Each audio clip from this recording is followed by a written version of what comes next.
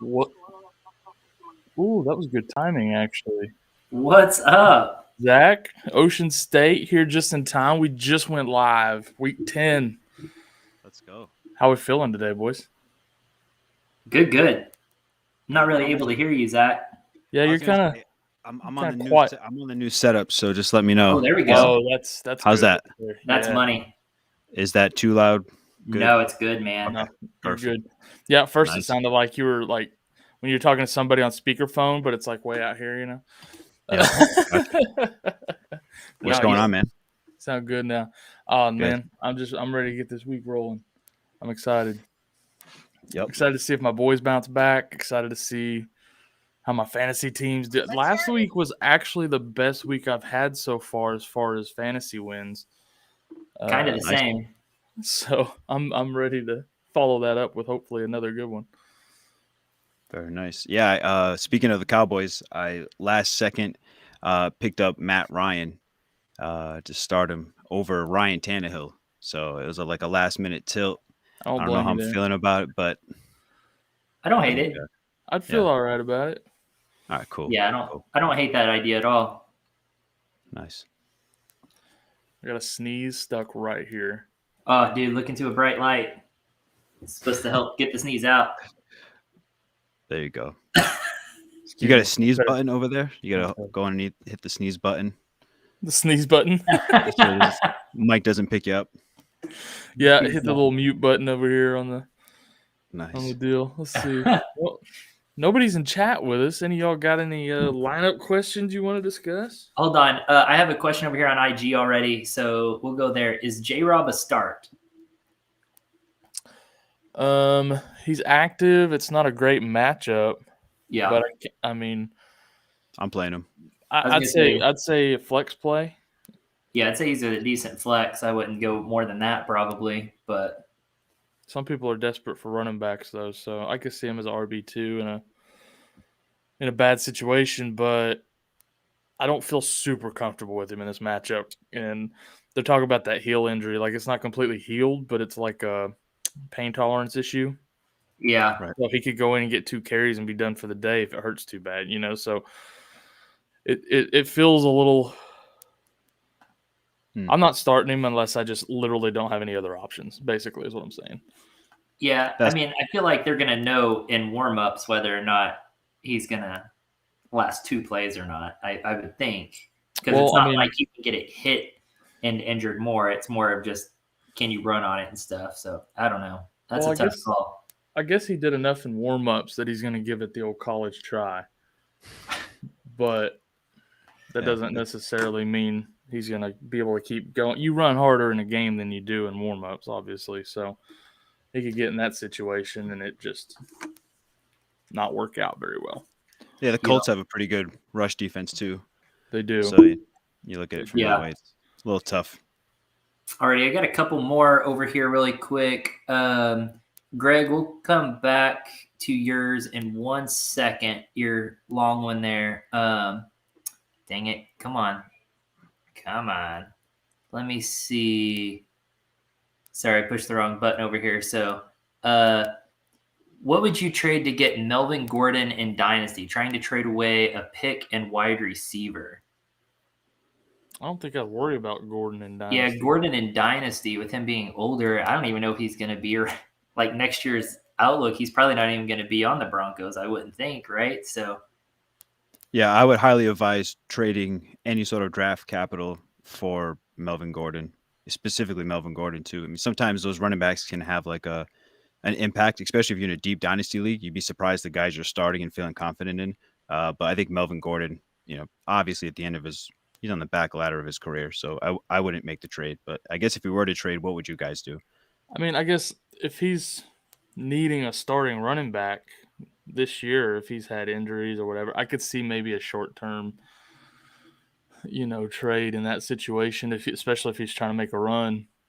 I wouldn't do more than like a late pick and maybe an older receiver. I was going to say I would do an older receiver and then I would do no higher than probably like, well, it depends on how they're their picks go, I guess. But I would do a later pick. Most rookie drafts are either 3 or 4 rounds. I feel I was gonna say like a third or fourth round, probably a fourth round and a little bit older receiver. But I wouldn't go with a young player there at all. Yeah, don't trade any young guys. And I mean, it depends on what's on your roster currently. I mean, right. What receivers do you have? Right. All right, let's pop over to some of these over here really quick. Who has a better game, Godwin, CD, or DK? I mean, that's tough because of Godwin. We don't know his complete situation. Well, I mean, he's active. Yeah, but to what extent is he going to be active, Right. Yeah, that's exactly right. If he was I think for that reason.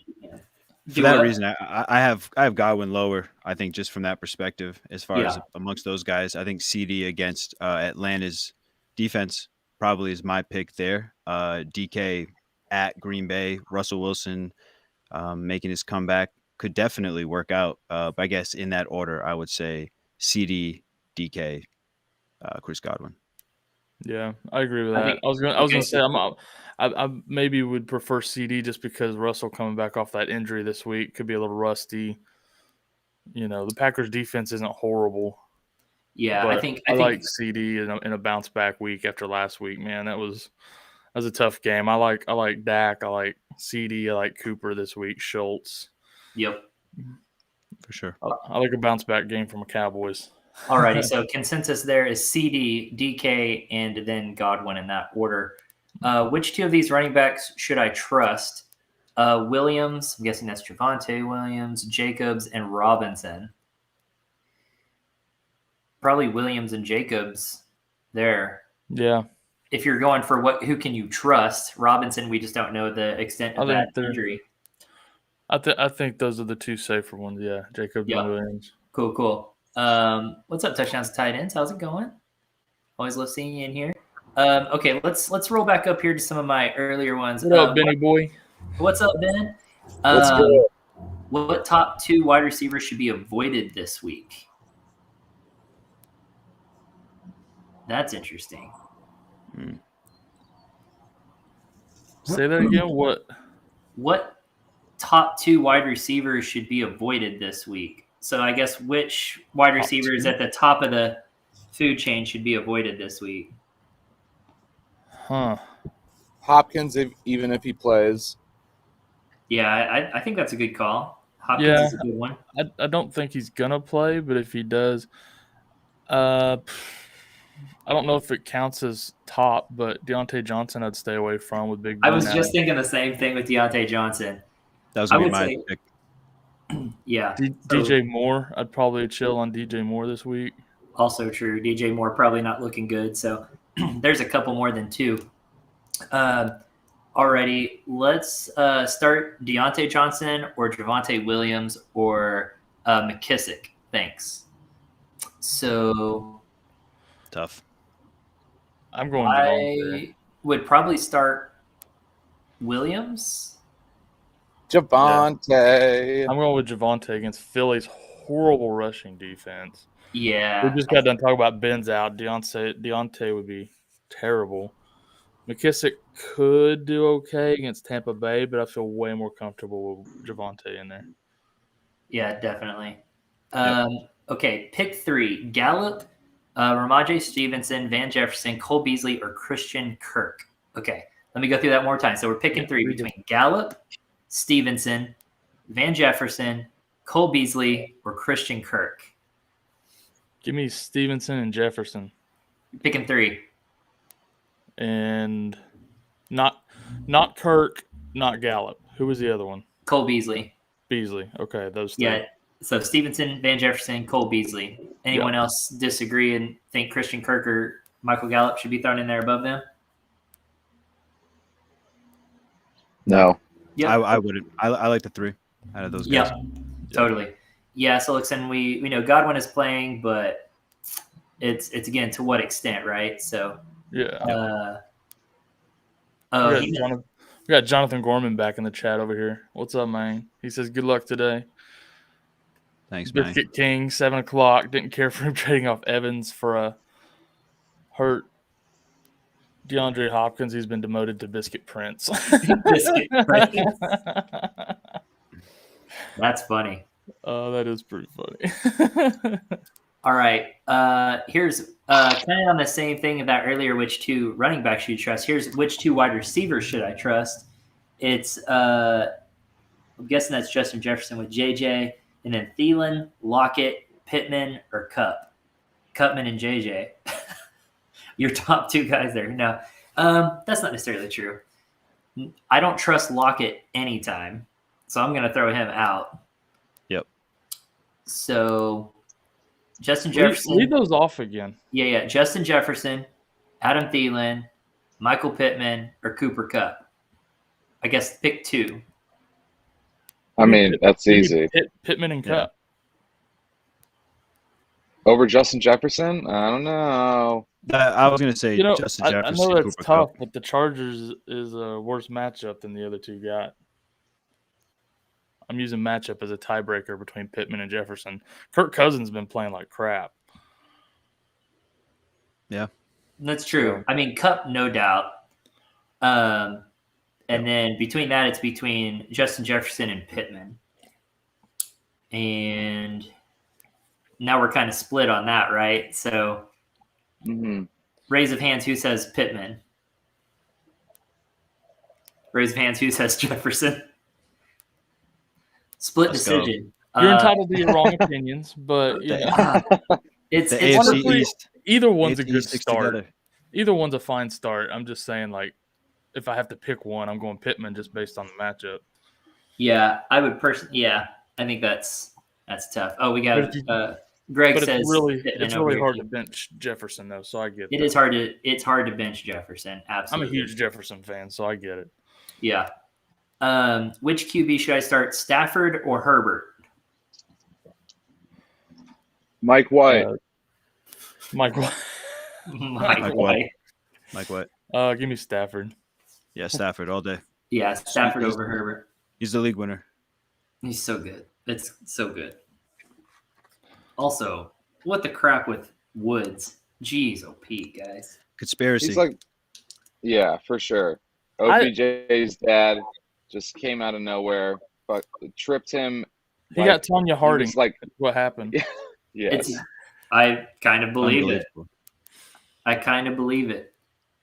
All right. Let's see. Bolden or Michael Carter? Michael Carter for me. Carter. Yeah. Yeah, because Stevenson, I guess, is playing today, right? So, Ramondre Stevenson. Oh, he is? I think so. Yeah. Boo. And you're playing against Cleveland, and then you got Carter against Buffalo. So 2 tough defenses, but I think with Mike White, that gives the advantage to Mr. Michael Carter. Yeah. Yeah, because I think Michael Carter has proven that he gets to catch some passes out of the backfield too. That helps a lot. And yeah, I think just Michael Carter on that over Bolden. So thanks for dropping in, guys. Man, IG is popping this morning. I had Woods in a trade and now this. Yeah, I still say blame Odell Beckham. Probably his dad. I only had Woods in one league, and I was able to grab Van Jefferson off waivers right after, so I got pretty fortunate. That is pretty fortunate. Nice. I had Woods in one league, and a duo of people that own a team in this league that I'm in grabbed Jefferson 30 minutes before I could. Huh. Weird. That's really I wonder strange. who they are. I don't know.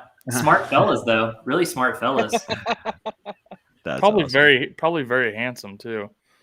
Fart smellers. All right, let's see. Start Callaway or Gallup or Renfro over Lockett.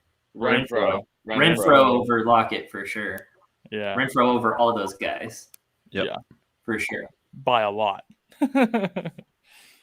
Yeah, I hate to say not even close because that's something I hate to say, but I think that's not even close. Yeah. It's not close at all.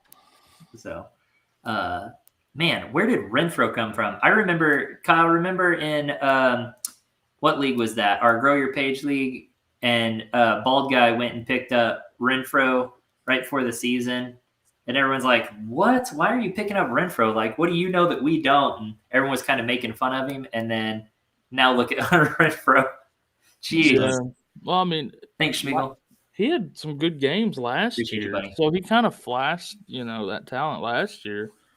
It's just more consistent workloads this year. And then with Ruggs, shit in the bed, it's just more work.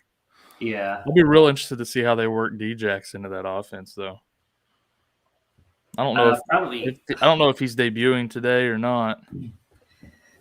I haven't seen anything. I'm not one to typically hope for injuries on players, but Sean Jackson is my probably least favorite player of all time. So I'm just going to throw that out there. When you do the Nestea plunge into the Cowboy end zone, you get the poopy list. I was going to say, that hatred must be from his Eagles days. Oh, yeah. Absolutely. That hatred runs deep. Forever unclean. Forever unclean. Yep. The worst. All right, we got another one over here. Rodgers. I remember when, because, we used to have DeMarco Murray on the Cowboys. He went to OU. So he was like one of those players for us. And then he went to the Eagles. And I was like, man, DeMarco Murray died. That was so sad. Yeah. I mean, he really did, though. He really did. When he went from the Cowboys to the Eagles. Yeah. He didn't do anything. No, he didn't do anything. But I hated that he went to that team of all the teams in the league. So, kind of funny story with that is I've met DeMarco Murray one time. I went to an event that was with him or whatever. Name dropper. And I got to meet him, and at the time that it was scheduled and everything, he was not with the Eagles. And by the time the event day came around, he was with the Eagles. So like when he did his press conference, that was like the main thing they were talking about. And I remember just being so disappointed. Like I was so hyped to meet DeMarco Murray, and then just so disappointed by the day. By the time the day got there, I was just like, gross, man. You're an Eagle now. And it just took all the fun away from meeting DeMarco Murray. That's awesome. That's how deep the hatred for the Eagles is, man. That's bad. We're bad. Fandom. Me and Corey are bad. Fandom. Yeah, me and Corey are bad luck, though, because we went when the NFL draft was in Dallas a few years back. We went and we were staying in Frisco at the Star, their practice facility and offices and all that. We were getting ready to tour the Star when news broke of Jason Witten's retirement. So we are just very, very bad luck. I will take that to my grave believing that.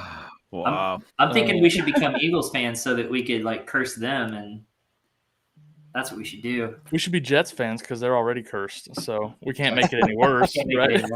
Yes, right, you guys. can. You can be Lions fans. That's how to make it worse. All right, guys, let's get back to some of these questions really quick. I got coming in on IG. Rodgers or Wentz? Rodgers. Yeah, I think Rodgers playing. You got to take Rodgers. What do you think, Zach? You disagree at all? I mean, against Jacksonville is not terrible, but I'm still gonna go Rodgers. Yeah, I think either one would be pretty good. Oh, here's one for Kyle: Steelers defense or Bucks defense? Oh, give me the Bucks. Bucks? Yeah. All righty, we'll go with Bucks defense against Heineke. Yeah. Yeah, I think the Bucks defense looking good there.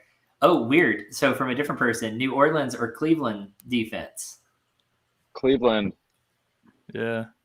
Cleveland? Yep, Cleveland there. Hold on, we got a YouTube question. Go for it. DJ Moore or Deontay Johnson? Ouch. That's tough. Brutal. But Deontay Johnson for me, I think. Yeah, Deontay. Yeah, you got to roll Deontay. Even without Ben, I think you got to roll him over Moore this week. Yep, think so. All right, here's another one on IG.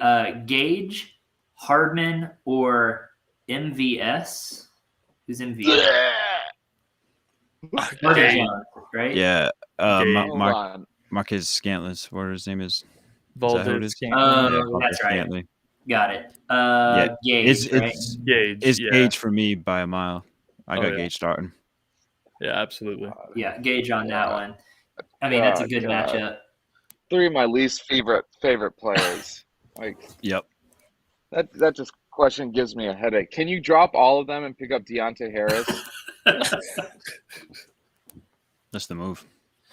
That is the move. It's a vibe. Yeah. It's the only vibe. It's a bold strategy, Cotton. Let's see if it Yeah. pays off for him. It is. Does your flex allow you to play another defense? Because just play another Yeah. defense over them. Super flex. That would be something, right? If you played in a league where you could play a defense in your flex position, I mean, and That'd be who would do ridiculous. that? Like, how crappy does your Nobody team would do have that. to be? Psychopaths. People are eliminating defenses from their leagues altogether. Nobody's Right. Yeah. gonna add it to their You can flex. start 2 of them. Emmanuel said it's an option to stream with Hopkins out, so he's having to. Those are his options out there. That's a tough situation to be in, man. For Go sure. pick up Deontay Harris. You really high on Deontay Harris, huh? Yeah, I'm starting him in like 8 leagues today. Don't start Deontay Harris. I had to start him. If Last week. Ben's starting him in 8 leagues, I wouldn't start him. I'm throwing it into existence. It's gonna All right, happen. okay. Mhm. One more. And look, I mean he's averaged 8 targets over the past 2 games. So, I'm pretty good with that. And the chemistry between him and Trevor Siemian is growing. And they don't have Alvin Kamara, so where are they gonna go? They're gonna go to the speedy Deontay Harris. And he's like a poor man's Christian Kirk. Like he can run those jet screens too. It's not bad. So that's So you would say Deontay Harris over Gage against the Cowboys. I'd say Zacchaeus over Gage. Interesting. I mean, Oh, I don't know about all that. All right, we got us another one over here on YouTube. okay. Pick 3, Gallup. We already did this one off of Insta. Yeah, we did that one. What's up, Jan? It was Jefferson, Stevenson, Beasley. Yeah, In case you missed the answer on Insta. Yep. Which is possible. Okay, I've got 2 more over here on IG really quick. Mahomes or Rodgers? Mahomes. I I'm going Mahomes there, I think. But think you got to. yeah, That's. Just go- I'm gonna go Against the Rodgers. Raiders, I mean, I think he could bounce back pretty nicely today. Rodgers at home against the leaky Seahawks defense versus Vegas defense is kind of sneaky good against Kansas City, and I think they're playing at home, right? Vegas is at home, it's at Vegas. Yeah.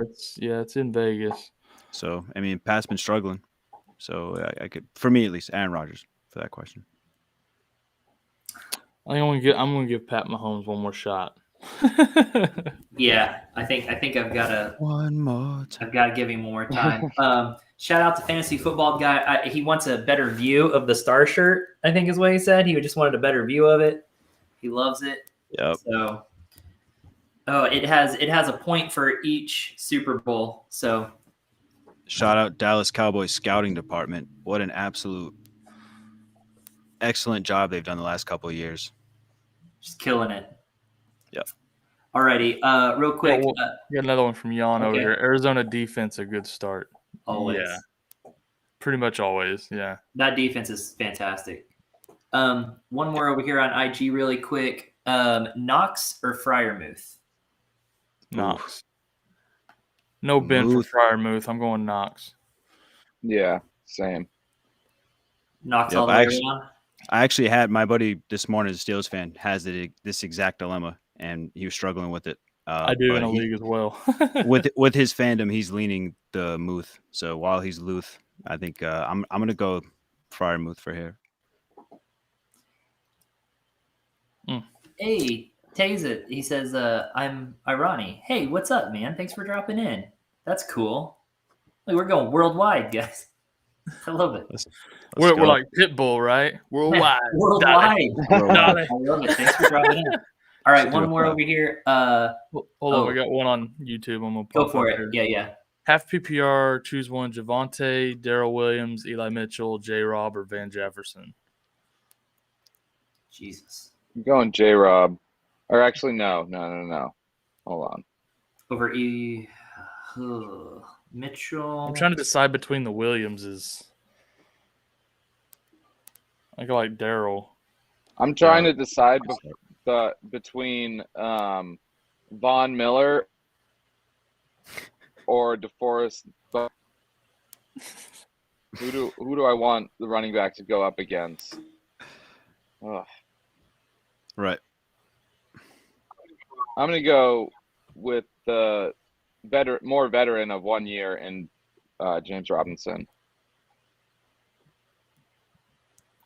What do you think? One for James, one for Daryl. I'm for Daryl. I like Daryl Williams. Daryl Williams, my pick.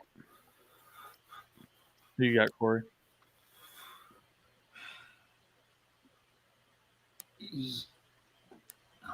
I'm kind of between Williams and J-Rob too. I just don't know about that J-Rob injury.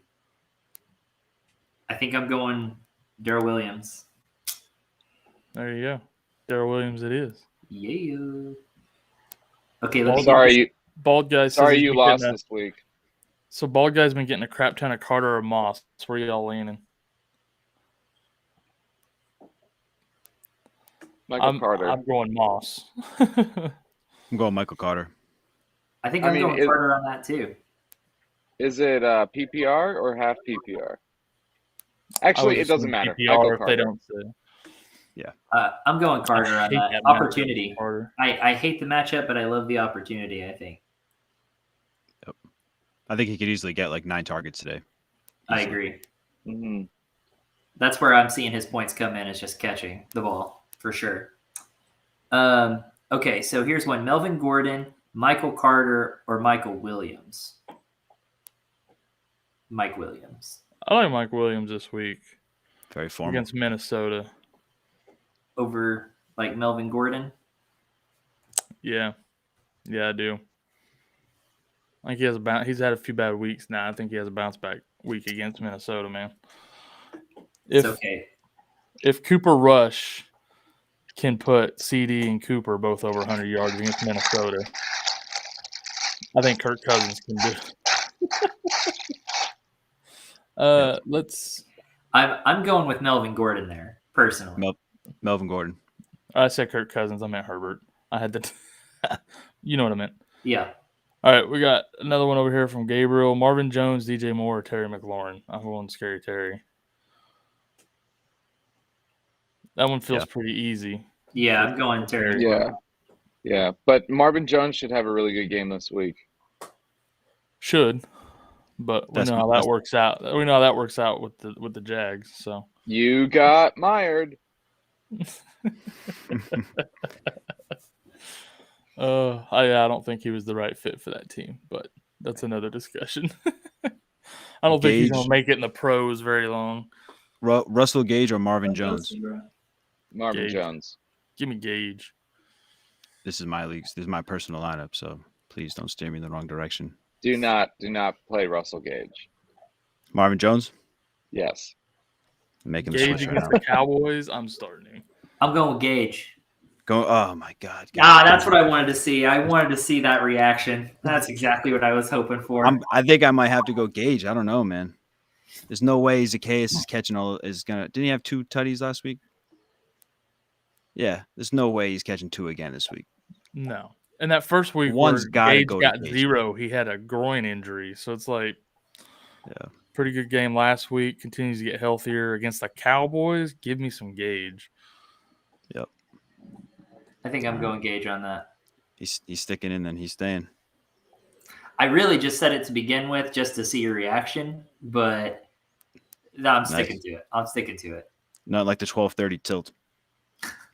I might tell you in 29 minutes that I think you should switch that to Marvin Jones. I'll let you know. Thanks. That Jags offense is just so unpredictable, though. Yeah, I don't trust it at all. I do not trust that offense. I trust Matt Ryan more than Trevor Lawrence right now. And that's saying something because I don't like Matt Ryan that much. Yeah, not big on him right now, for sure.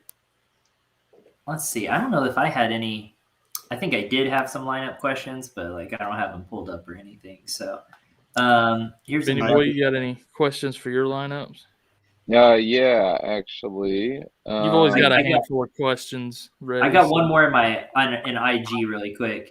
If you want to answer that. Up. Yeah. In the flex spot, start Renfrow or James Robinson? Renfrow. Ben says Deontay Harris. I do. I'd probably go Renfrow.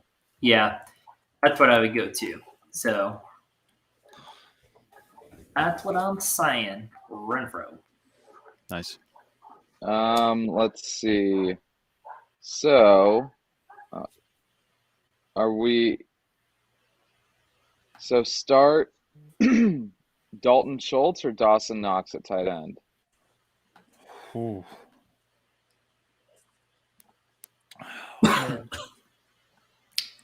I think they're both a good matchup. I got to go with Knox, I think. You think? Yeah. Dalton Schultz was the other one, right? Mm-hmm. Yeah. Yeah. I'm gonna lean Schultz. Yeah, I think I'm waiting on Knox. One more. I think I'm going Schultz there. I'm not. I like Knox. And then that begs the next question at flex: Zach Moss, Jeremy McNichols, or Corey Davis? Moss. Yeah, I think Moss there. Deontay Harris. Moss. I'm already starting him in my wide receiver 2 slot. So you don't start running backs against the Saints unless it's Derrick Henry. Yeah. I mean, and then Corey Davis plays the Bills. I don't want any part of that. No, me neither. So what's up, Matt? Gotta go with Moss. Alrighty, here's another for you. Cole Beasley or DJ Moore?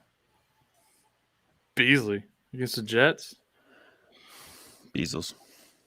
Careful starting wide receivers against the Jets secondary. They've been known to keep wide receivers down in points for fantasy.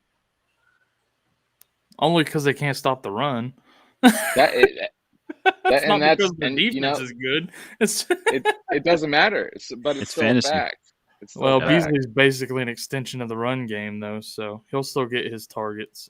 He'll have 20 catches for like 14 yards, but yeah, he'll rack up them PPR points still. I think I'm also going Cole Beasley there, which is wild. I never thought I'd be saying that, but now starting next week, things could change. I got Cam back, baby. Get Super Cam back. Great. I saw the picture of him with Sam Darnold. Saw a picture with him right after he re-signed with Carolina the other day. Like, who dresses that man? I swear. He just, like, goes through a thrift shop and just throws on whatever crap he can find. And he's like, hey, it's fashion. The most expensive thrift shop you've ever seen. I know. He looks like a homeless person. The most impressive. He just wears everything he owns. It's like 3 weird shirts and like a pair of pants and like this random scarf and hat combo. It's just like, who dresses this guy? Who told him that looks good? And like the way he types, I don't know how he does it, but whoever's doing that for him, if he pays somebody on salary or something, if you notice the way that crazy font, it's wild. It's nuts. Oh. All right. Benny Boy, did you have any more questions for your teams? Let's see. I think I'm pretty confident with what I got going on. But in shout out Bald Guys Instagram Followers League, I have to start. Oh man, and this is rough. I have to start Bart Scott and Brandon Bolden in my wide receiver 1 and 2. Bart Scott. Can't wait.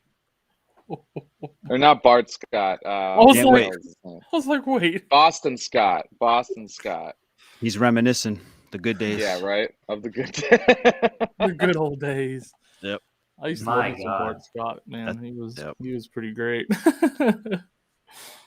Oh, man. So Boston Scott, What's the other options? Well, I mean, this is who I have to start: Boston Scott and Brandon Bolden, and because okay. my other running backs are Kareem Hunt, Miles Sanders, and Jamal Williams, and Devontae Booker, and he's on bye.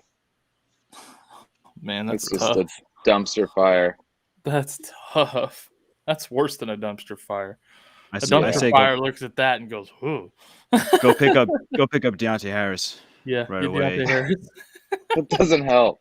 Thank you very much. I have a bunch if you guys need a couple. So I got one here, and another guy I think that's pretty popular this week, Freiermuth. So flex, half PPR, Mark Ingram or Pat Freiermuth.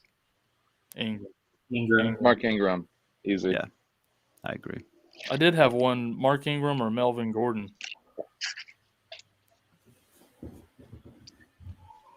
Interesting. Gordon has a good matchup, but Ingram without Kamara is very enticing. Right. Who else is there in the backfield besides Ingram? Crap, I forgot his name. Tony Jones Jr. Is that his name? Jones is still hurt, isn't it? Yeah, he is. It's that Ozigbo or something, right? Yep. It's Deontay Harris. He's in the backfield. He's gonna pull a Cordell surprise me, actually. Yeah. Play everything. I think I went with Ingram, but I don't know how I feel about it over Gordon. Gordon's been playing pretty well. Yeah, he has. Oh, I vote not to vote. We're abstaining. No, I think. I think you got to go Ingram. If you're going to start him in your other league too, you don't want to be like, oh, well, if I started him in both leagues, it would have been better. I don't know. I think you got to go Ingram. I think the matchup's easier for Gordon, but I feel like the volume is there for Ingram. Goal line work. Yeah. I mean, it's close. I don't think you're wrong either way, but probably Ingram. Yep. Ingram for sure. Cool. Rough. That's who I got in there right now, so I'll just stick with it. That's a tough spot to be in. Not a bad spot to be in. I mean, dang, you can't really go wrong either way, I feel like. So, yeah. It's not like you're asking if you should play Marvin Jones or Russell Gage. So, could be worse. Yeah, just caught that one. I can't believe you guys like Russell Gage more than Marvin Jones Jr. I can't believe you like the Jets over 31 other teams. Got it. Yeah, pick a better team, man. Oh, okay, Dolphins. I was waiting for it. Okay, I can understand why you like them more than the Dolphins, at least. But wow. No, I don't know. Dolphins. At least we're not expansion fans, okay? Brutal. Look at the time. Yeah. Bet all the time we have today, boys. Ouch. Let's all go lick our wounds, apply burn ointment as necessary.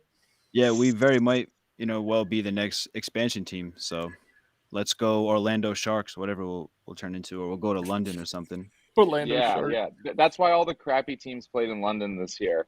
They're shopping. Because some London, billionaire is going to buy one. They've been shopping the bad teams for years over there. We always send the Jags. I mean, they basically are like the London Jaguars at this point. They might as well be. Yeah. 100%. Well, we can Stephen Ross is like, oh, we'll just trade for Deshaun Watson and magically all that stuff will go away and we'll absolutely kill the organization and that one man will turn it all around. So perfect. And then Urban Meyer and Deshaun Watson can go get massages together. Yep. Perfect. Funded by Kraft. Yeah. I was thinking he would be a better fit up there in New England, but yep. Oh my god. Oh. And then Al Davis will come out of the grave and just start making bad decisions after bad decisions. You guys are the worst. Man. All right, DJ Moore or Javonte Williams? Javonte. Yeah, Javonte. Yeah, Javonte Williams there all the way around. Stevenson or Mitchell? Mitchell. Mitchell. Mitchell all the way around there too. So you got Williams and Mitchell. I'm trying to see. Come on, man. Why is this moving so slow? I know I had a question here for one of my teams, but my computer's moving so slow. No problem. You are welcome. All right. Russell Gage's fan club. Jacoby Myers or Russell Gage? Gage. Deontay Harris. I have him. I'm gonna start. I am gonna start him over Jacoby Myers. There we go. Nice. Perfect. All right. Derek Carr. Or should I start him over Devontae Smith? Who? Harris? Anyone? Anyone? Man. I don't know if I trust Smith. I don't. If like you have Smith an in opportunity Denver. to play Gage in any of your leagues this week, you got to do at least one. Got to throw Gage in one lineup this week. Fine. This is the league that like wide receivers aren't really touted very high, so I'll There you start go. Deontay Harris and Russell Gage. That's How about perfect. that? Yes. That's the perfect. If they finish in the top 12 this week. Ben, give the people what they want. I just did. I always do. I got a fever, baby. The only prescription is more Russell Gage. Cowbell doesn't hurt either, though. All right. Russell Gage with a side of cowbell. All right. Love it. So QB question. You have Derek Carr, Jalen Hurts, or Russell Wilson? Give me Carr.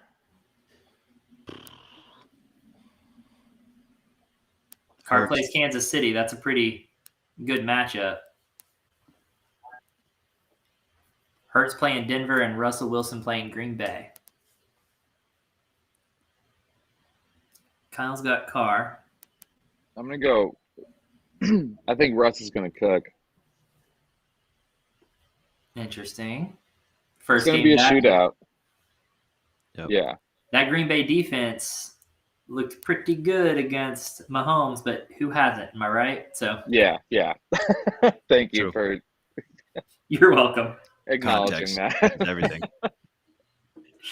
Yeah, What are you taking there, Zach? I'm just gonna make it messy and go Jalen Hurts. Oh, well.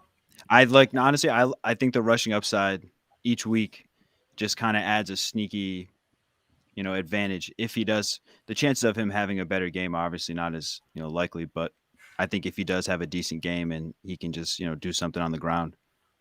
I feel like there's a big danger there of turnovers, though, against Denver for some reason. I feel like he can probably turn the ball over against them a few times. And I think that's what makes me nervous about even with those rushing yards, Yep. I really that I Broncos want to know defense? that Russell Wilson, I feel like Russell Wilson could have a really good day today, but I don't know that I trust it.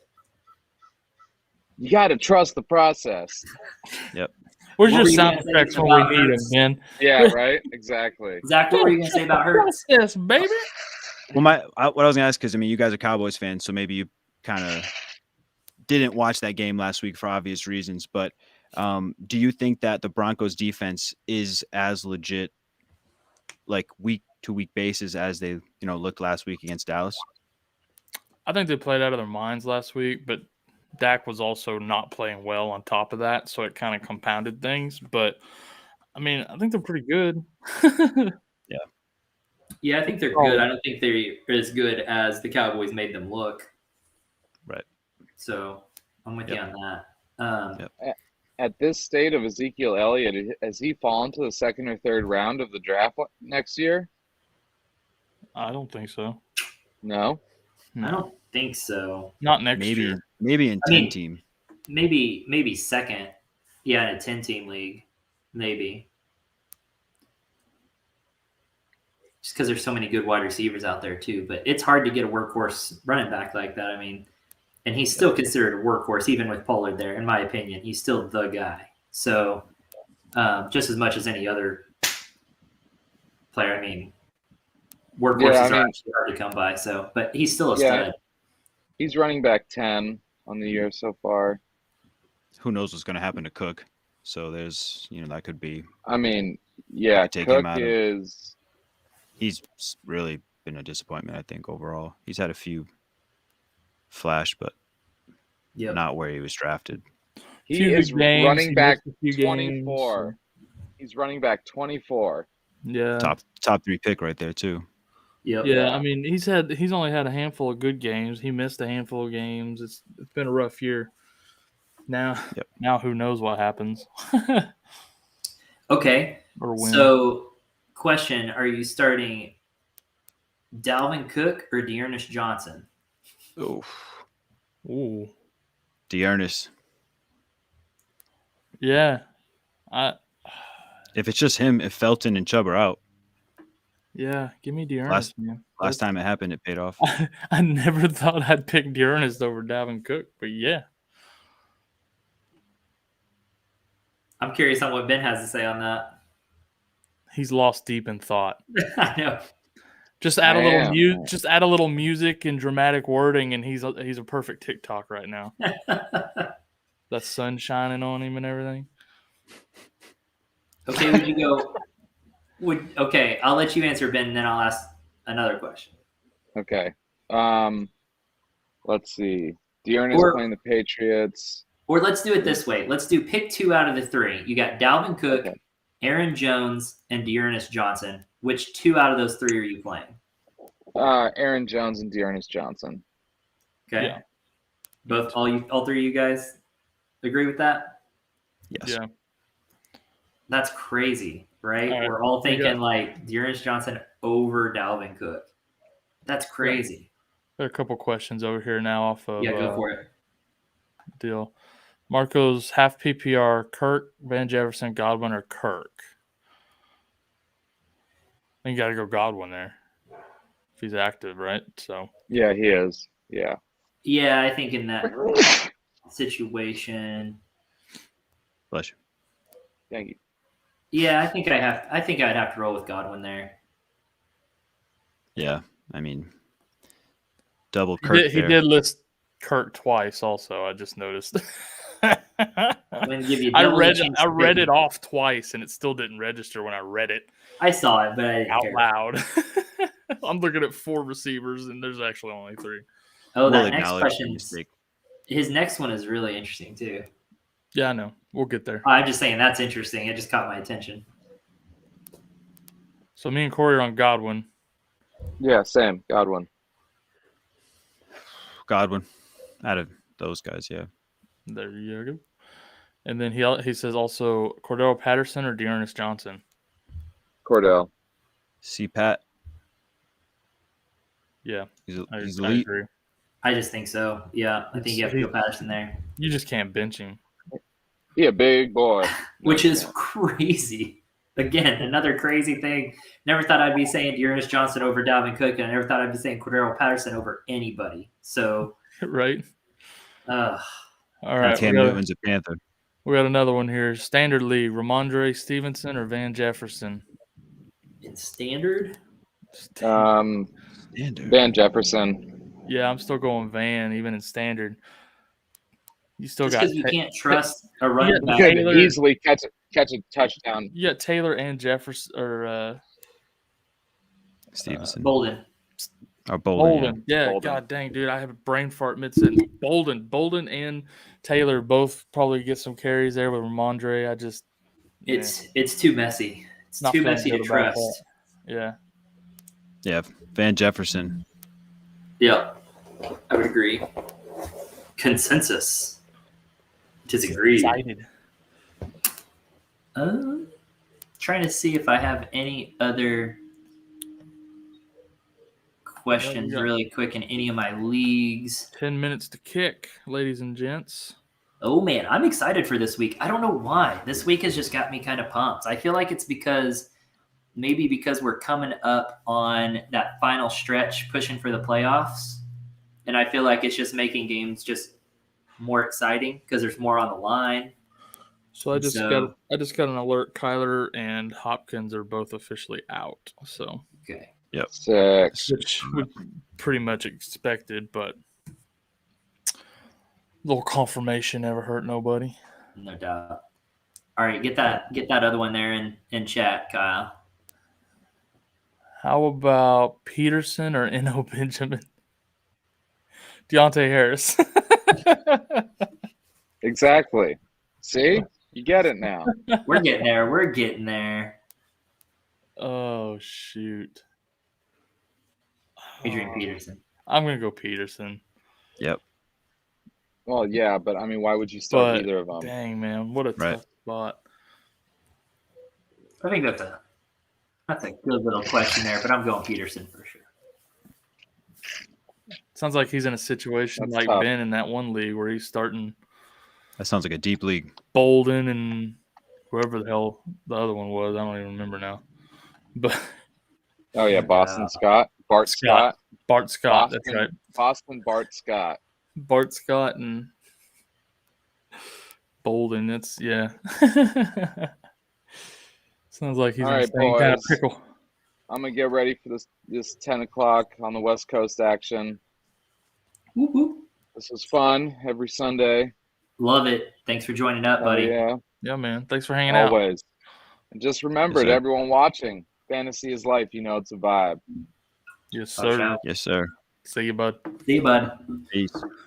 All right. All right, we got about 8 minutes to kick off here. Nice. I'm out of excited. questions. You got anything else in your lineups there, Zach? I got nothing. I had a couple questions, but in the inbox, but we kind of ran through them already. So we'll see. This looks Cool. like a pretty decent week. Are we thinking Marquez Callaway or Merkel Hardman?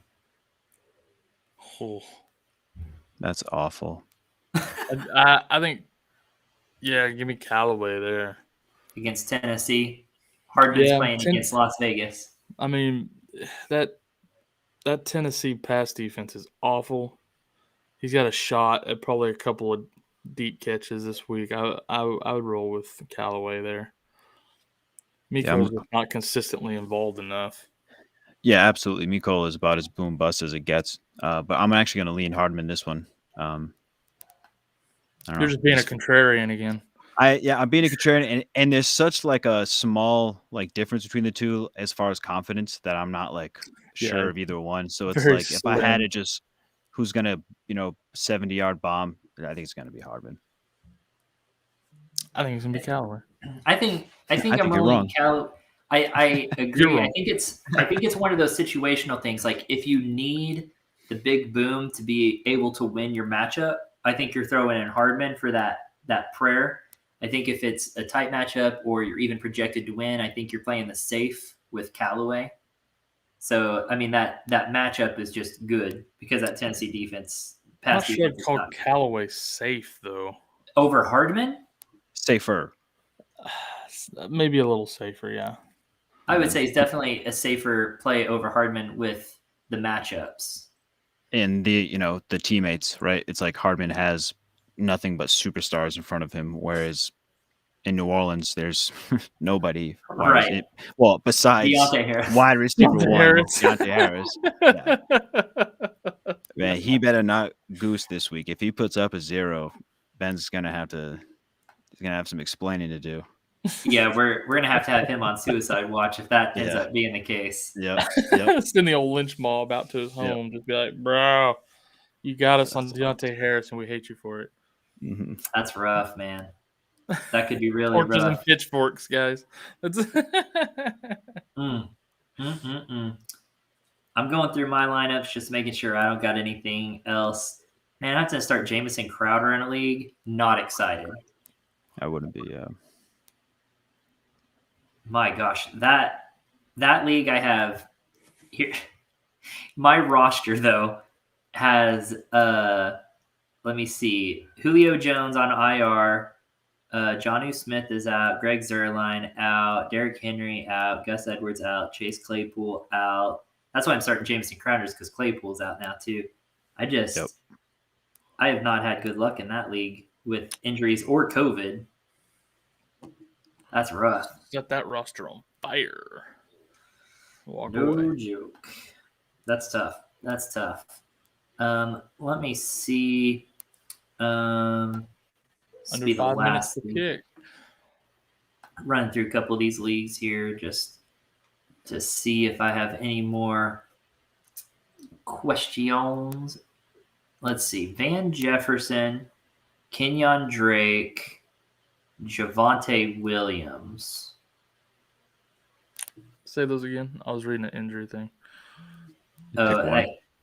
Yeah, so Van Jefferson, Kenyon Drake against Kansas City, Javonte Williams against Philadelphia, or Dalton Schultz against Atlanta. Javonte. Yeah. I think the Javonte has a really good game today against Philly. Okay. Over Van Jefferson and yeah. Definitely over Van Jefferson. Yeah. Give me Javonte. Dalton Schultz. He's sneaky good though. Yeah. I was almost thinking, I mean, Kansas City for Drake being the passing back there is kind of, it's a little intriguing, but I don't think you can play him over like a Javonte at this point. Not when Javonte's playing against Philly, you can't. You're right. Is Peyton Barber still injured? No idea. Or is he back? If he's back, I think Kenyon Drake takes a hit, but I think you're right. If he isn't there, or if he's still injured, rather. I picked up Drake in one of my 10-team leagues, but it's a competitive 10-team. It's a keeper league too, but I got Drake on the bench just in case because Jacobs is always kind of iffy. I mean, Drake has been scoring his last 3 games against Denver was 21.3 points, Philadelphia was 16.9, and then the Giants was 17 points. So that's his last 3 games. Yep. His last game against the Giants, he had 8 targets, 6 catches for 70 yards, but he only had 4 rushes. Right. I know it's tricky. His numbers are interesting. Because the 3 previous to that were not good, and then the 2 previous to that were decent. So it's kind of, he's also a little boomer bust. Wow. But I feel like Williams does have a really good matchup there. Yeah, that's Javonte, tough. I think that's the way to go. I think he's gonna have a good game. Cool. All right, 2 minutes to kick off. Kyle, I'm gonna check some of our leagues here. Our Grow Your Page. I don't think there's any 11:59. You better hustle. question there. I know. I already kind of ran through them this morning and made sure they looked all right. I mean, our wide receiver situation in both of those leagues is just absolute trash. Yeah, you're right. It's very rough. Mike Davis or Sony Michel? That's a real. Hold on. Mike Davis or Njoku? I mean, that's a serious question. That's what we're looking at for our flex with Joe Mixon on a bye. It's a really weird Amon St. Brown. It's a very weird lineup in that league too. It's wild. 16 teams. It's weird. Oh, well, there you go. Yeah, it's a 16-team league. That makes sense. 16 teams with other like Insta pages and content creators that know what they're doing too. So there's no like nobody you can. Yep. No doubt. So, all right, we're locked. It hit noon, so we are locked in. Man, my computer's moving so slow. I'm having a hard time. I think we might have missed some questions over on IG. Oh no, it's just liking our response. So nice. All right. I'm just gonna pop off real quick, guys, but then I'll be back on. Yeah, whenever you want, man. I'll be in to check in for sure. So I mean, no Dolphins today, so I can kind of, put my attention in other places this week. All right, awesome, man. All right. By the way, shout out Dolphins defense. See you guys soon. See ya. Later, guys. Oh, shoot. Well, before these games, I guess, start popping off, I'm going to try to readjust this antenna because it keeps going in and out, and I think I got to move it around a little bit. So give me 2 minutes. I'll be right back. No problem. Alrighty, guys, and I am sending some stuff out on IG to promote Sloppy Sundays tonight after the games. That is a fun little get-together.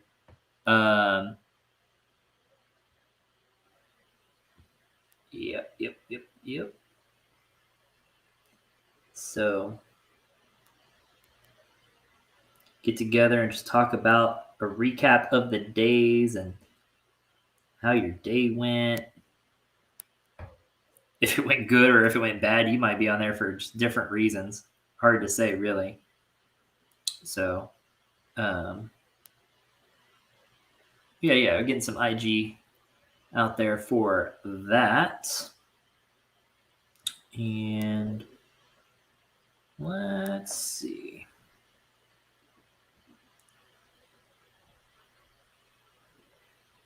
Okay, these games should be kicking off like ASAP. Let me refresh my Fantasy Cast. Fantasy Cast better work this week. That was rough last week. And apologies for that. That kind of screwed everything up. So hopefully this week's a little bit better. This Cowboys game is now kicked off. Cool. So cool. That is going live there. And we shall see if the rest of these, I'm still having to load Fantasy Cast. It's moving very slowly. So not looking great for the second week in a row. It's rough. It's rough goings out here for ESPN Fantasy Cast. Man. Maybe it's my computer. I'm not really sure. All right. Looks like we got Washington and Tampa Bay have kicked off as well.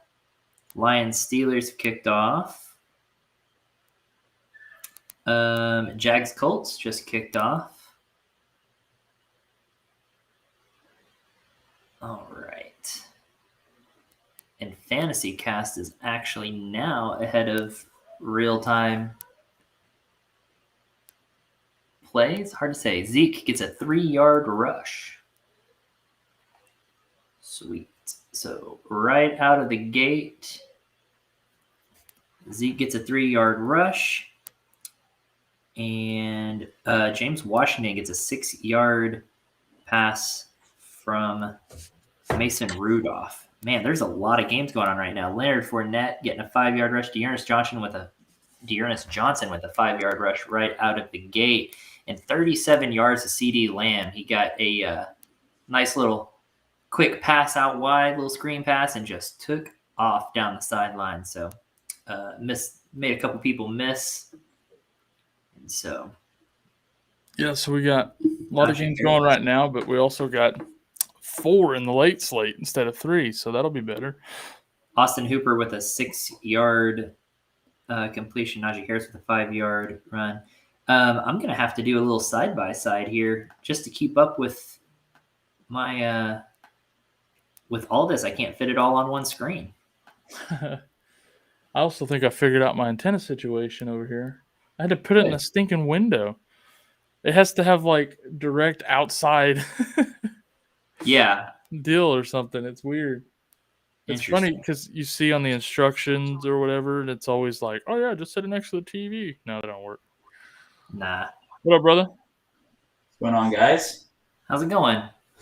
Doing good. You guys are doing good? Oh, yeah. Yep, it's been a good morning. Got to answer a lot of questions for people this morning and get them all helped out and everything. So, sweet. Loving it.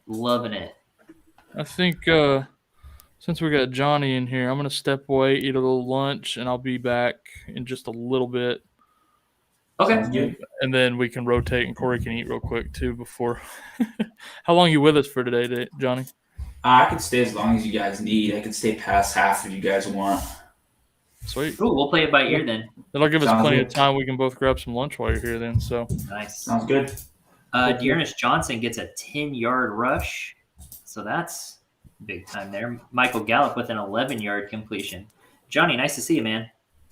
Yeah, nice to see you too, Corey. I'm excited to be back on. I haven't been on here in a while, but finally get to, dial in, watch some football. It's been a few weeks ever since I've gotten to, really watch all the games. So I'm really going to enjoy it this week. No doubt. That's rough, man. I couldn't imagine missing a few weeks of football. Yeah, that would hurt me. It's been tough. There's been a little bit of a hole in my heart, but you know what? We're going to patch it up this week. Hopefully we have a great week in fantasy. So just wait and see. Doubt. Michael Pittman getting a 7-yard catch there. Yeah, man. It's been a weird couple weeks anyway. So, but for some reason, I've just got a feeling it's going to be a good week. Mm-hmm. Jonathan Taylor with an 8-yard rush. Yeah, it's just been so weird last couple weeks, especially last week. Last week felt like a replay of the first couple weeks, and that was rough, where it was just like all the studs were just kind of flopping. Maybe there were a couple, and if you just happened to have those couple on your team, then you were going to do better and win. So it's been a little bit rough, but I'm feeling good about today. And we were talking about that in pregame of, I almost feel like it's more exciting now because we're getting down to the end. Interrupt myself there. Dearness Johnson with a 24-yard rush. He is just eating them alive out there, guys. He's ripping it up in New England. Ooh. And, yeah. Oh, and Kyle went away, so we can't play our touchdown thing because he's I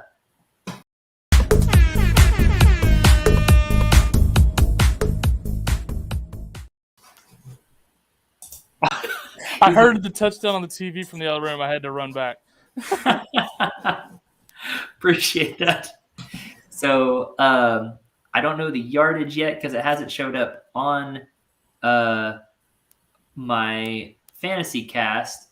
But it's going to be a 13-yard touchdown completion to CD Lamb. CD Lamb with an early touchdown after that 37-yard catch there. CD Lamb just tearing it up already today. So he's already had enough fantasy production today to make him worth the start. He can 100%. Just go out right now and he's gotten your fantasy production for the day.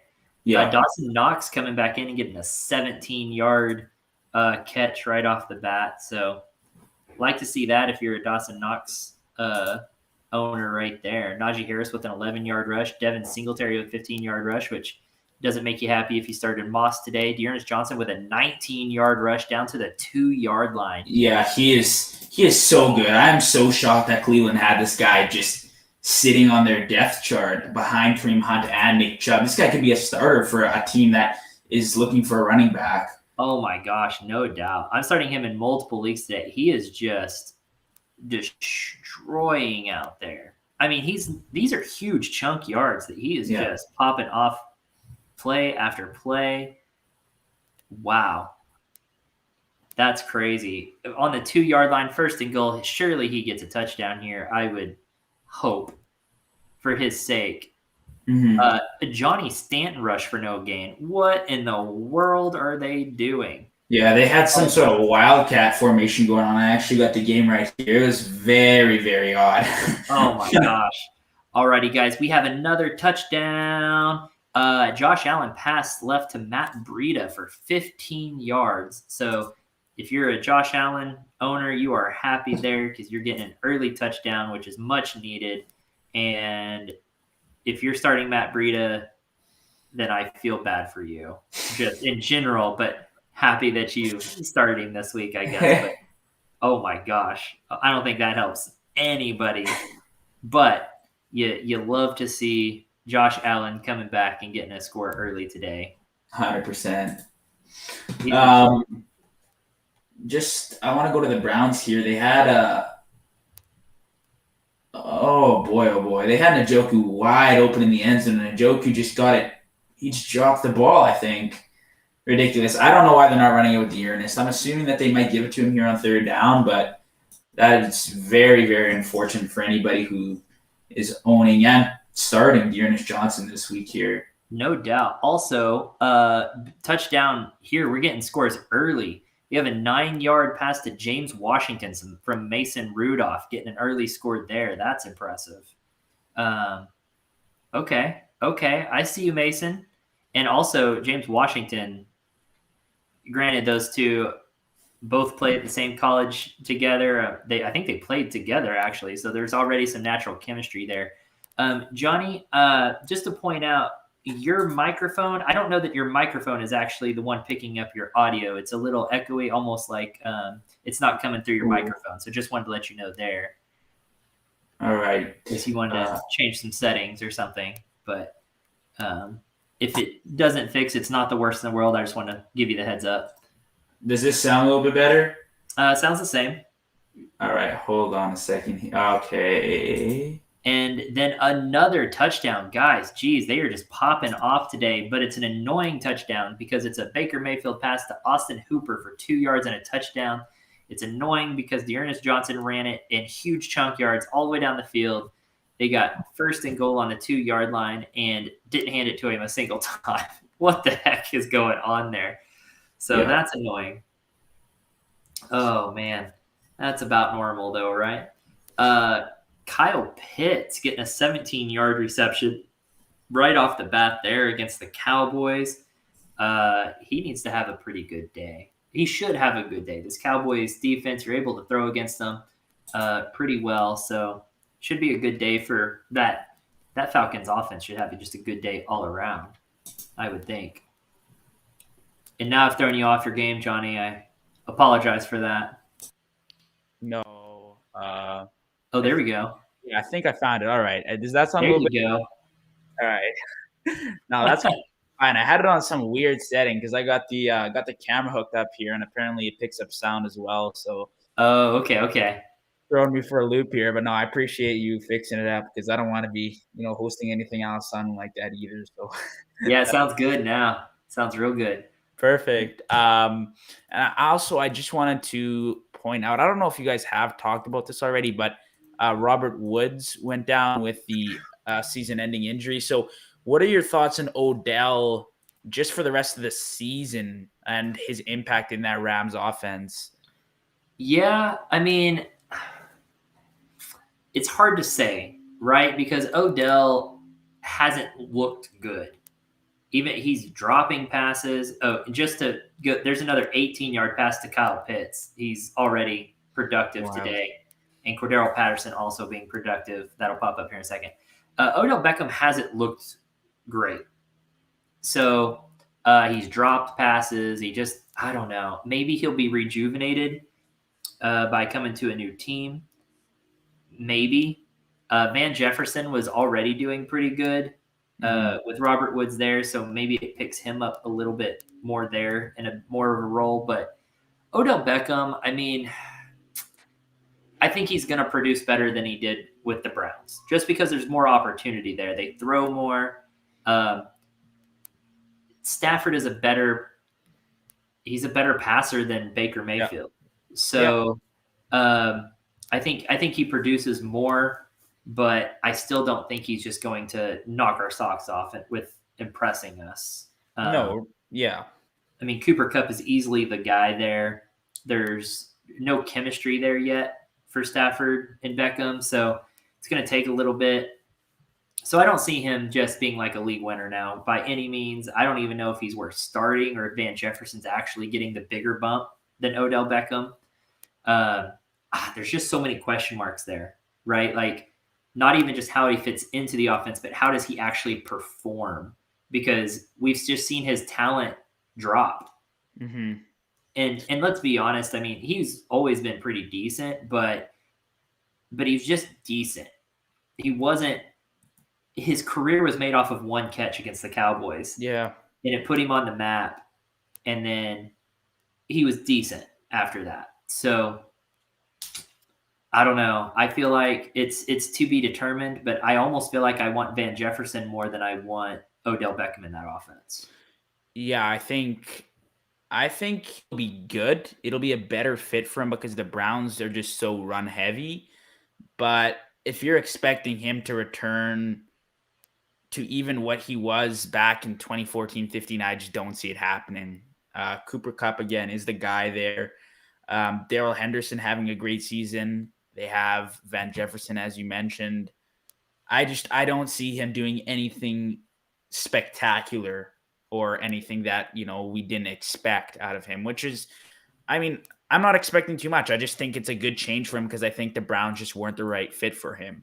Yeah, I agree with that.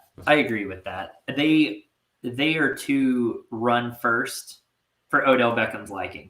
Yeah. It just doesn't fit him. He wants to be a star. He just wants to star more than that. Yeah.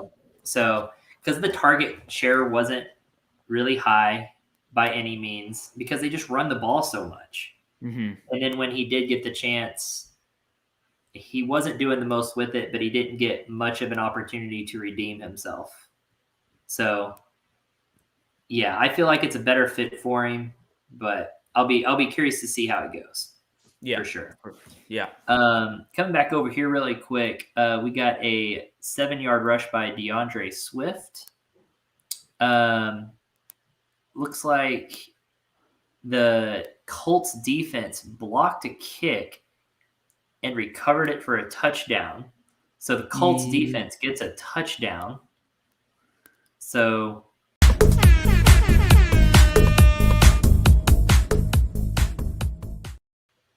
random and late touchdown. Better late than never. Am I right? I don't even know what happened. I think the Colts defense blocked the punt from what I understand. That's what it's looking like. Ricky Seals-Jones with a 13-yard reception and Hunter Henry with a 12-yard reception. Yeah, it looks like they blocked the punt and recovered it for a touchdown. But it looks like they scooped and scored it. Maybe. Yeah, from what I can tell, it looks like it walked on the 12 and then ran it for 12 yards to get it in. So hard to say. That Patriots backfield looks to be right now Ramondre Stevenson and Brandon Bolden just kind of splitting carries there. So lovely.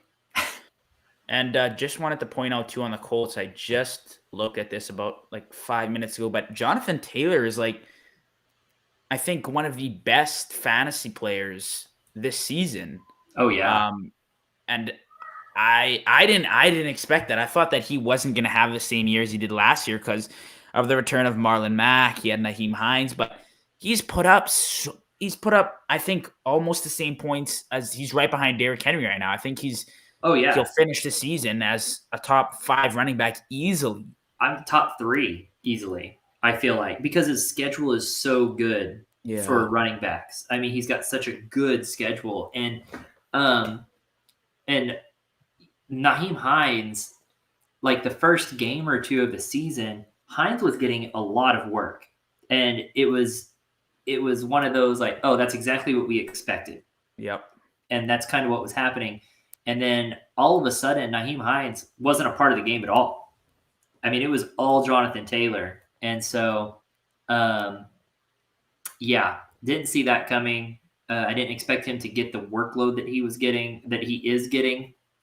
And so, good on him. I mean, it's what it should be, but it's not what I expected. Yeah. And so I wasn't high on Jonathan Taylor this year, preseason. I just wasn't high on him. And I was wrong. I was way, way wrong.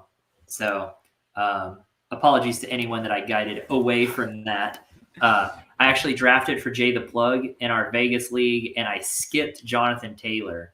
Ooh. And he was mad at me. He's like, "You skipped Jonathan Taylor." And I was like, "Dude, he's just not going to be as great this year. I'm just not as high on him."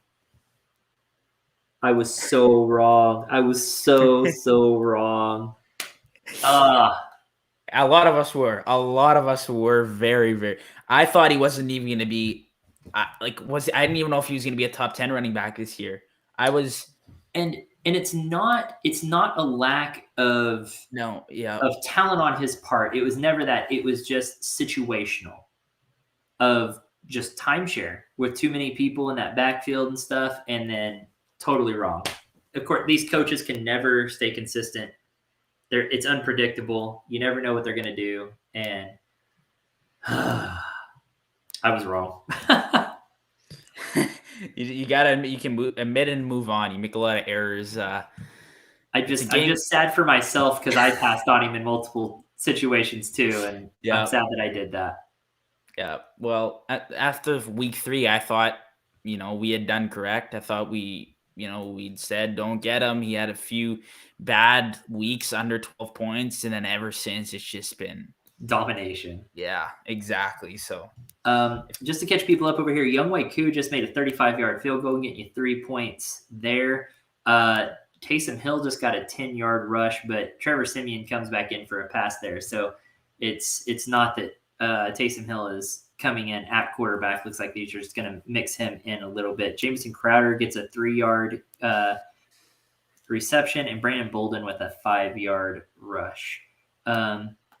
Not 100% sure if my fantasy cast is staying up the whole time, so I'm going to keep refreshing here. Kendrick Bourne with a 15-yard rush for the Patriots, because as if Bolden, J.J. Taylor, and Ramondre Stevenson wasn't enough to rush the ball, let's also add in Kendrick Bourne to mess up that backfield even more. Why not? Yeah, you know what? The Patriots are looking really good right now. They're moving the ball fairly well. Mac Jones, just every week he looks more comfortable managing that offense, and the run game right now looks fantastic. So whatever Bill Belichick's doing, I'd say keep doing it, and they might even squeeze into a playoff spot if you're talking about like a 7th wild card seed. Yeah, that's very true. Joey Sly makes a 28-yard field goal for Washington. That's their 2nd field goal there. So Sly looking to be a good start. I almost picked him up as a Zerline fill-in and decided against it because didn't expect that Bucs defense to let them move the ball pretty much at all. And then Ramondre Stevenson with a 13-yard rush.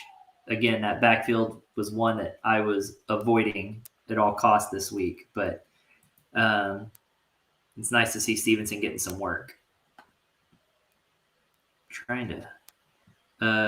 Zeke gets a 3-yard loss, and then they follow it up with Zeke getting a screen pass that looked to be for about, that says 5 yards. So he gets a 5-yard screen pass there.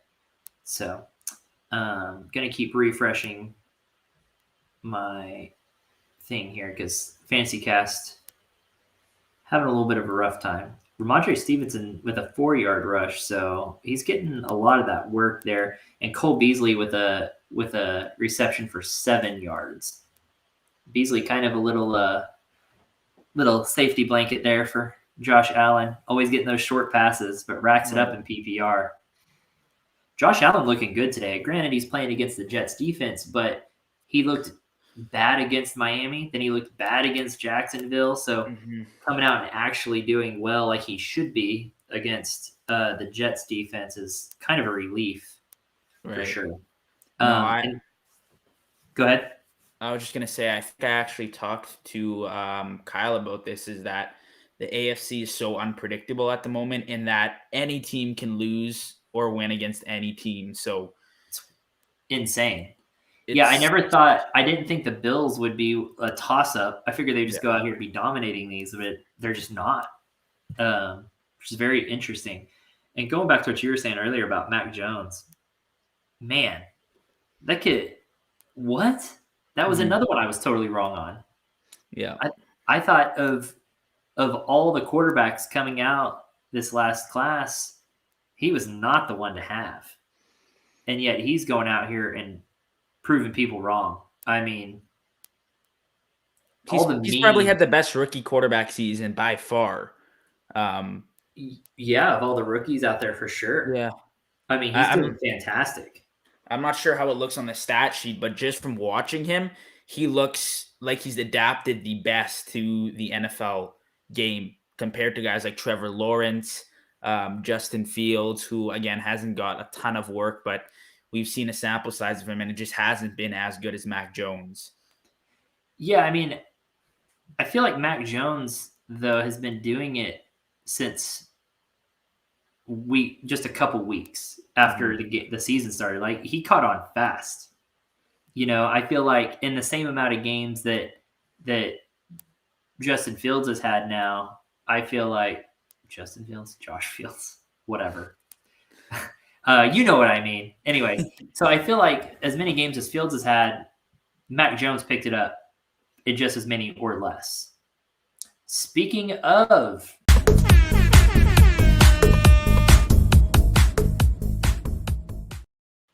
Kyle sitting behind the scenes eating lunch. I like it. Appreciate it. Hunter Henry with a 3-yard touchdown reception. So Hunter Henry getting the score. I hope I'm not playing against him anywhere. I think that every time there's a score that I know I don't own the guy, honestly. Just like, I hope I'm not playing against him. Right. Hunter Henry's been a surprise this year, I feel like. Yeah. But Jonnu Smith is out today, right? So I think that helps a lot. Yeah, if you played Hunter Henry this week, obviously after we saw the touchdown, but you were going to get good value because Jonnu, again, he's out, so it's just going to leave more room open for a guy like Henry to move around in that offense and ultimately get the targets that's going to get him points. So I think that was his first reception of the day, if I'm not mistaken. But I think it's his second. I think it's his second.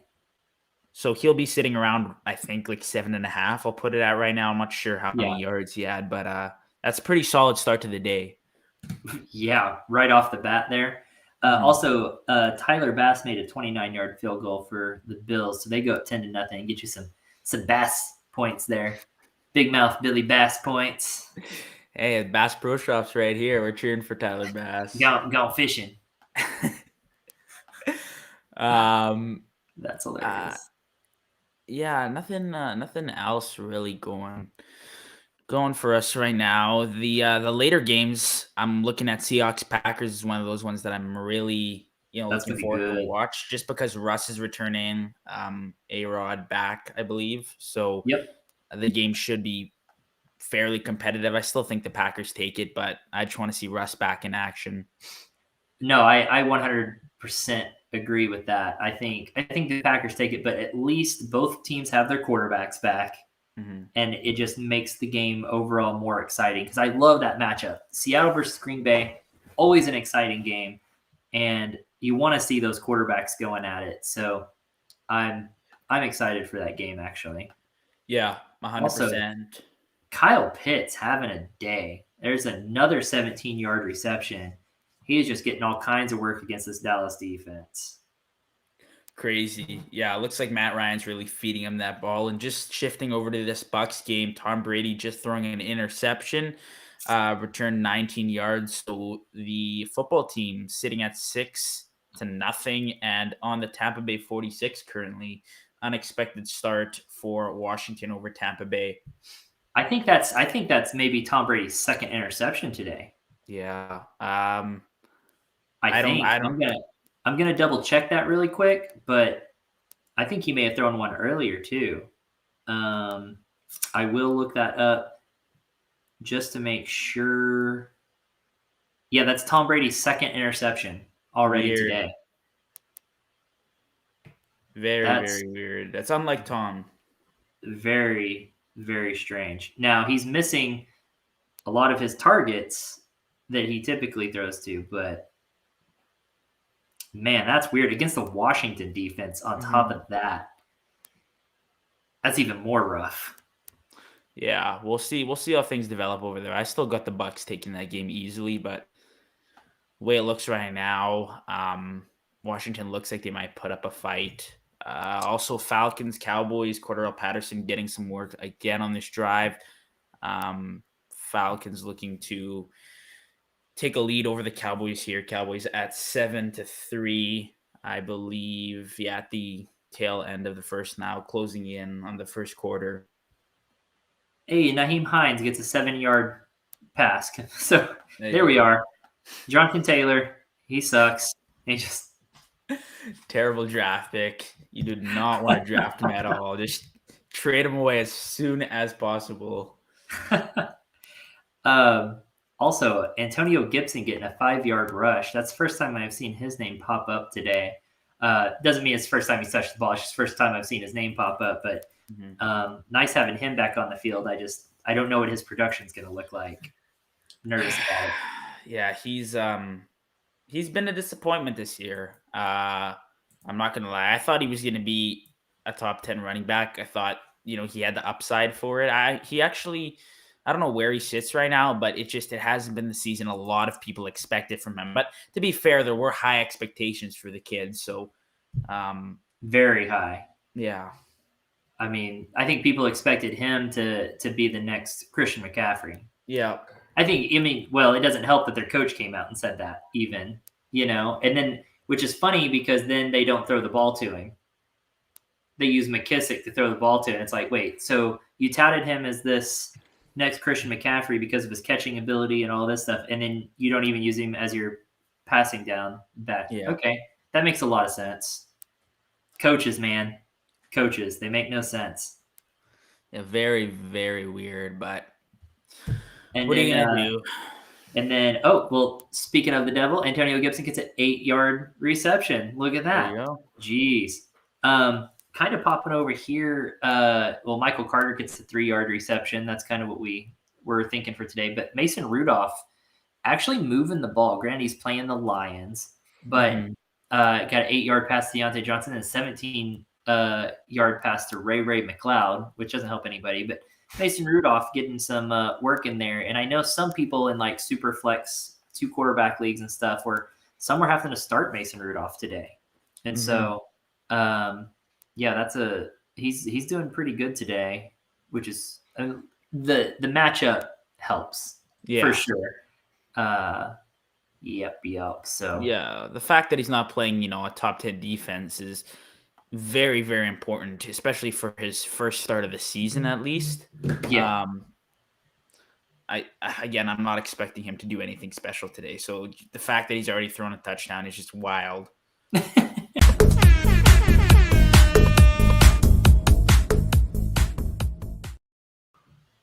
Jonathan Taylor getting a 4-yard touchdown run. Man, Jonathan Taylor, what a year, man. Yeah. What a year. He's got the Jaguars, the Titans, and the Houston Texans defense 6 games out of the year. Yeah. That definitely helps, but he's a very, very talented running back. I drafted him last year, and he paid off near the end of the year when he had that easy schedule. And this year, he's just been doing great all season long. So, I'm willing to admit that I was wrong on him this year, but he is a fantastic running back. There's no denying that. I feel like we should make a montage video of all of the people that were just like doubting Jonathan Taylor and just make an apology video to Jonathan Taylor. Just send it to him and be like, so sorry we doubted you.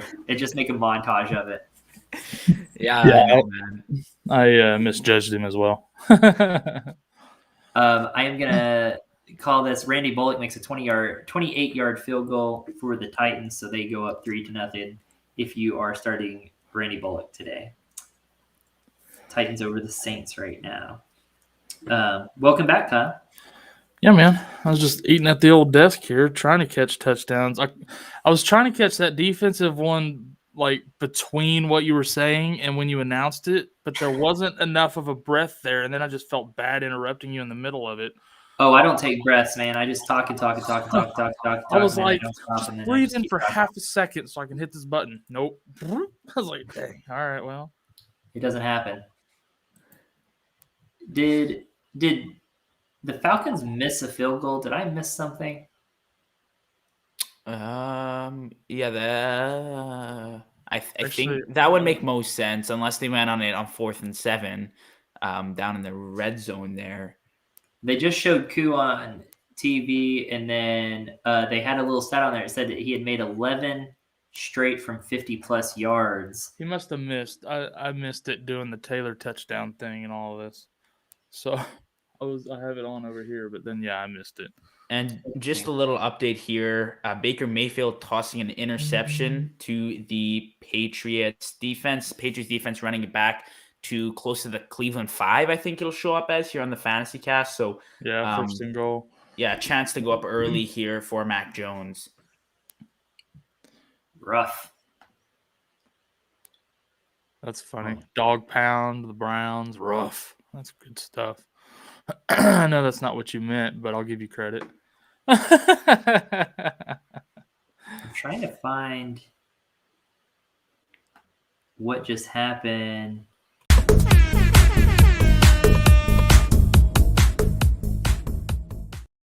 I don't know what you're looking for, but Ramondre Stevenson just ran a 5-yard touchdown. There you go. Yeah. That backfield, man, it's just so unpredictable. So remember in the pregame when I had you guys, I was asking between Melvin Gordon and Mark Ingram. I also have Stevenson in that league. I didn't think he would be a more viable option, but so far. Yeah, that's who knew, right? I am going to go back. I was looking to see what happened on that fourth down. Mm-hmm. And it looks like they did go for it on 4th and 7 from the Dallas 32. They went for it. Really? And missed it. 7? From the 32. So it wasn't like – it would have been like a 49-yard field goal. And that makes me a little angry because I have Younghoe Koo starting in a league or two. So yeah, that seems like a missed opportunity for points there. Mm-hmm. Also, it looks like Tony Pollard's getting a lot of work today. So that's weird. Yeah, I'm actually hoping that Zeke gets involved a little bit more here. I'm praying that him and Dak can put up some good points this week. I got him starting in a few of my leagues, so I'll aboard that Cowboys train. Oh, yeah. All aboard. It's a good week to be playing them all, that's for sure. Yeah, I'm not sure. Pollard's getting a lot of work. And, yeah, I mean, the thing with Pollard is he had such a good start to the season, and then he just kind of fizzled off. He was never – he put up like 19 points, I think, in like back-to-back weeks, and then it was just never the same after that. So just a little bit confusing from Dallas's front. I'm not sure exactly what their plan is for Pollard and Zeke splitting carries there. I think it depends on the matchup, depending on the game. Kind of the game plan and stuff. They'll, switch it up as necessary to exploit, whatever that particular defense's weakness is. Yeah, I mean, they've got the personnel to beat anything if they game plan right. So, and if they don't play like crap like Dak did last week. Marvin Jones gets a 12-yard catch. Antonio Gibson with a 3-yard rush. He's splitting almost evenly with McKissick, it seems like, there. And then Devin Singletary with a 6-yard completion. I don't know if I've called Moss's name over there at all, but I've seen Devin Singletary pop up. Singletary just fumbled and then he recovered his own fumbles. I'll be interested to see if Moss starts working in a little bit more now. No doubt. Dallas goes for it on 4th and 5 at the end of the first quarter here. They were on Atlanta's 33-yard line, and they also went for it. So, but again, remember Zerline is not playing today, so they have a new kicker in there today, and then they threw a 21-yard pass to CeeDee Lamb to get the first down. So.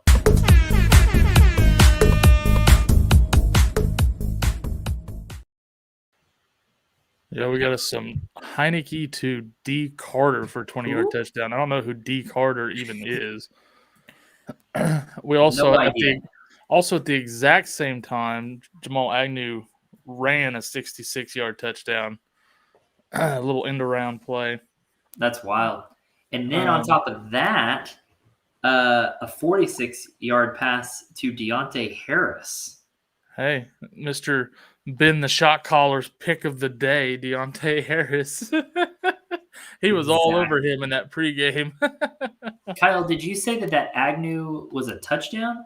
Oh, yeah. It sure was. Yeah, it was 66-yard end around for a touchdown. Crazy. Wow. J-level owners must be punching themselves right now. I just dropped him in a league.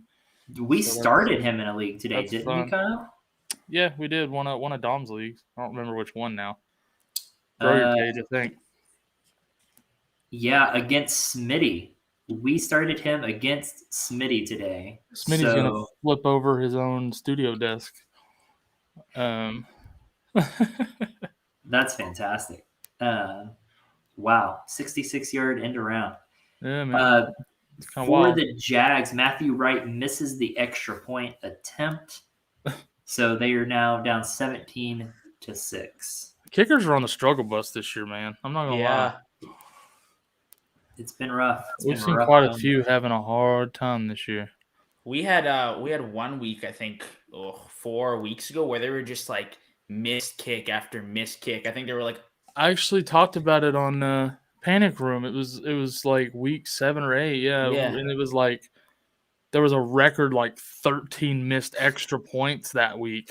Yeah. And it was just because I remember it because I was like, hey, we're panicking on kickers. Like, yep. Also, Jarvis Landry with an 11-yard reception, Austin Hooper with an 11-yard reception, and Kyle. Beautiful bean footage. Did I miss something? Yeah.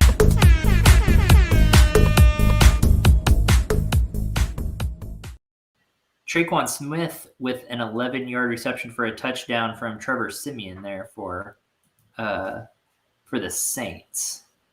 Oh, so, I guess I froze. I didn't see that. Yeah, no. Fantasy Cast has also been freezing today, so it hasn't froze on me yet today, but it did then. Yep. It's been. I have 2 windows of it going. One freezes, the other keeps going, but I have to have 2 because there's so many games. I can't fit them all in one. So it's been freezing on me the last 2 weeks, but it mostly does it when there's a touchdown update. Yeah. So that really screws us over more than anything on here. We're trying to call these touchdowns. No doubt. I got my finger ready for the Dallas game right here too. Just hopeful that score comes. I think there's a lot of people hoping for that. A lot of people had high hopes for the Cowboys in fantasy this year. You know, a lot of fantasy production. So get on it. So close. Come on. Run harder. Just like 3 more yards. Come on. Hey, Amon St. Brown getting a 7-yard reception. Look at that. He lives. He's alive. He's alive. Traquan Smith and not Deontay Harris for that TD. Ben will be sad. Yep. Poor Benny boy. That's okay. That's okay. Also, what a complex play there from the Cowboys. How many you're going to fake a run, fake a screen pass, throw a screen pass the opposite direction, just. Yeah, there was like 8 fake outs in one play. Zeke acted like he's going to get the touchdown and then fell short. I mean, it was just all these fake outs. Just got him. Fake out, fake out, fake out. Looks like we got an injured defender. I can't see the name. Oh, I can't either. Foy Aluakun. Oh, Aluakon? Is that who it is? Aluakon. Oh, I just saw the nameplate, yeah. I wasn't looking down there. I was looking at the jersey to see if he turned around or they showed another angle. But, yeah, Foye Aluakon limping off there. Now, I'm not watching the Cowboys game, but have they involved Gallup at all today? They have. Because I know that he came back from that injury that he had suffered for, a while now. Like week 3 or something. Yeah. He got it way early on. He has at least one completion. I think maybe two completions so far, and then another maybe incomplete. So, he's gotten involved a little bit.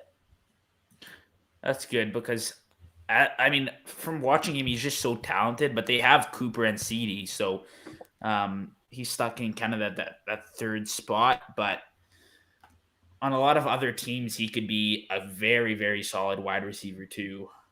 Yeah, he's definitely very talented. But how lucky are the Cowboys to have him as their number 3? Yeah. And then have Zeke, Tony Pollard, and a pretty good defense so far this season, as far as fantasy terms go. At least they've been producing so great.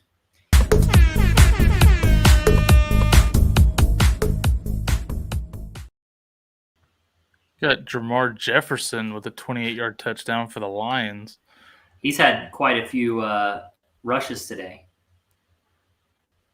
Oh, and to answer your question, I finally got it to load. Gallup has 1 catch for 11 yards on 2 targets so far. 2 targets, okay. I couldn't remember. My fantasy cast was loading slow trying to open that box score up so I could see that, and then the touchdown update probably explained it. Probably. I mean, we're gonna need it here too. You might as well.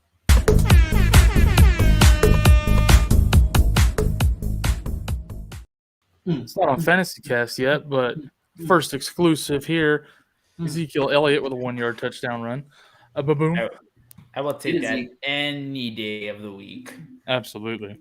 Zeke just feast, and that's going to put more points on the board for me. Just so I'm feed not that going to man. complain. Feed that man. Feed that man. Go. Get on the On another topic, though, Terry McLaurin heading to the tunnel. I just got. No. Actually, I'm not sure I have him in any leagues anymore. So I'm not sure that even matters, but it is a bummer. Yeah. It's still unfortunate. Something I did not do beforehand was go make sure that I canceled out any of your outstanding trade offers. Yeah, so I'm going through now. I'm like, oops, homie broke his leg. I guess I'll go ahead and accept this trade. Bonk. Dude, I'm petty like that. I will do that to somebody if I have an outstanding trade offer out there and a player gets hurt. By golly. I always cancel my trades before I know, I do too. Start, just for that reason. I'm just making sure over here. Yeah, I'm withdrawing everything. I only had 3, and they were all with players that I actually were on my bench this week. So they weren't any like significant trade deals. So I wasn't pushing. Tannehill 17 yards to Marcus Johnson there. Love that. Alrighty, Kyle, if you're going to be on here for a minute, I'm actually going to grab some food really quick, too. Yeah, go grab some lunch, man. Since we'll be on here for a while. I'm back for the duration now, so.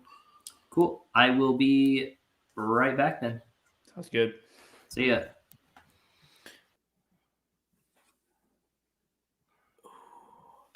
I forgot we had a different kicker today for the boys, and I have no idea how to pronounce his name. I don't even know who it is, to be totally honest. Lirim Hajulahu.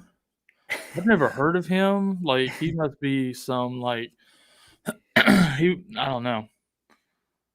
I have no idea who that is. But hey, he's hitting the extra points, so that's all you can ask from the guy. You know what? I'll take that. He's no Legatron, but you know. Hey, that's cool. I mean, as long as he's gonna put up the extra points, that's.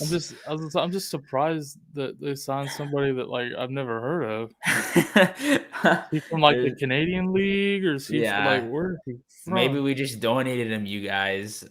Like just looking at his name, I want to say he's probably Hawaiian. Hajulahu sounds Hawaiian, if I'm even saying that correctly, but. We'll see. Yeah. Michael Carter with a 7-yard rush. I expected a pretty rough game today for Michael Carter against that Bills D. Yeah. It looks like, real quick update, then we'll get your thoughts on Carter, but Terry McLaurin suffered a collarbone injury and questionable to return. So hopefully he didn't break that collarbone. He'd be out for a while, maybe the season. I don't know. Sometimes it's like a 4 to 6 week thing, so we'll see what happens there.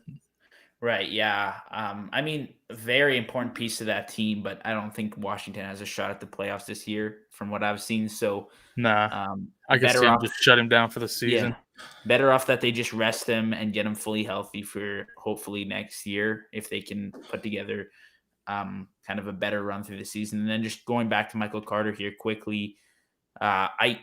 He's had a great season. The Bills struggled. The Bills have struggled the last 2 weeks. So I really don't know. There you go again, 8-yard rush from him. So we could see him get a touchdown today. We could not. It really depends on how the Jets offense, how well they're moving the ball. But if you started him, I wouldn't be super happy or super disappointed. It's just a mediocre play in my opinion. Yeah. You could have done worse for sure. Yeah. But talk about McLaurin, like you said, they're not going to make playoffs. Shut him down for the season. Just let him get healthy.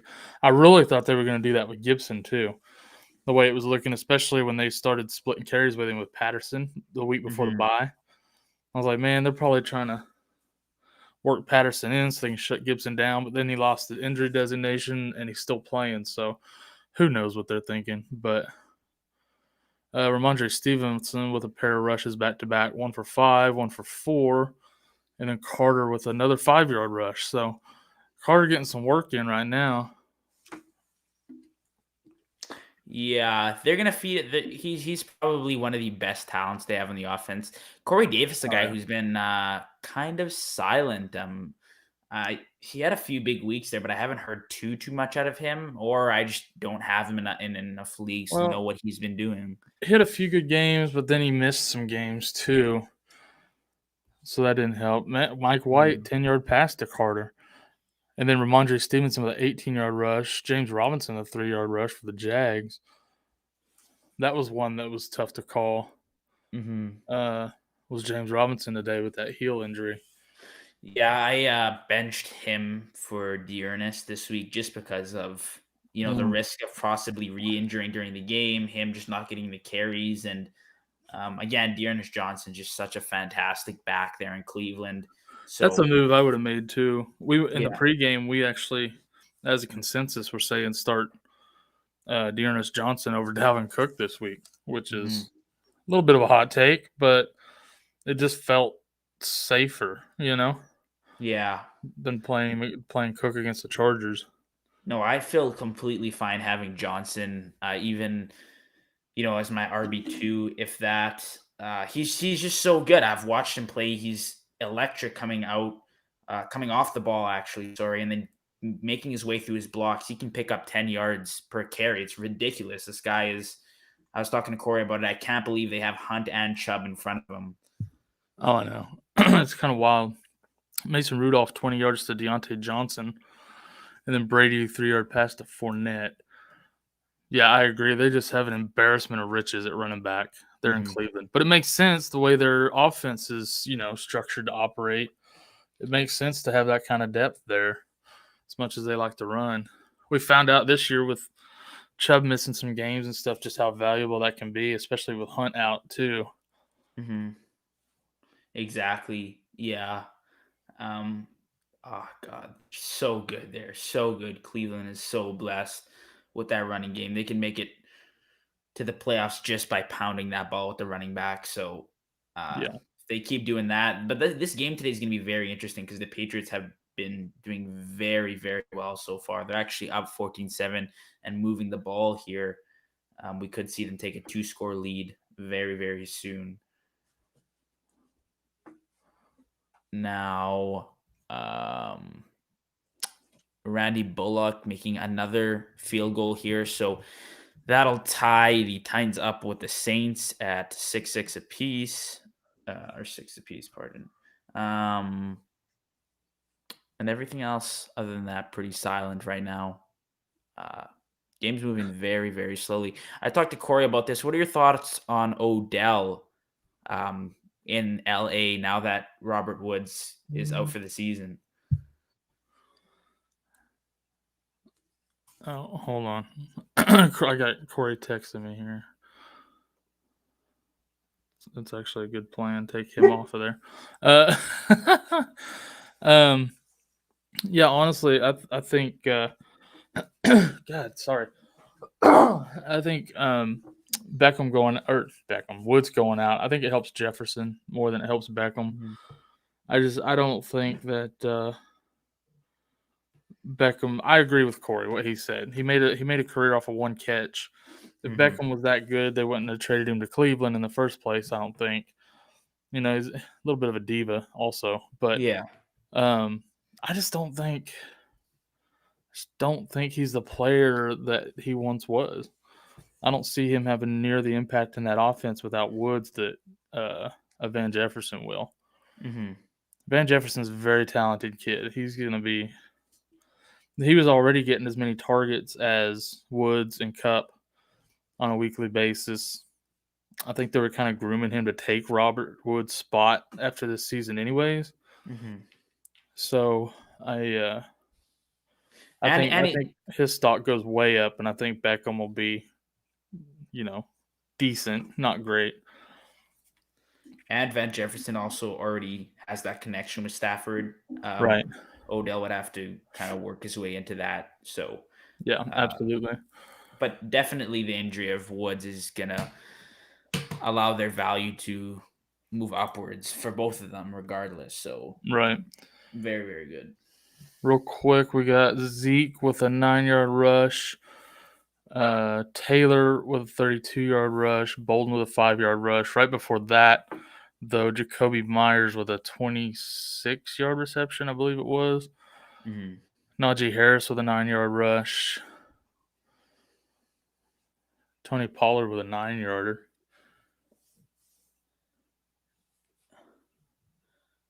And I think I'm seeing a Pats touchdown here.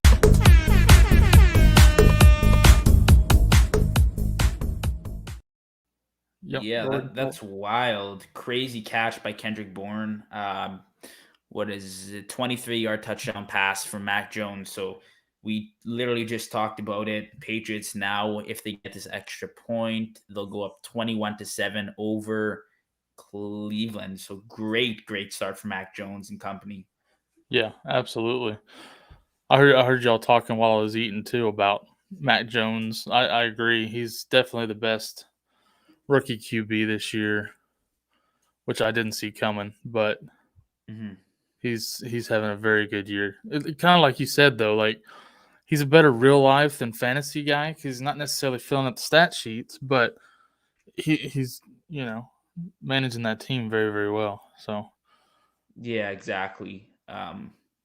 Yeah, exactly. I mean, I think also having Bill Belichick as your coach, or like going into a team with a great coaching staff, with weapons already around you, it just helps him so much more.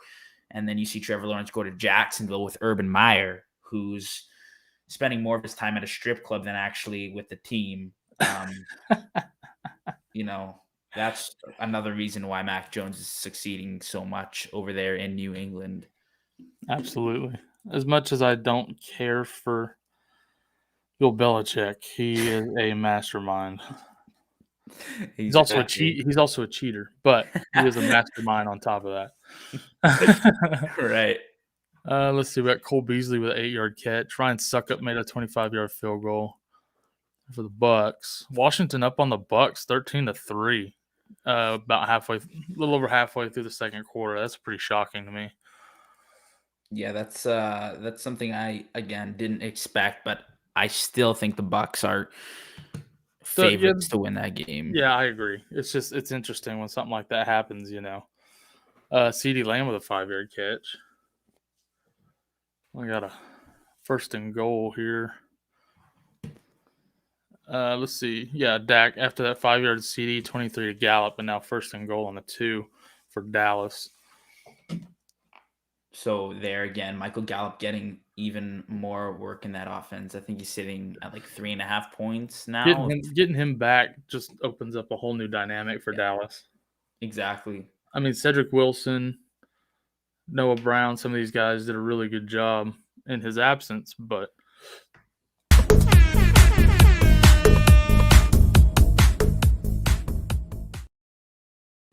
we got Zeke Elliott with a 2-yard rushing touchdown this time.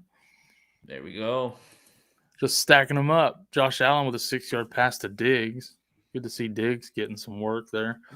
Fantastic. Yeah. Love that Zeke putting up that already 2 touchdowns today, not even halftime. I'm going to show up next time on this cast with the bowl of soup, and every time he gets a touchdown, I'm just going to start slurping it. Exactly.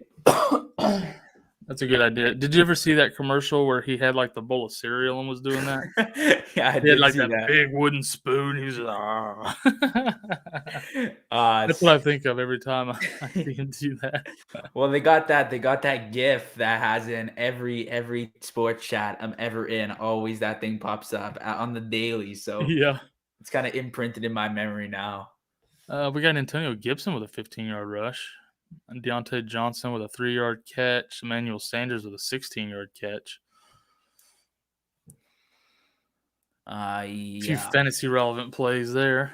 Yeah, exactly. It's good to see Josh Allen playing well.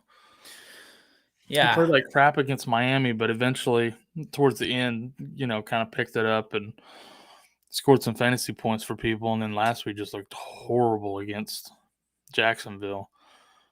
So, yeah, it's nice to see him bouncing back a bit here. Chris Boswell with a 20-yard field goal for the Steelers. Steelers go up 10-7 on the Lions. And Steelers need this win today as well. They're in a very, very difficult division. Very. So to get this without Big Ben in the lineup, and honestly, Mason Rudolph, the Big Ben isn't fantastic. So Mason Rudolph, I don't think is too much of a change for them. But not a huge downgrade. Yeah. He doesn't have quite the deep ball that Ben has, but exactly. Josh Allen with a 4-yard rush. Yeah, I'm an OU fan, so I watched them play against Oklahoma State when Mason Rudolph was there, and never super impressive, but he can come in and move the ball still some. So, there are worse backups than Mason Rudolph in the league. Exactly.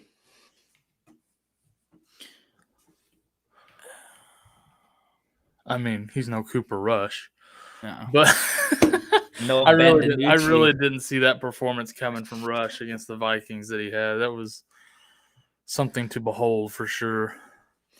Man, he had been he shined. That was his time to shine, and he came up clutch for the Cowboys. So yeah, if you're a Cowboys fan, I guess you guys aren't going to complain. You guys got the win that week. So and then Dak came back and he crapped the bed last week against the Broncos, and real quick, Terry McLaurin with a 7-yard catch, so he's back in the game. So okay.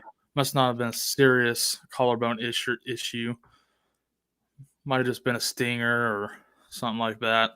Dearness Johnson with a 2-yard rush. So it's good to see McLaurin back in there. Bit of a scare there for McLaurin owners.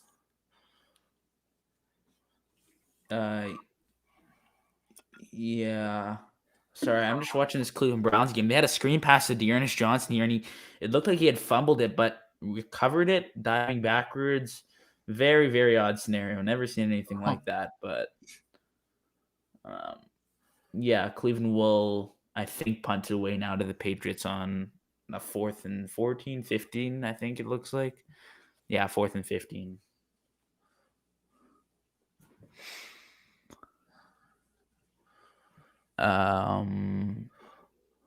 Man, yeah. He's getting sidetracked by this Dallas game over here too.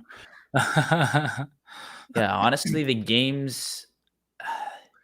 There's some teams doing very, very well today, and other than that, just complete silence. Patriots, Colts, Cowboys, only teams that have more than 10 points right now, and Washington, I guess you could also include them at 13. So I really expected Titans Saints to be higher scoring. At least the Titans, I mean, yeah, that high offensive power there, but 6-6 heading into halftime soon here. I guess Ryan Tannehill without Julio. Yeah, I mean the Saints do have a really good defense though, so.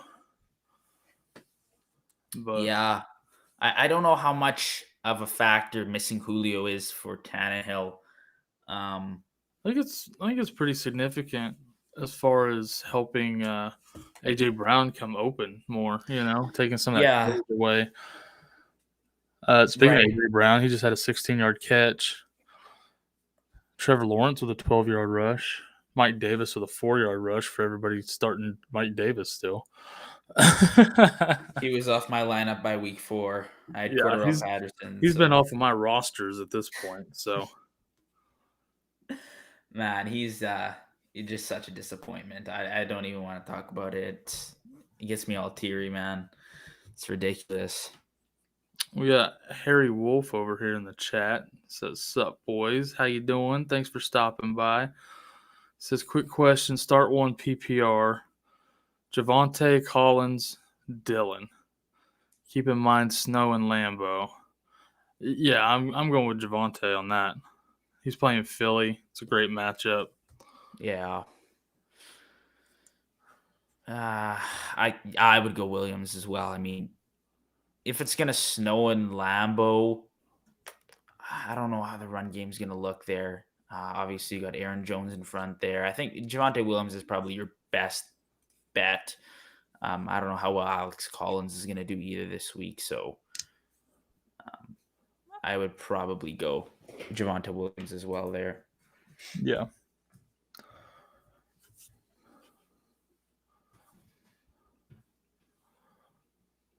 Antonio Gibson with a 40-yard rush. Kind of slow right at the moment. Got a few punts. DeAndre Swift with a 4-yard rush. And Michael Carter there getting some more work, 4-yard rush. Jets still at 0 points. I think the only team so far left today with a donut on the scoreboard.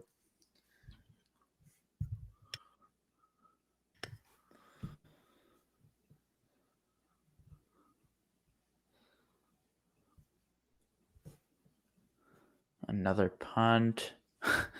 That's ridiculous. Just punts all over the place right now. And I don't know if I'm seeing this correctly, but I see a Mike White pass. So sometimes that happens and it'll correct itself. It's like a glitch in Fantasy Cast. So give it a second. It'll probably fix over to something else.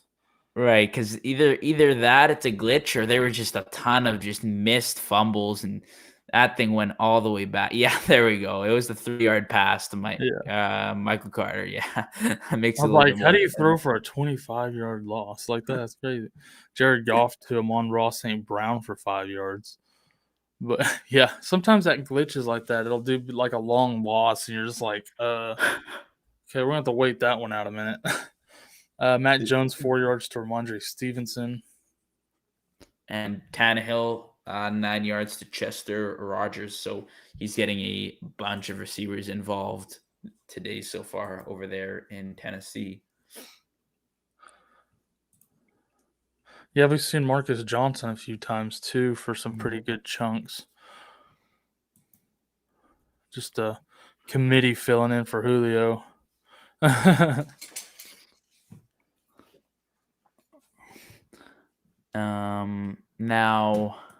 Now that things are a little bit slower as well, I wanted to ask you, Kyle, Vikings Chargers. That's at least one of the games that I'm looking forward to. Probably the game of the week other than Seahawks Packers. Who do you like coming out of that one? Player-wise, I think Mike Williams has a bounce-back week this week against that Vikings defense. I mean, Cooper Rush put up really good numbers with CD and Amari against them. So I think Kirk Cousins maybe gets a little back on track. He's not been playing real well lately. So I think Jefferson has a good game. I don't know about Thielen so much in this one. And then I don't think Dalvin Cook has a great game. Of course, you're starting Eckler no matter what. You love Eckler in pretty much every matchup. So, yeah. But I think the kind of biggest sleeper in this one, if you want to call him that, is Mike Williams, though. I think Herbert also gets back on track, just like Cousins. I could see that one being kind of a shootout. Yeah, I think the Chargers have the upper hand as far as a team go, but it could literally go either way. I would not be surprised to see it go into overtime and the Vikings take it. So, and it's a very important game for both teams here as far as seeding goes. Vikings desperately need it, and the Chargers want to get past, that 5-3 hump and declare themselves as one of those top teams in the AFC. Yeah.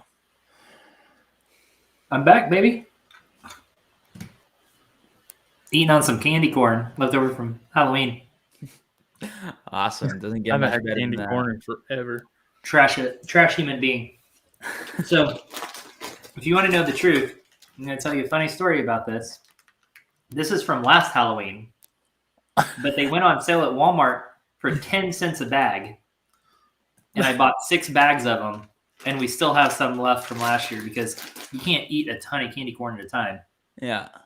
It's pure sugar. But it doesn't go bad, right? Because it's like not real food. So as long as you keep it away from moisture, it'll stay good. Yep. Sealed until recently. So you're telling me that you got 6 bags of candy corn for 60 cents? That's what I'm telling you. It was incredible. Dude, I would have bought like 20 and just resold them on Amazon. No for kidding. like $1 a piece. Dude, I saw these bags for like $2.50 this year, like at Walmart, and I was like, just wait till after. We'll get them for 10 cents a bag. That's something I had like 3 shopping carts just full of them for 10 cents a bag. I was like, dang. I just pulled out one of them shopping carts. Just okay, here we go. Just take them. They're gonna be like, okay, that'll be $3. Yeah, that's something that you hear like. That's something you'd hear like Gary Vee do. Just buy a ton of stuff and just resell it. And great deal, phenomenal. I just got so much value. Like that's crazy. You sell it for $1 a bag. That's a hell of a profit margin right there. It is, man. It really is. I could have handed out. Oh my gosh, I could have handed out a whole bag of candy corn for Halloween this year to each of the kids. Oh my gosh, I'm being dead serious right now. If I see it on sale again, I'm doing that. I'm buying like $20 worth, and that's what I'm doing next year for Halloween. I'm just going to hand out bags of candy corn. That would be incredible. I think it's there you go. I think it's only us old folks that eat candy corn. I don't think today's kids even eat that junk. Well, I'm trying to raise their kids right for them then, because somebody has to, right? Be like, if you're not going to teach your kids to eat candy corn, I will. They gotta have at least some if they get a whole bag from Corey. So yeah, exactly. Hey, if the kids don't eat it, their parents will. So there you go. Had a 9-yard pass to CeeDee Lamb and then 8 yards to Gallup. DeAndre Swift with a 5-yard rush there. Guys, this Bucs game is just driving me crazy. 16-yard rush. Sly with another field goal. So Washington up 16-3 now over the Bucs. That's wild. Oh, Laviska Shenault with a 5-yard rush. He's alive still somehow. Okay, look at that. I just think it's so weird how he was such a hype guy going into the season, and then Chark goes down, and everybody's like, "Oh my God, get Laviska," and he's literally worthless. Nothing. 16-yard pass to Amari Cooper. This is like, how do you not? Oh, DeAndre Swift with a 21-yard rush too, but like, I just don't know how you fail to meet expectations that bad. like Laviska. Poor kid. Well, I know how. I mean, I look at some of my fantasy teams that I have failed to hit expectations, so I understand it. Hey, I mean, I don't know how much you're able to produce with Trevor Lawrence playing, the way he is. He's okay. It's his rookie season, but you can't be looking. Marvin Jones and Jamal Agnew are doing decent. So yeah, what's his deal? You can't tell me Jamal Agnew is a better receiver, better athlete. I never knew Jamal. I didn't even know who Jamal Agnew was until this year. So until about 3 weeks ago, until he got that kick return. So man, looks like Ricky Seals-Jones is in the medical tent. So it looks like he grabbed his hip when he landed after a catch. So, ouch.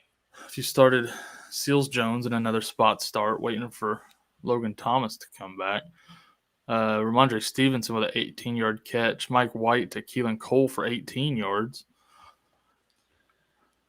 Got that 2-minute drill stuff going on here, so getting some movement.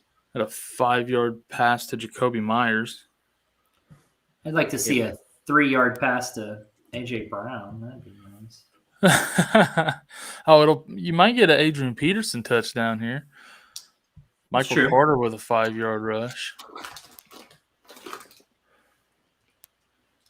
This candy corn's going to set me on some sugar high.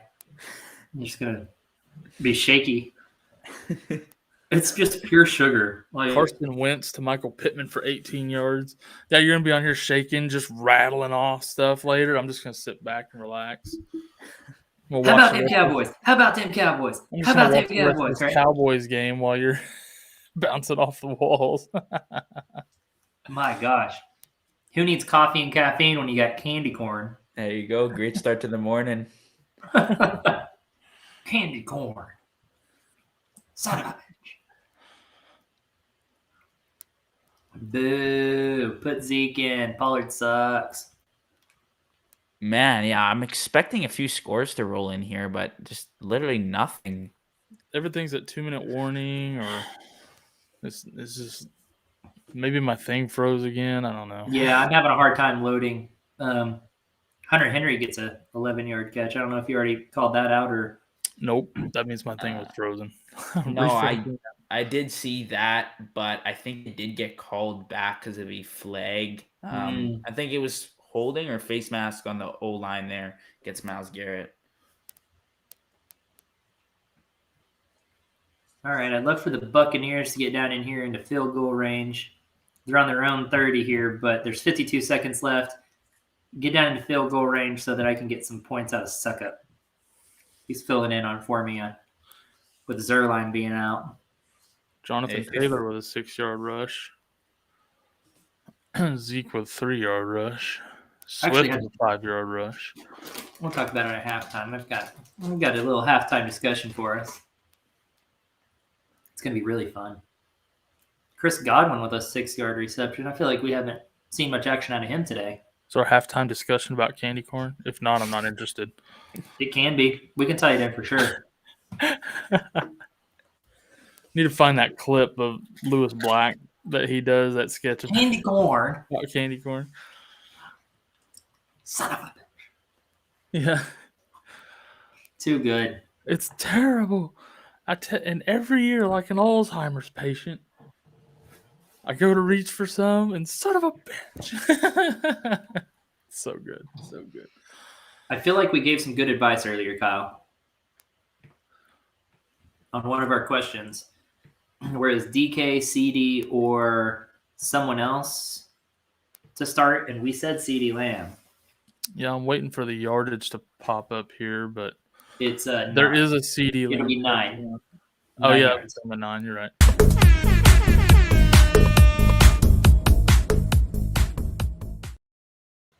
Yep, CeeDee Lamb with a 9-yard touchdown reception. You love to see that. Man, this offense is clicking today. Oh, we're humming, baby. They're back. Yep, it's just a bad week, man. Last week, it happens. Well, they're also playing a really trashy team this week, but that's not the point. The point is not that they're playing a trashy Falcons team. The point is that the Cowboys are back. That's right, baby. We're back, baby.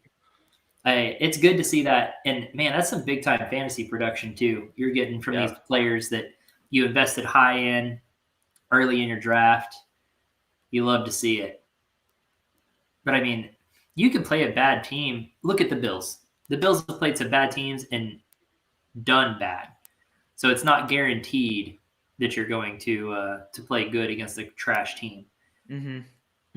Kyle, we got another one. I'll be dang.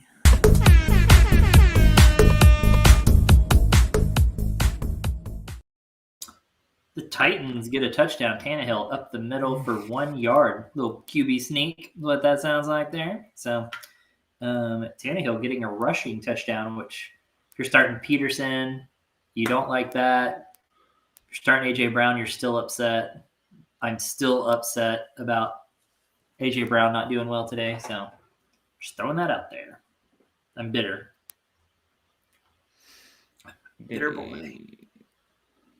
Yeah, and this Browns game has just been so odd. I haven't seen the Browns on offense ever since that touchdown.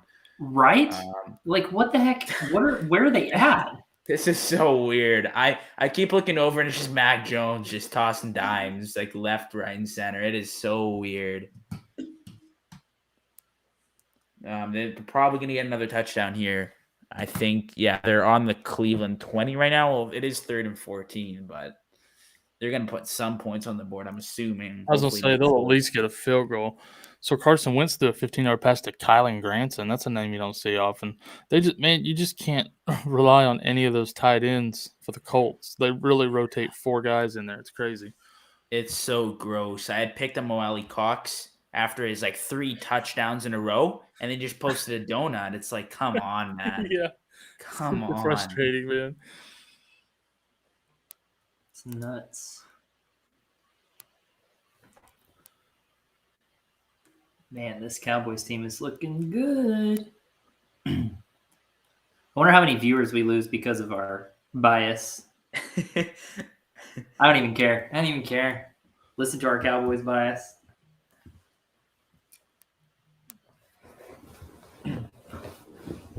Or give us crap about our Cowboys bias. Probably even more entertaining. Hey, they're doing good this year, so you can't hear too much crap. I mean, there was a post on a Facebook group I'm a part of. Someone posted something after last week's game that was Mark safe from like hearing having to him hear like how about them boys or something like that. It was just a meme. And it was like, wow, I've been hanging on to this one for a long while, huh? Like they haven't lost in so long. You've been hanging on to this. yeah, he's had it screenshotted ever since September. Like, oh my gosh, man. Dude, Like just been waiting so those long. meme pages love to post stuff about the Cowboys, and this has not been the year for those pages. Not at all. They've been suffering. I remember last year there was that meme going around. Every single week the Cowboys lost. They added the quarterback to the circle. It was like, you still them boys? It was just every single week hating on the Cowboys. And finally this year they get a good, solid team that could actually make a playoff run. Yeah, they could. This is a good team. It's a good team. Yeah.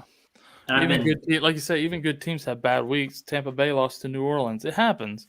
Tampa Bay's getting their butt handed to them by Washington. I mean, the Bills lost to the Jaguars, and so like it happens for sure. So yeah, I definitely was not panicking after the loss last week. Jonathan Taylor with a 4-yard rush there. I mean, the Ravens just lost the Dolphins as well Thursday night. So yeah. Mark Ingram with a 12-yard reception. Not and pass catcher, but Nick Folk also posting a field goal here at the end of the half for New England to go up 24. Oh my! Oh. I look away from the TV and I missed something. What a nightmare of a day for the Falcons. Wow. That's insane. You got a blocked punt here by the Cowboys. Yeah, I'm reading 4th and 18. I'm waiting for the replay because I looked away.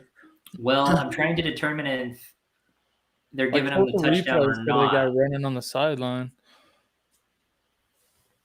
So I'm trying to determine if that's a touchdown recovery or if it'll be down at the 1. Right now, it's looking like they're giving them the touchdown, but not completely sure. So the Cowboys blocked the punt. Boy, you want to talk about that was beautiful. That was. And yeah, that'll be down. That'll be down at the 1. You think? He was really hoping. He was down while the ball was still out of the end zone. He was touchdown. So I'm trying to decide if he actually had possession. No, they gave it to him because I don't think he possessed it. I think he was still pulling it in from the 1. So they gave it to him, and they haven't reviewed it yet, have they? No, they just kicked the extra point. So. Oh, really? Oh, they did kick the extra point, didn't they? Yeah. I'll be dang. Well.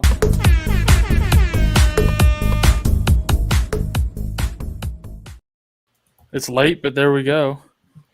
I was waiting to see the call and like if they reviewed it and stuff, but yeah, they gave it to him. So yeah, and just to catch up on others, Zach Moss with an 11-yard rush, and Trevor Siemian got a pass to Deontay Harris, and I already forgot how much it was worth, 21 yards, something like that. Yeah, and 21 yards.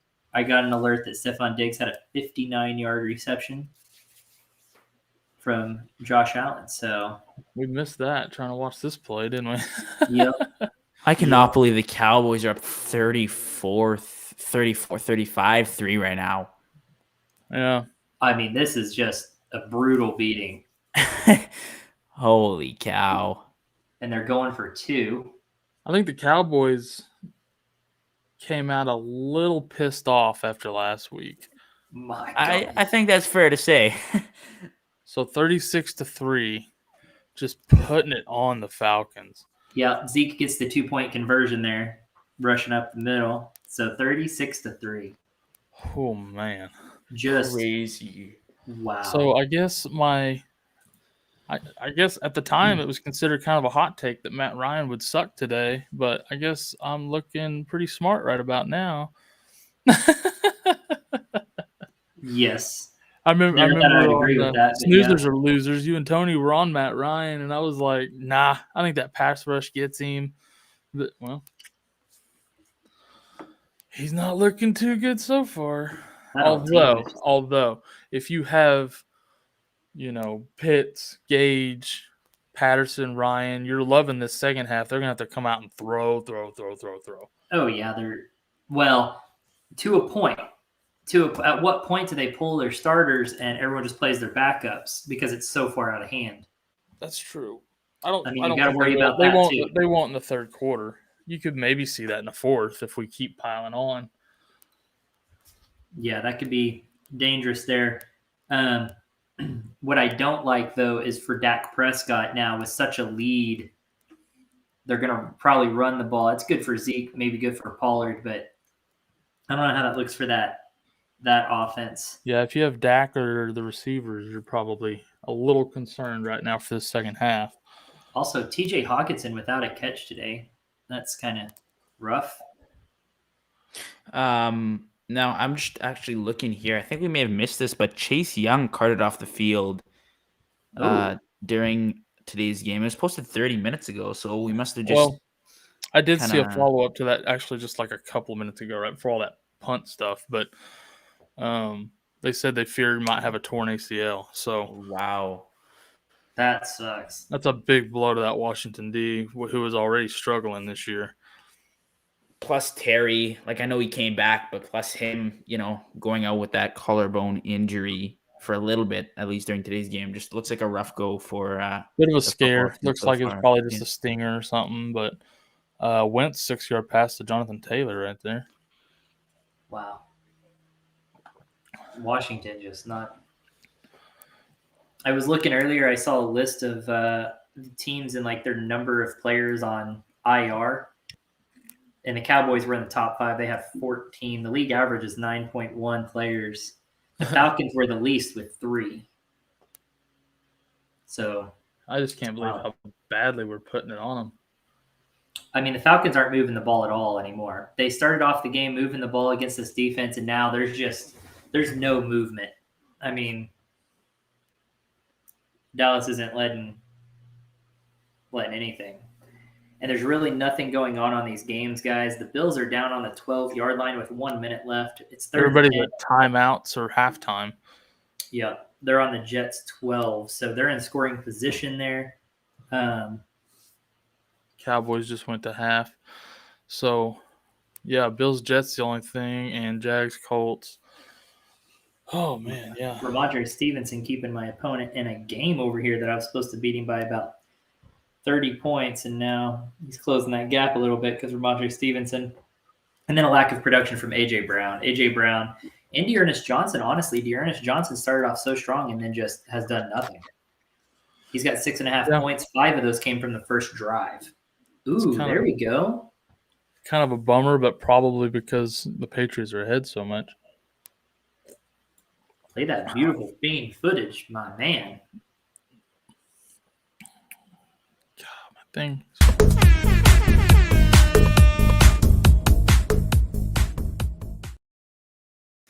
Quiet for a little bit, but no more. Stephon Diggs gets a 12-yard touchdown catch from Josh Allen. So Allen having a great day, and Diggs now also having a really good day. 20.8 points in PPR. So he was quiet there for that first quarter, and then all of a sudden this second quarter has been Diggs. Yeah, I like it. I like it a lot.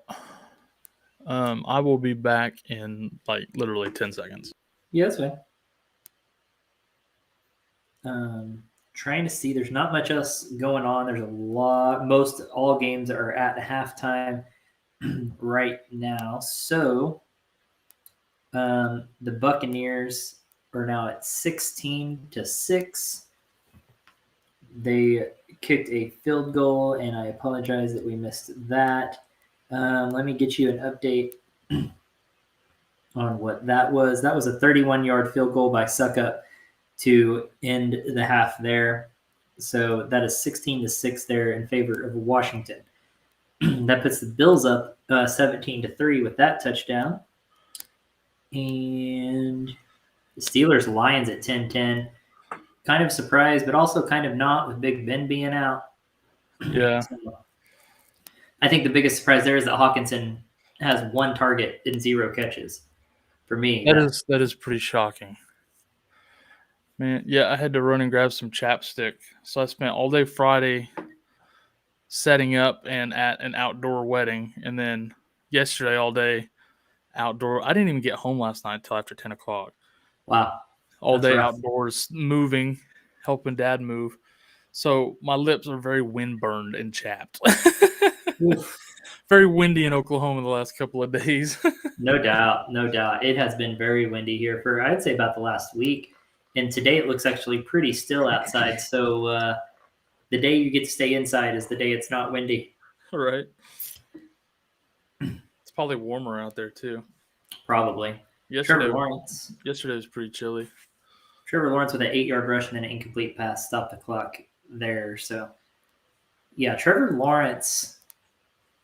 I mean, and I know I'm wrong on a lot of, my feelings or guesses or prediction stuff, but I was not high on Trevor Lawrence, very much. I knew he was a good college quarterback, but I just didn't see him fitting into the pros well.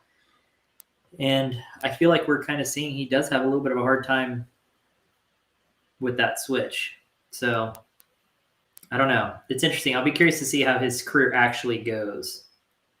I think he'll be fine eventually. I just don't think Urban Meyer's the guy to get him there. I mean, have we given either of them enough time to really know? I mean, Urban Meyer, people were calling him to be fired after week 1. And it was just like, do we give him any time to adjust to the NFL, Well, I mean, the best quarterback he ever coached was, what's his face? I just blanked on his name. Tim Tebow. He didn't make it very long in the pros either. So yeah, he hasn't had a good run at quarterbacks, for sure. But also, he's the head coach, not the quarterbacks coach, right? So, if he hired a crap quarterbacks coach, then yeah, that's on him too. I mean, it's hard to say, but I don't know. It's hard to give up on someone. Oh my gosh. Oh, I was about to say that Colts, the guy who blocked the punt earlier almost was the guy who recovered it and ran it in. Almost. But then he stumbled. That would have been interesting. Block the punt, scoop it, and score would have been very impressive. I think right about now, Jags fans are hoping that whoever found Gruden's email starts searching in Urban Meyer's too and find something maybe. Right. The Jets over here, Corey Davis gets a 21-yard catch, and DeAndre Swift for the Lions gets a 16-yard rush. Deluxe carrying Crane plays. Okay. Is James Robinson injured? I mean, he came in with a heel injury, but he was going to play. But I am not sure what his stats are. Let me look up. It looks like he's not getting – yeah, he's got 3 carries for 5 yards, which is kind of what we were wondering about. That's why we didn't trust him in any of our pregame stuff, was just because we didn't know to what extent he would be playing today. And it looks like he's probably in pain with that heel injury and just not running the ball a lot. But yeah, I haven't gotten any alerts that he had a setback or re-injured himself. I think they're just managing his workload. Well, he's tied for the most rushes on the team right now, 29 yards to Corey Davis. So 2 big plays there to Corey Davis, FYI. Right now, the most carries on team is by James Robinson and Trevor Lawrence. They both have 3 carries. Agnew, Chenault, and Carlos Hyde all have 2 carries apiece. So they're just kind of spreading it around, managing that workload. As kind of Swift with a 16-yard rush. Did you get that one? Maybe I called out a 16-yard rush, but it's been up there a long while, so that he may have had back-to-backs. I'm not really sure. So, yeah. Yeah, Corey Davis with a couple big catches there from Mike White, so that's fun. Checking in on some of my matchups, just to see where I'm at. Josh Allen taking a knee to go to halftime there. Finally going to halftime there with the Jets. That Bills defense doing pretty good today, huh? A lot of defense is doing pretty well today. a lot of lopsided scores up here. A lot of I say a lot, but there's been some defensive scores today on special teams. That's 2 blocked punts for touchdowns already. Yeah. Today. Cowboys and Colts, I think, right? Yeah, which is kind of, I mean, they're kind of rare, but to have 2 in the same half the same day is just, that's interesting. It is interesting. Swift with a 1-yard rush.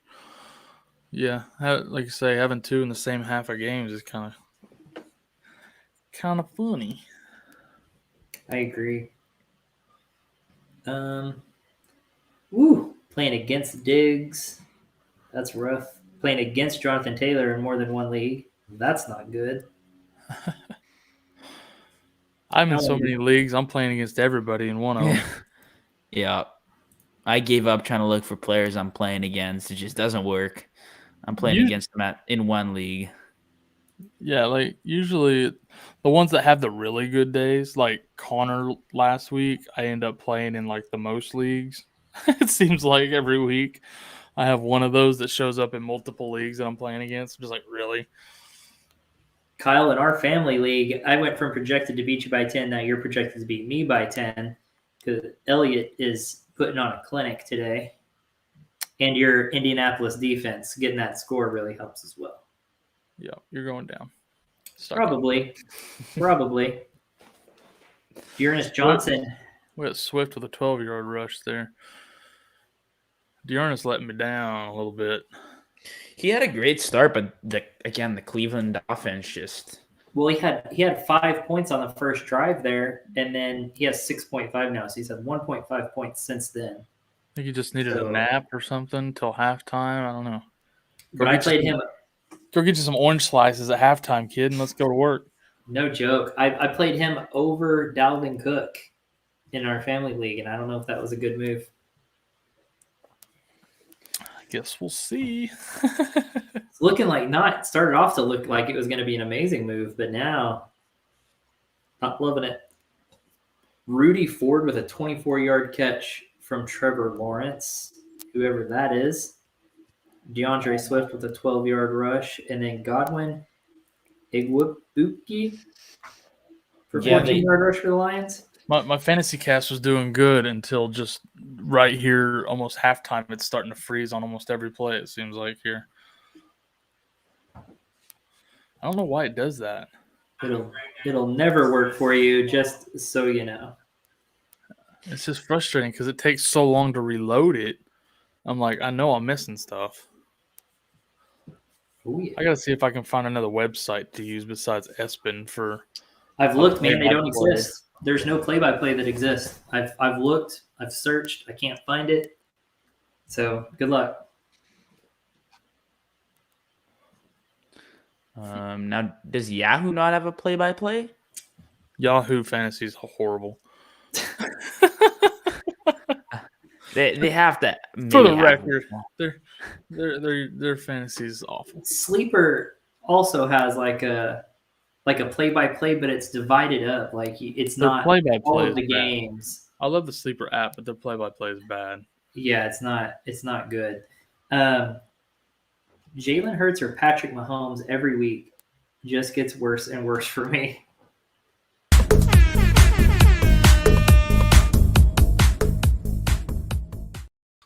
Got that 42-yard touchdown for however you pronounce that name for Detroit. Wow. Igwebuike? Igwebuike? Good. I started him in DFS today. Not like what? Igwebuike or something. I don't know. That's a weird one. There's too many vowels in that name. That is not. Those are not W. English sounds in the English language. JD that many McKissick with vowels. a 14-yard catch. Oscar the Grouch, I hear you, man. That's a tough thing there. Tough duo of QBs with Mahomes. Just what's funny is Mahomes is having a bad year. He's still like a top 6 quarterback, and Jalen Hurts is like the number 4 running back or QB. Sorry, so they're like top 6 QBs, and we're just like, ugh, can't trust them. They're the worst. It's just too spoiled with Mahomes, especially. Just too spoiled. Yeah. I don't mind. Yeah, Mahomes is more of a disappointment because people drafted him so high. Hurts, people drafted him so late that it's not as big a deal. But Mahomes was going so early in drafts that hurts more. That's more frustrating for sure. That's why you wait on quarterback. Yeah, I don't know what's happening with Mahomes, but something mentally there is just wrong. I'm telling you, man, it's the family. It's Jackson Mahomes and his wife. They're causing way too much drama. Is that what's happening? I would put my money on it. Quit leaving them tickets at the gate then.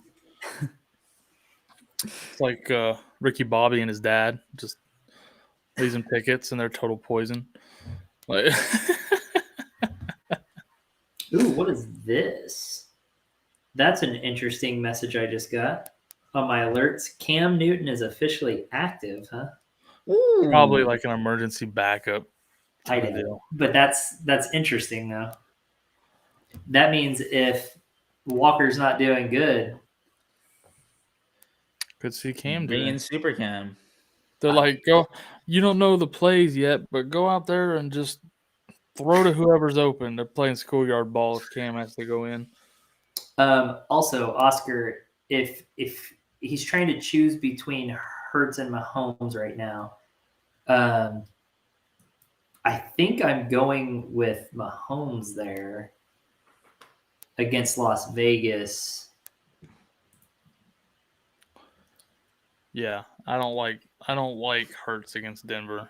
Yeah, I'm not happy about it. I am starting Hurts against Denver, but I'm not happy about it. Hang in there with Mahomes. Yeah, I am starting Hurts, but again, I don't have Mahomes, and I don't have Mahomes or Hurts. I don't have Mahomes and Hurts in a league together. Mahomes just his past few weeks just been terrible, so it's really hard to determine whether or not I would play him. He's a safer pick here, but it's really up to you. I don't want to make the decision for you.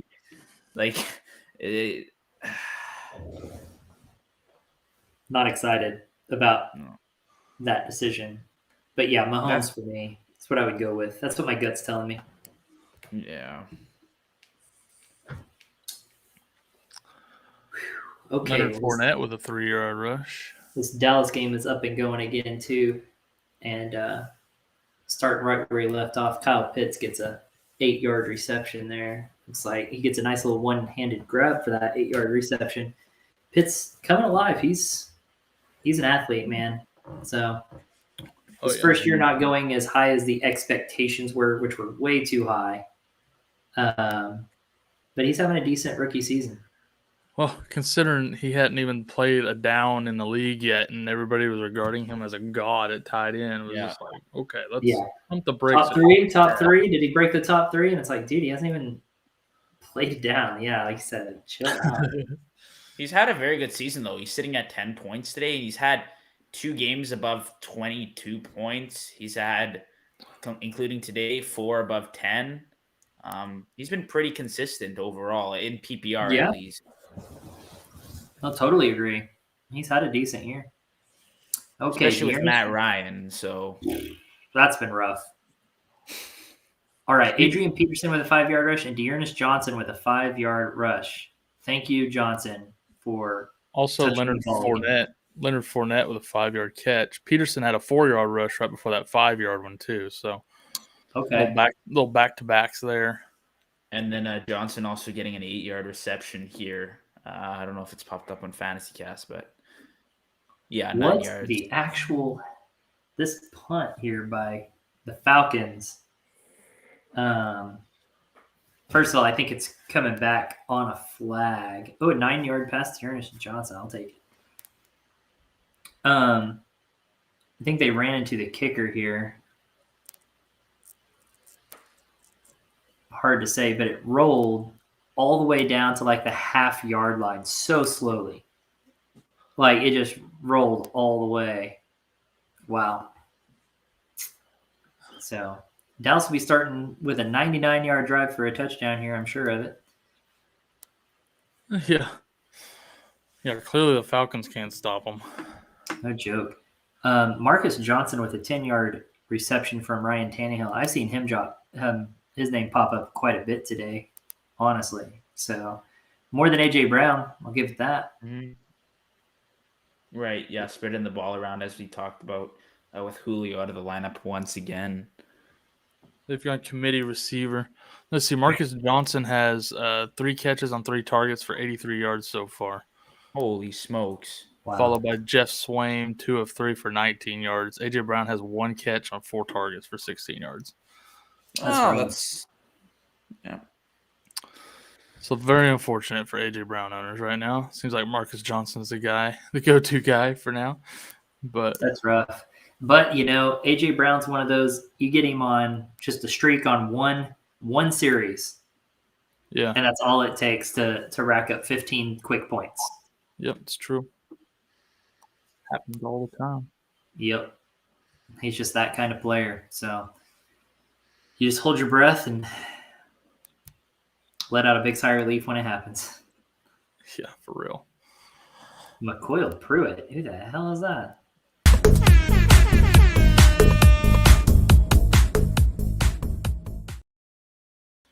Yep, Tannehill to Pruitt for a 2-yard touchdown. That Peterson. is... Do you even have Peterson on your team? Like, what are you doing? What the hell? Najee Harris gets a 7-yard rush. I'll just touch on that really quick. But that offense is so confusing.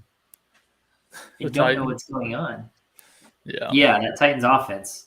So confusing. It is a little bit. Because I think in Pruitt, like the backup tight end or something.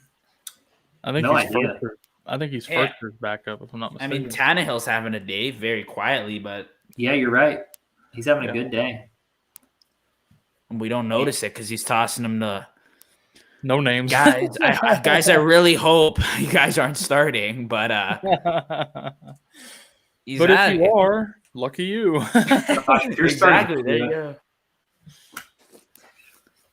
Hey man, if you were knowledgeable enough to pick up Pruitt this week, you can have my trophy. You can have my $100 that I put in the league. I want to know where you got your crystal ball if you're playing Michael Pruitt this week. That is beyond my expertise, and you're cheating because you can see the future. Oh my gosh, this Cowboys drive is a nightmare. Yeah, they started off with one half. Did a false start, got moved back to the half-yard line, and then they just quarterback sneak it to the 2. Cool. Looking really good, guys. Oh, man. It's tough starting out that deep in your own territory, but no doubt. Najee Harris with a 5-yard reception coming after a 7-yard rush. So Najee Harris getting a little work there. Steelers need to step it up against the Lions. That's rough. Yeah. Bucks. We're still waiting for the Bucks as well. I mean, my goodness. Boy, oh boy. You gotta expect Tom Brady will turn that around at some point. Yeah. But man, maybe if he caught the bus and makes it for the second half of the game. I think he will. I'm not gonna. Again, I can't really go against him until he really loses to the football team here. I'm not gonna. After that Falcons come back, I will never count Tom Brady out of any game ever.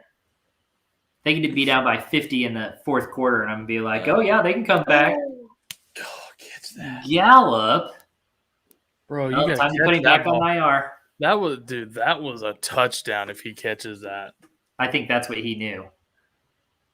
Oh my gosh. Wow. That's rough. That was legit a 95-yard touchdown if he catches that. That's Wow. wild. That's really rough, man. Him right in the hands too, man. That's tough. Oof. Okay. Diggs. Is that our first punt of the day? I just got an alert that said Diggs got a 23-yard reception. You get player updates individually like that? On big plays on players on my team. Over 20 yards. But it went, that was the... I don't need that. I don't need that many alerts. I can go check my scores. I get enough alerts on my phone as it is. But that also means that my fantasy cast is frozen again. So that's That's what I saw too. I was like, well, I got that on my phone, but I didn't get an alert on fantasy cast. So looks like I'll be hitting that reload button. frustrating. Trevor Siemian, incomplete pass intended for Taysom Hill. Nothing new over there in New Orleans. I'm surprised that they're not using Hill more, though. Kind of agree. Yeah, I really thought they'd put him in for more stuff with Winston gone. But finish Jameis after he kind of. Stevenson with a 5-yard rush. Singletary with 7-yard rush. Well, the Browns at halftime were sitting at 91 yards, and the Pats had 247. So ever since that first drive, the Browns they've been irrelevant. I'm tired of Ramondre Stevenson. He's single-handedly keeping this guy in this game against me. Singletary with a 13-yard rush. Go away. Yeah, Stevenson's kind of going crazy. 19-yard pass to Hunter Henry. Yeah, a 24-yard rush by Emmanuel Sanders. On that Singletary, I see his name way more than Moss today. Yeah, Moss coming back from that concussion, but Moss did have an injury. Still, he got cleared, but they're still deferring to Singletary. You never know from week to week who's going to get the touches in that backfield. Well, they both have 4 rushes. So, but Singletary has 1 reception. So he's only touched the ball one more time than Moss, but he has 4 carries for 38 yards to Moss's 4 carries for 15 yards. But there's Brandon Bolden with a 22-yard rush. Yeah, they're really cycling these guys through, even though Stevenson has most of the work today. Even using Kendrick Bourne in the passing game, or in the run game, pardon me. It's been a while. Yeah, they're definitely rotating. You got a revolving door in that backfield, man. Yeah, and it just got worse.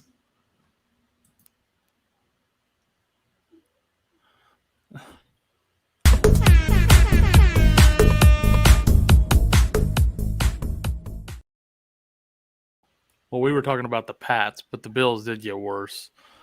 You got Isaiah McKenzie with an 8-yard touchdown rush. It's always just worse. I just get out of here with that. 17-yard pass to Brandon Bolden. But yeah, Isaiah McKenzie, nobody started him. Everybody's got Singletary or Moss. It's or just both. But no, McKenzie's not even owned anywhere. Who even is that guy? Come on, man. He was their fan contest winner of the week, and he got to carry the ball for a touchdown as part of the contest win. Man. It's honestly not even unbelievable. You could almost believe that that's a true story, Kyle. I know, right? I even said it with a straight face, so it's even more believable. Somehow I made it through without cracking. My goodness. Oh, I was wondering how media was keeping up with us over here in Yahoo. I didn't realize he had CeeDee Lamb. So if it wasn't for CeeDee Lamb, he would not have anything going over there. Man, I never follow my leagues while I'm on here on this stream. I just always check them when we're done. I have no idea how I'm doing. Just pray for the best. Too interested. Yeah, it is probably for the best. It's just it's better for me while I'm on here to stay focused on calling plays and touchdowns and stuff. So I also Sure go wants there. to That's how I look at players' point totals or their production or their stats really quick a lot too. Is able to use those apps on my phone.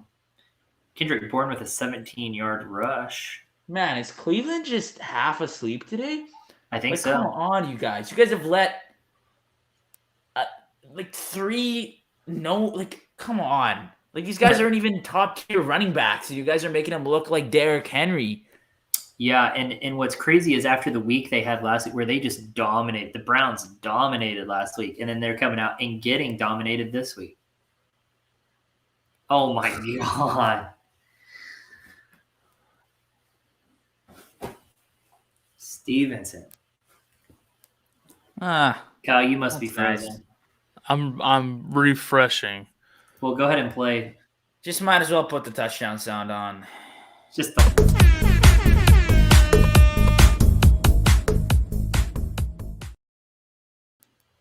I'm so annoyed by this. Ramondre Stevenson gets a 2-yard touchdown run, so he gets his second of the day. My goodness. I was in the middle of a refresh, and the only info I had was, oh my God. I didn't know whether to hit the button or just I didn't know what to do. 23 points so far on the day. Ridiculous. Then you got James Robinson with a 10-yard rush. Matt Ryan complete for 21 yards to Wayne Gallman of everybody on the team that people are starting today. Yeah, and ironic, we got somebody in the chat, Matt Ryan, with the shit emojis. You know what? I don't know how much better the Falcons can get right now. So it is what it is, man. As long as he's getting 21-yard passes, they're down 36-3. So good news is Chris Boswell just made a 23-yard field goal, and I know a lot of people are playing Chris Boswell this week. So, you know, I actually swapped him out in one of my leagues without Ben. I was like, they ain't gonna move the ball. Yeah. Well, I was partially right. He's got a pair of field goals today, at least. Yeah. Steelers making their comeback, only down by 3. Actually, I think I swapped him out. I might have forgot to go back and do that. Yeah, I think you started him in one league. Man, Ramondre Stevenson, what a day. What a day. That backfield is so unpredictable. You just never know. Don't trust anyone. James Robinson gets a 10-yard rush. Yep, I did start him today. So what happened was I was setting this lineup last night, and then Tony hopped on so we could record the matchups, quick hits last night.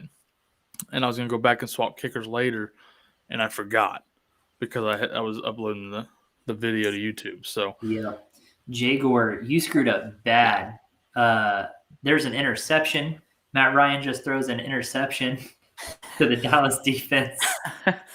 Oh my God. Matt Ryan, definitely Jonathan with the epic fail on picking up Matt Ryan for the week.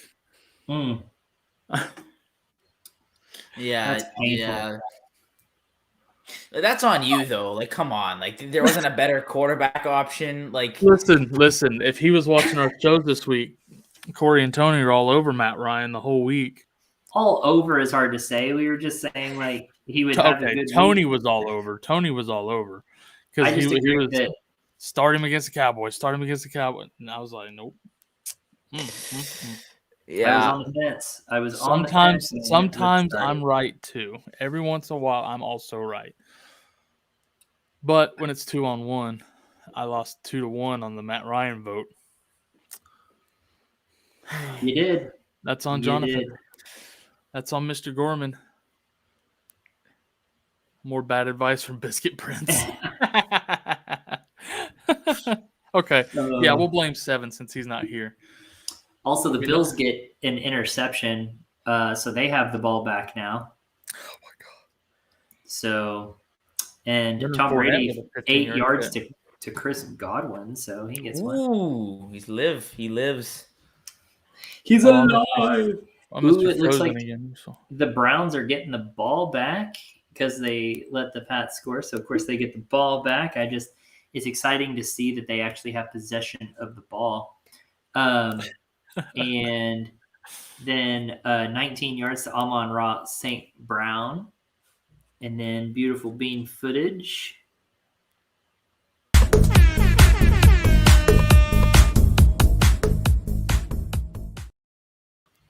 There we go. Tom Brady. Cameron Brate 6 yards. That's kind of what I was kind of hoping for there. Like I was just waiting for that Brady touchdown. He needed one. He needed one bad. So they're getting right back up into that game. Ryan Suckup gets the extra point, and it's 16-13 Washington now. So again, can't ever count out the Bucks. And Dearness Johnson with a 9-yard reception there. I knew there had to be a touchdown because my fantasy cast froze again. So exactly. I hit refresh, and then Corey hit me with a hit the button. Dearness Johnson 4-yard rush. So he's getting a lot of work now. All of a sudden, Jaguar over there. Maybe Ryan will do something in garbage time. Don't count on it. Not against our Dallas defense. Well, you know what? Thank We get our thank backups God. in there, maybe. Thank God the Bucks are playing Washington and they're so bad. Like that game should be a blowout against the Bucks.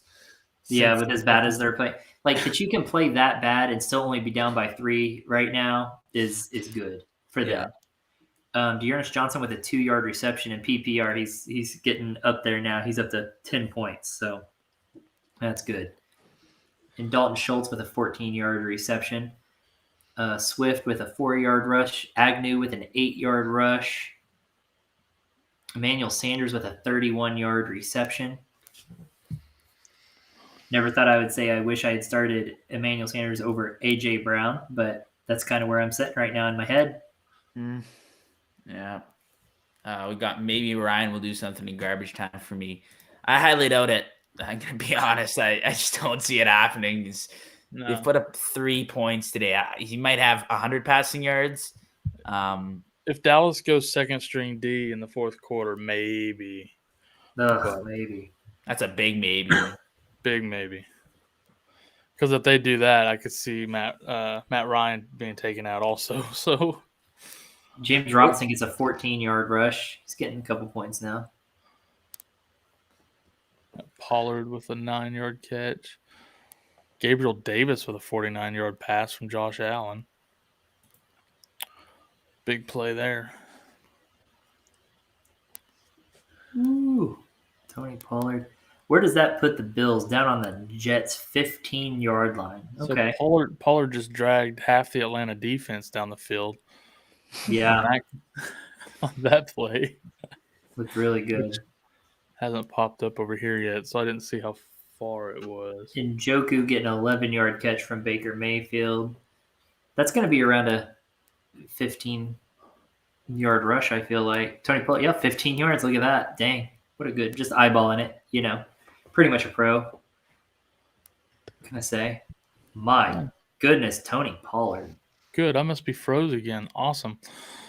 I'm still showing the 9-yard play from before. Oh, we got another touchdown here.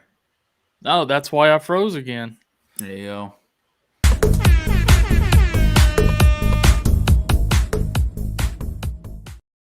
So not Devin Singletary, not Zach Moss, but Matt Breida, 15-yard rushing touchdown. That's a second of the day. Woo! I bet a lot of people are really happy to hear that one. Yeah. I had to start Zach Moss in a couple today. I'm not tickled. Wow. God, it's so painful to watch.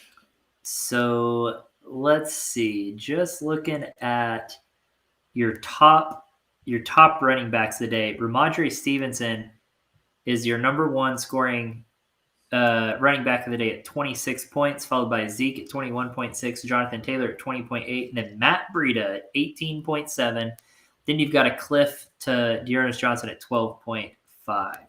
So your top 4 has Ramondre Stevenson and Matt Breida in it. Oh, this does not look good. Baker Mayfield got hit, and he can't even stand on his own 2 feet. Uh-oh. Yeah, that's not good at all. Yeah, they have Keenum as backup. Not horrible.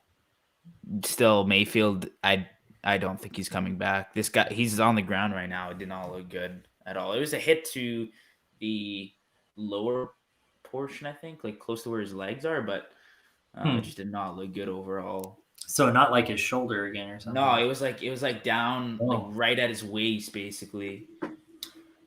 CeeDee Lamb with a 12-yard reception, followed by a Zeke run and fumble. So not good there for the Cowboys. Nope, not at all. Ooh, what a punch on that ball. That was Traquan Smith with a 21-yard reception for Trevor Siemian. And let's see. Hey, Dax Milne, 15 yards from Taylor Heineke.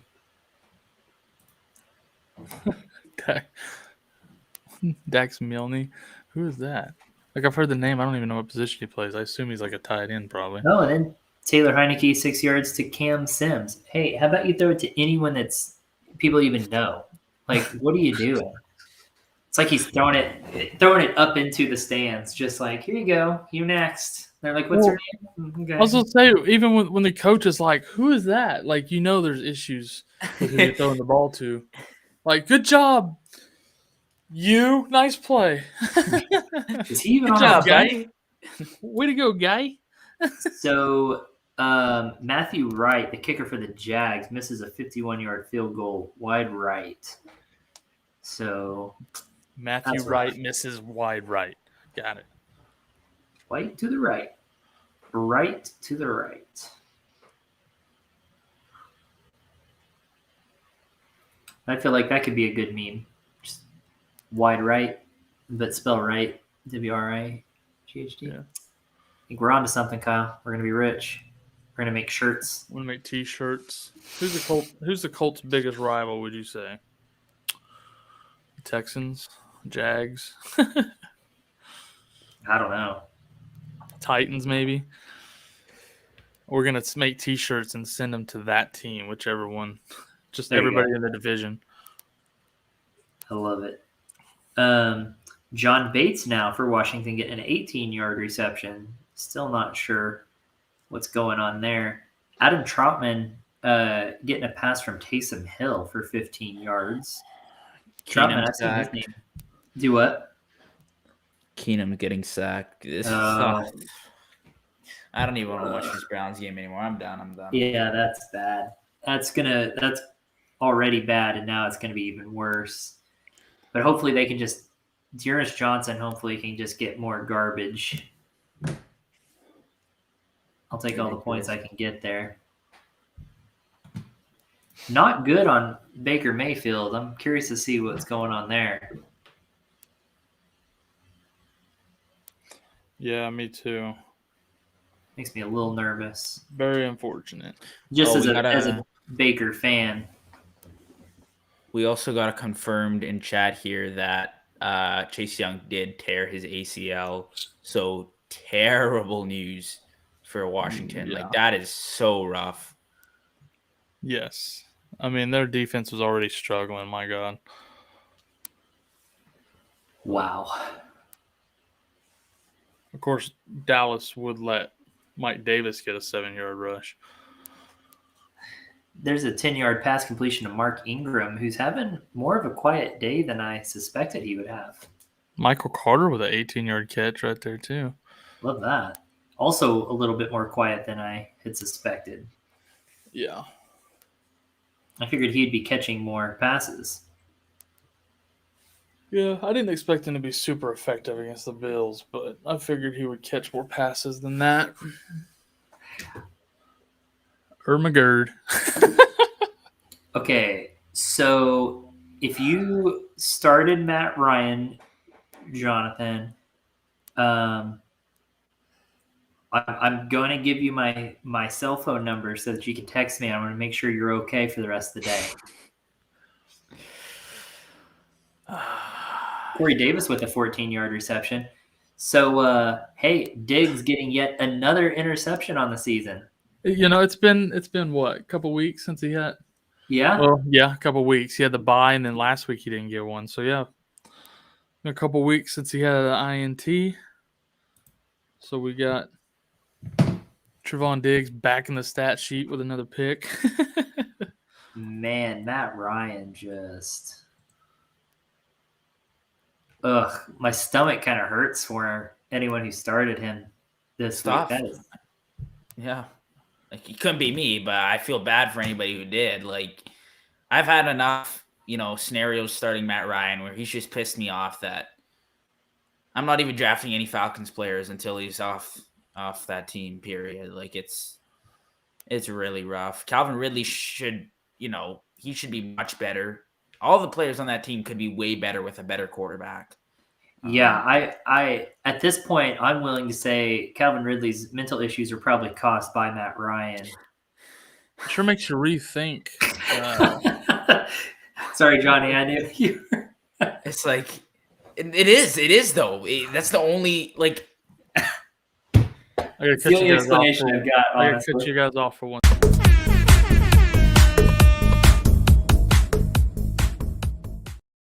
Got Mark Ingram with a 13-yard touchdown rush. Man, I'd love to see that if you started Ingram today with no Kamara. But yeah, like I've been trying to trade for Pitts in Dynasty League for the last couple of weeks with this guy, and I'm just at this point I'm like, you know what? I'm good. No. I would stay far away after what happened today. Like I already have Waller, so like I'm good. I'll stick with Waller. Hang on to Pitts. No doubt. Also, Marquez Callaway with 0 receptions today, figuring there wasn't much competition for targets over there, and there's still plenty of time for him to catch a deep ball. Just saying. It's very true. Just interesting. Also, Carlos Hyde with 4 yards rushing today.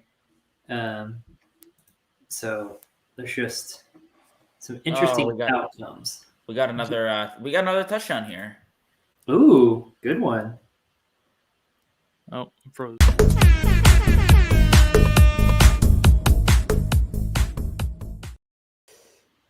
Antonio Gibson 1-yard touchdown. I heard Kyle just frozen, and then just the touchdown thing went off.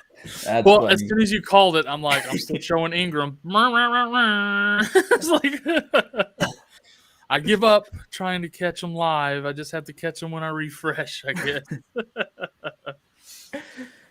Oh yeah, that's good for Gibson. We were kind of talking about how he hasn't been the same guy that we expected, but putting up touchdowns huge for anybody who started him today. Absolutely. It means like, okay, maybe I can play him going forward. I didn't start him. Have him in a couple of leagues. I benched him this week against the Bucs. You kidding me? Absolutely. Stephon Diggs gets an 8-yard reception out of Harris with a 6-yard rush. Yeah, this guy I'm playing against in my big money league, not a great running back situation. He has Gibson, Hyde, Adrian Peterson, Mark Ingram, and Ramondre Stevenson. And the 2 he started were Ingram and Stevenson, who have a combined 36 points. He has a bad running back situation. It just happened to start the 2 that are having great days. Again, I was projected to beat him by about 30. I'm projected to beat him by 7 now. Interesting day. What are the odds of that? But Ramondre Stevenson having a monster day. Jonathan says it's okay. Matt Ryan is going to throw 4 touchdowns in the 4th quarter. Okay. Yeah, to Dallas defense. Exactly. He's over there playing Madden 2021 right now. Like, oh, Matt Ryan's going to score touchdowns. Yeah. It's not going to happen. He's on talk to type and didn't realize it. Right. Playing Madden. That's rough, man. That is rough. Right. People think it's hard to be a Cowboy fan through the years, man. Try being like a Falcons fan. My God.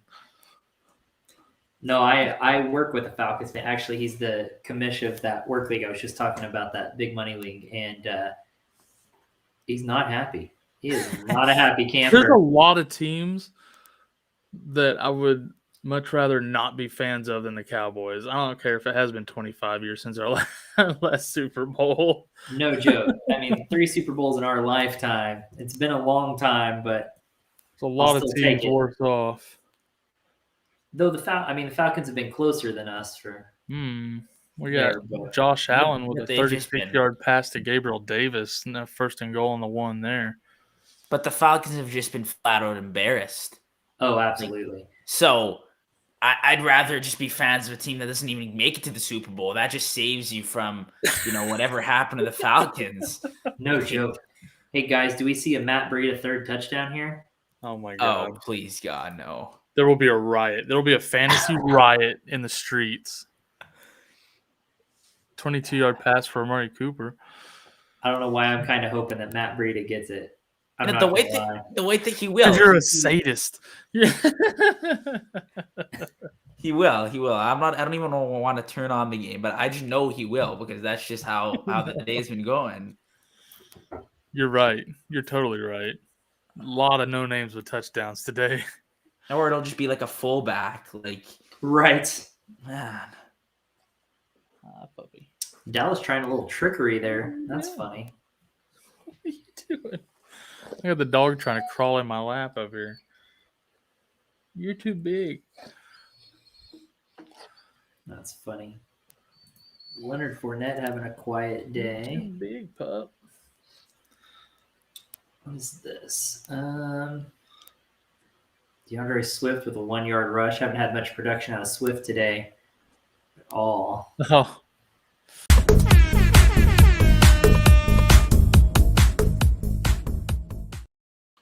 Zach Moss with a 1-yard touchdown. I needed that. Saving his day. I needed that. Wow. Breida's over there going, God damn it.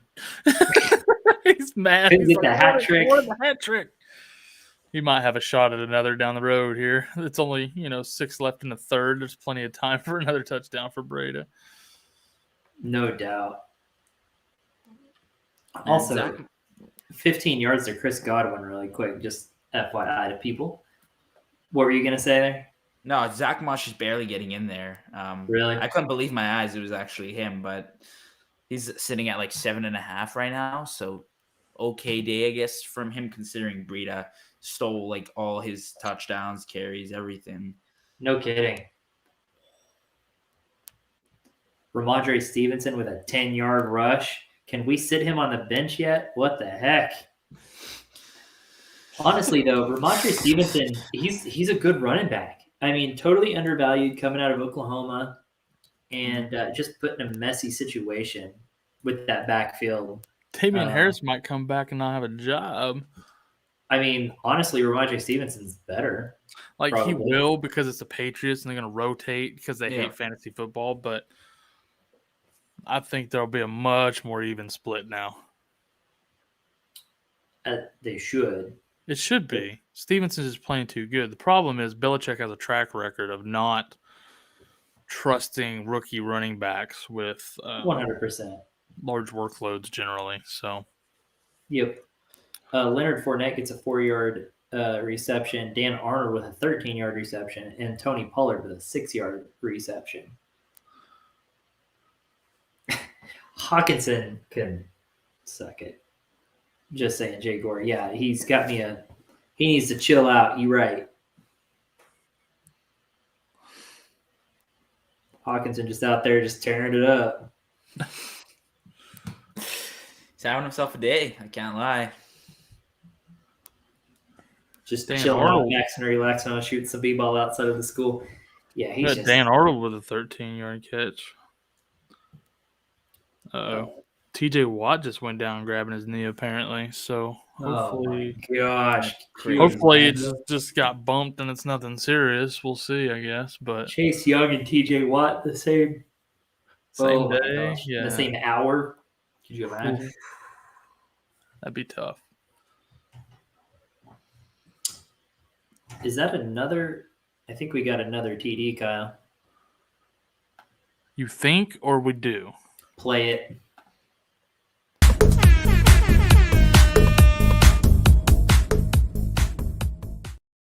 Oh, no, never mind. No, I'm kidding. Yeah, it was Hunter Henry gets a 3-yard touchdown reception.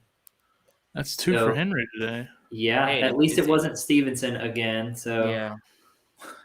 But Hunter Henry, with two touchdown catches today. That's what happens when Johnny's out. You take Johnny out, Jones is going to find Henry. So if you started him, again, very, very big week from Henry. You're going to be pretty happy with that play. That's big time. So it's interesting. Man, there's a lot of there's more than usual blowout games happening today. Yeah.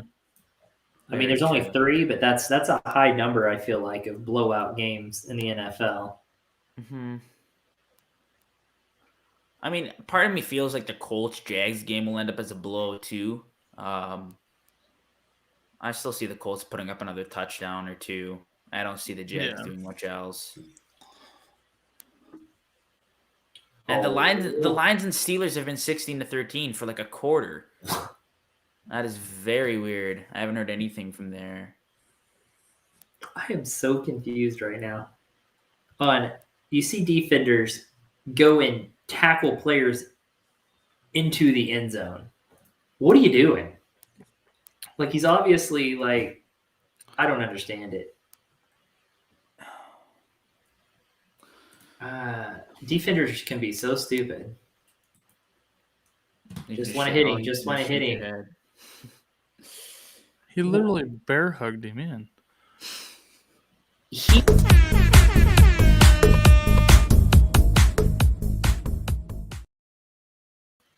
Dak Prescott with a 4-yard touchdown rush.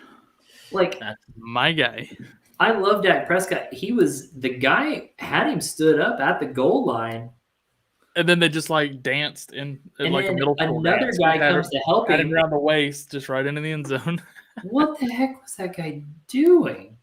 He just came in just knocked him all straight in. Jeez, poor tackling. Poor tackling.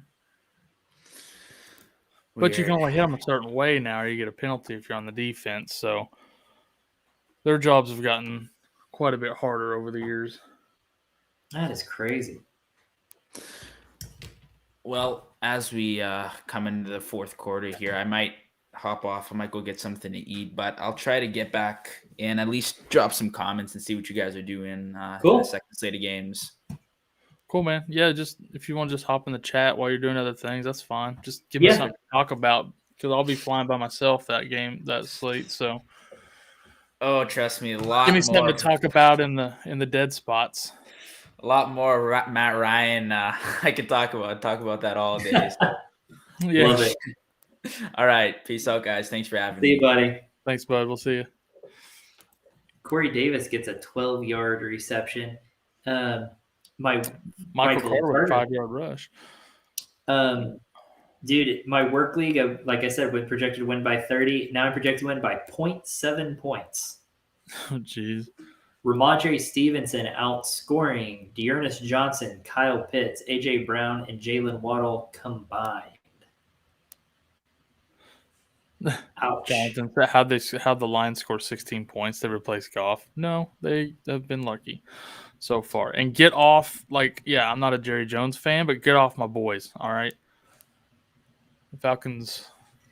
Well, and you got to think, they just got destroyed last week, so this is a good comeback win for them. And it looks like backups are now in. I mean, the Falcons are a 4-4 team. There are worse teams in the league to be excited about beating.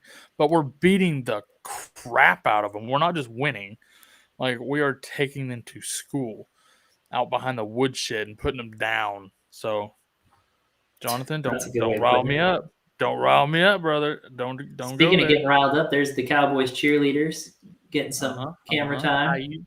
How you doing? Yeah, there's definitely worse teams. I mean, I'm smiling right now. I'm happy about this win. Got to be happy to win any week. Ask the Bills how they feel about beating Jacksonville. Terry McLaurin with a 21-yard catch. Najee Harris with a 4-yard rush. Tevin Coleman with an 11-yard catch. Jarvis Landry with a 5-yard catch. Glad to see Terry McLaurin back on the field, though. Sure. Yeah, that was a little scary earlier. They're talking about collarbone injury. I'm guessing it was probably just a stinger or something. With all of these games starting to wind down, I know you'll probably take off after this slate, yeah? Probably. I've probably got another hour on here. 18-yard pass completion to Dearness Johnson. Nice. Okay. I'm going to let the dog out real quick, so I'll be right back. Who let the dog out? Who?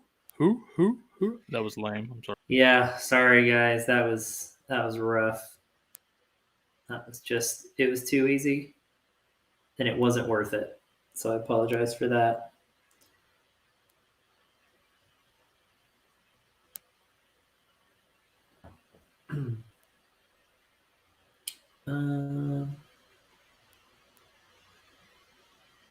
Let's see. All right. See if there's any updates here. Not really. Fantasy Cast getting frozen up here, so let me see if anything. Michael Carter gets a pass catch for 0, so that's a point though in your PPR leagues. And Ernest Johnson gets a 3-yard. Yeah, you like that new webcam look? It even moves with me and adjusts as I move. Like, it'll move for me. It's fancy. I like it. I do like my fancy new webcam. So, most of the people on the network getting their new webcams. I'm not sure if Kyle has his set up or not. I haven't seen, but yeah, man, these are fresh on the market. So we're in the first people to get these webcams. They just came out like 2 weeks ago. So excited about that for sure. But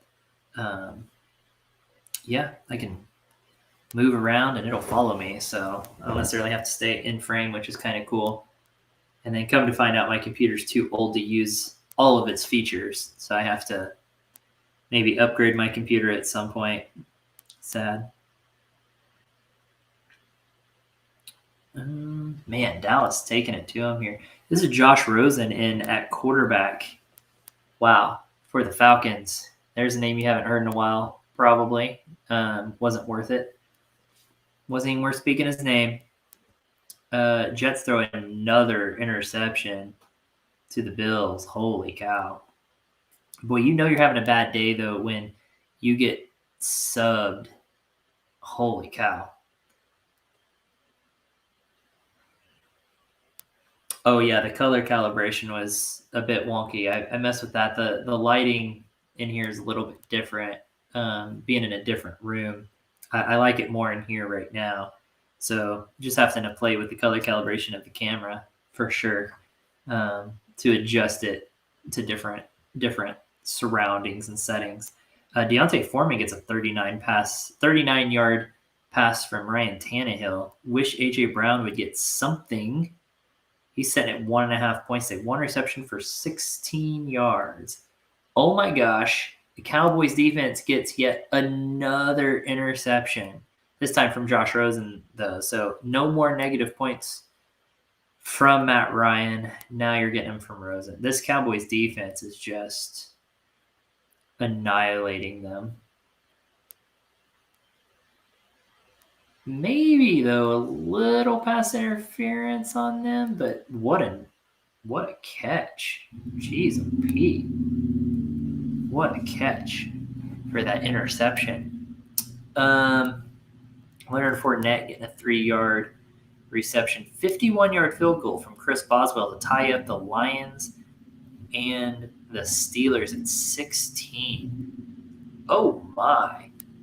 Kyle, beautiful bean footage. Great timing.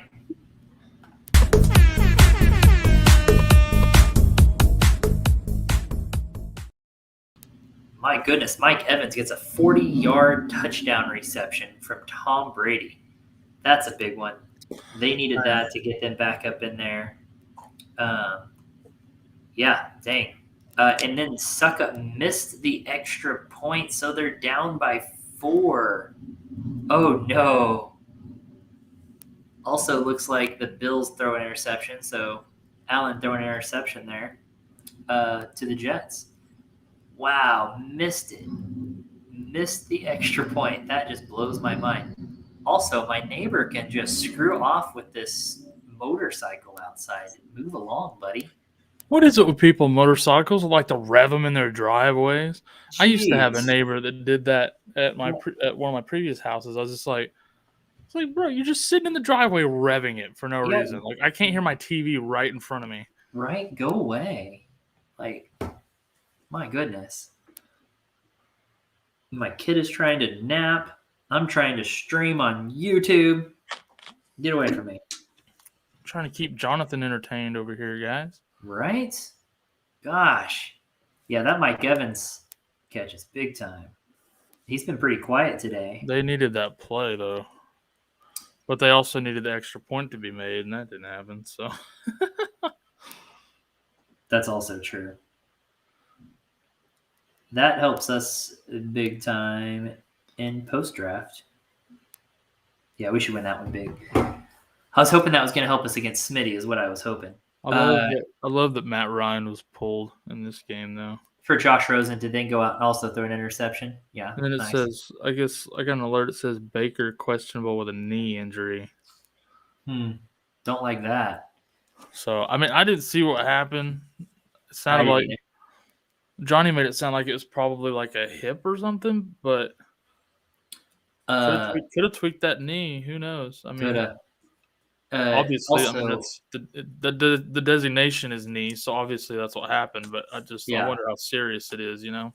Yeah, and just as we expected, the backups are in Cooper Rush at quarterback for the Cowboys. Pollard definitely in at running back. So, man. As expected, it got a little out of control there. 43-3. Dearness Johnson gets a 9-yard catch and then a 1-yard rush. Randy Bullock makes a 36-yard field goal for the Titans. And then that's three interceptions for the Falcons today. That's crazy. That Cowboys defense. Yeah, if you were streaming Cowboys D today, my goodness. Yeah, with those interceptions and that blocked kick for a touchdown. I mean, woo.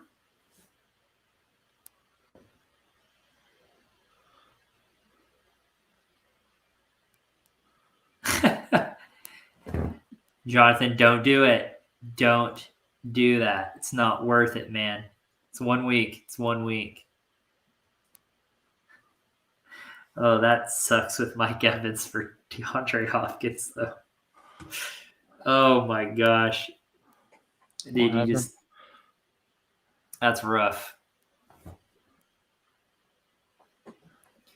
It looks like he traded Mike Evans for Hopkins and started Matt Ryan. So long term, Hopkins for Evans, I think, is still a good move. I agree. For the rest of the season, it's a good move. Yeah, it was unfortunate what happened with Matt Ryan this week. Really, he had a good shot to have a good game, and he just didn't. He didn't play well. Our defense came ready to play, pissed off from losing last week. More butthurt than Corey on Panic Room this week. Putting that one on screen. That's funny. Yeah. That's funny. We got Corey pretty riled up on the Calvin Ridley situation, which we never resolved afterward either. No, because I feel like I was being argued with instead of being able to explain anything, and I kept getting interrupted when I tried to explain it. Tony just kept interrupting me when I would start explaining what I was talking about, and I would just get interrupted and told I was wrong, and it's just like, okay, screw me. I guess I'll try to explain it to you when I can actually talk. So I was getting very frustrated because I couldn't actually explain what I was saying because I wasn't being allowed to. So, yeah, I was getting a little annoyed. Plus, I was burning hot. Now we got episode 2. The butthurt returns. Man, I was so frustrated. It's like, just let me freaking explain what I'm saying. Couldn't. I'm over it. Doesn't sound like it. Opened up old wounds. I'm sorry, but that was a funny joke from. Oh, it was great. From Gorman. He's got jokes. And good memory. Oh, Mark Ingram with a 34-yard catch.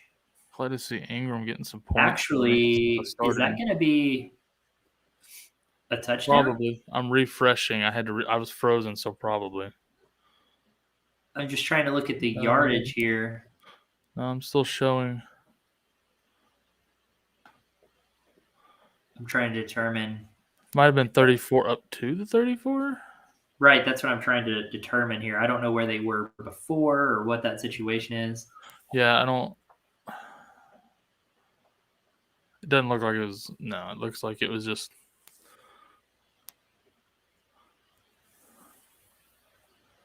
Yeah, it's not looking like it. It just looked funny because he got a 34-yard pass and happened to end and get tackled at the 34. So yeah, that was tricky looking there for a second. Yeah, I was trying to determine if that was going to be where that yardage was, but yeah, okay. So it was to the 34-yard line. The coincidence on that was ridiculous. Extraordinary, actually, would be Jarvis the term I would Landry- use. Jarvis Landry gets a 7-yard catch. Terry McLaurin with a 16-yard catch. And Braxton Berrios gets a 6-yard catch. I can't believe how And chapped my lips are right now. It's crazy. DeAndre Swift goes backwards 5 yards. So,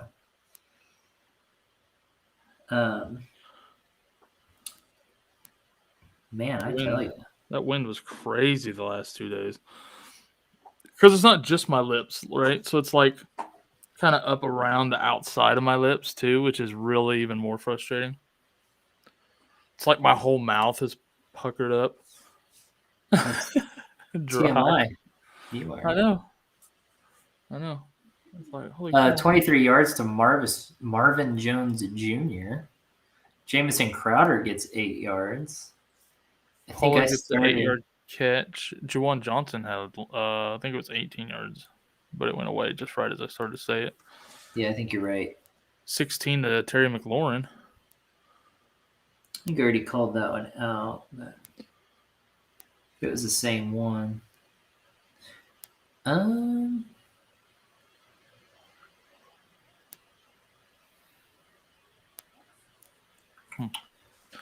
yards for Laviska Shenault. He's still alive. Man.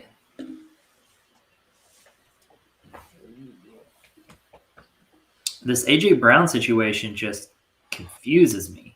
It's kind of mind-boggling, isn't it? I have him in so many leagues and tell people to stick with him because why wouldn't you stick with him? And then it's just weeks like this. I just don't get it. He used to be so consistent, and now just nothing. Very frustrating. Boswell has ended up coming through on the kicking side of things. He really has. I'm kind of glad I didn't accidentally sub him or didn't go back and sub him out. No I'm doubt. glad I accidentally forgot to, actually. He ended up having a really good day. Gibson 3-yard rush, Swift 4-yard rush. Yeah, he's having a pretty good day. N'Keal Harry with a 26-yard catch from Brian Hoyer. So you got backup QB in for the Pats too. Yeah, there are quite a few blowouts, man. It's weird. Wow, it's kind of crazy. Yeah, didn't really see that coming. See, the Bills are doing to the Jets what I expected them to do to the Jags last week. And it just didn't work out that way. Oh my gosh, 8 minutes left in the game, and Goff has 40 yards passing. What a joke. 40? Yet they're still tied. They're still tied at 16. I mean,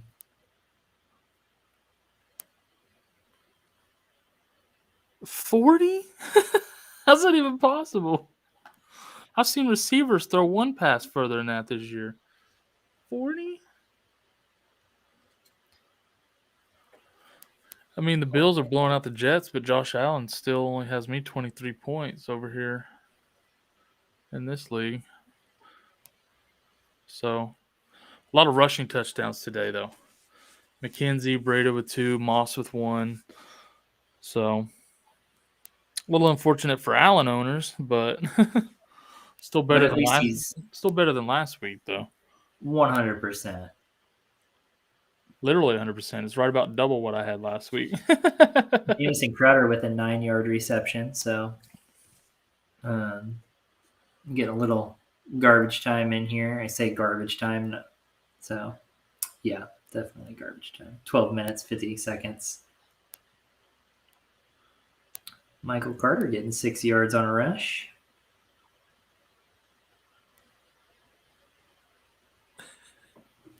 Little quiet. I'm messing with Tony. Oh. Whoop. Oh. Ew.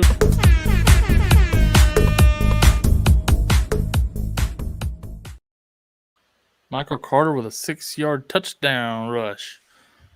Man, I benched him in every league I own him in this week against the Bills. I benched him in like 4 leagues. Now, to be fair, I did have pretty good options to start over him in those that I have him in, but I don't think they're performing like that he is, though. So, in fact, I benched him for Moss in one of them. So Moss getting that touchdown earlier really saved that decision, even though Carter's clearly doing better. Yeah, that's rough. That was a tough move. Mark Ingram rushes 3 yards to get down to the Tennessee 1-yard line. That's a 3rd and goal for the Saints. Also making me nervous because Mark Ingram is already destroying me today, my work league, along with Ramondre Stevenson. I started Ingram and Roll Tide, so I'll take all the points I can get over there. No doubt. Kyle, we did start Michael Carter in 1 league. Oh, true serum. We didn't. Yeah, just because we didn't have anybody else. Correct. But I'm fine with that. We had Adrian. It's working out for us.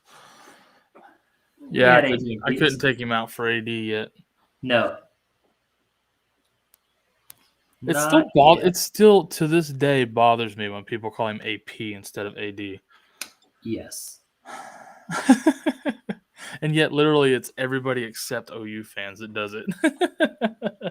And they're all wrong. So the Saints end up having to settle for a field goal. A 20-yard field goal. Oh, interesting. And then there's another touchdown being scored.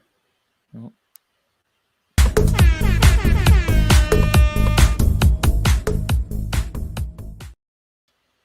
Yeah, Brian Hoyer throwing an 11-yard touchdown to Jacoby Myers. I dropped Myers last week finally in all my leagues because I'm tired of him, and then this week he finally scores. Well, you had to wait till they were up by 40 points. I know, but it's still just funny. The timing is just too funny. 28-yard pass to Gallup from Cooper Rush. Dan Arnold with a 14-yard catch. Dan Arnold, I hadn't called his name a lot today. No. That's a good matchup for him, too. I got to look up, see what his stats are here. Jonathan over there says, just everything with ESPN is loading slow right now. Like I can't. Oh, it's so slow. I can't even open the box score that I want to look at in a timely manner. Yeah, it takes a minute to open it up for sure. Usually when I'm on here, especially on the late slate, when I'm by myself, I'm looking at these stats a lot more. And I can just kind of fly around and pull stuff up, man. Not today. Jaguar says, I don't know if Jags are just that bad or Trevor Lawrence really is just super mediocre. I think it's a little bit of both. It's a little of both. I think it's more the Jags are bad. But so Arnold has 4 catches for 58 yards. Really good matchup for him. Thought he would have a better day. But yeah, you're looking at right around a 10-point day right there, so it could have been worse.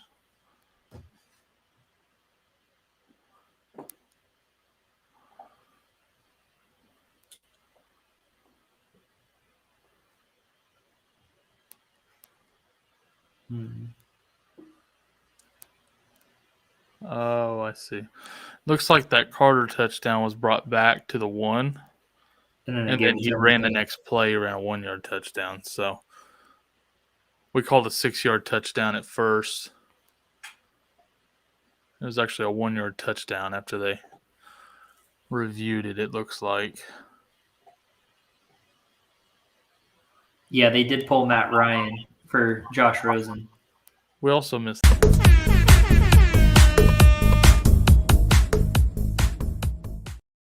James Robinson with a 1-yard touchdown run. Oh, I missed that. When did that happen? It got covered up with the correction of the Michael Carter play. So it happened right after the Jacoby Myers touchdown, but then when they reviewed, reversed, and then Carter ran in the subsequent play, it covered that up, and it happened all at the same time. So James Robinson with a 1-yard touchdown, Michael Carter with his touchdown official now. So yeah, I'm having to refresh my thinking. Kind of a weird sequence of events there, but we Yeah, got no you doubt. covered. It might be a Jaguar, little late sometimes because we have to refresh, but we got you covered. But Jaguar, yeah, I don't see those 4 TDs from Matt Ryan in the fourth quarter when he's not even playing. Just throwing that out there.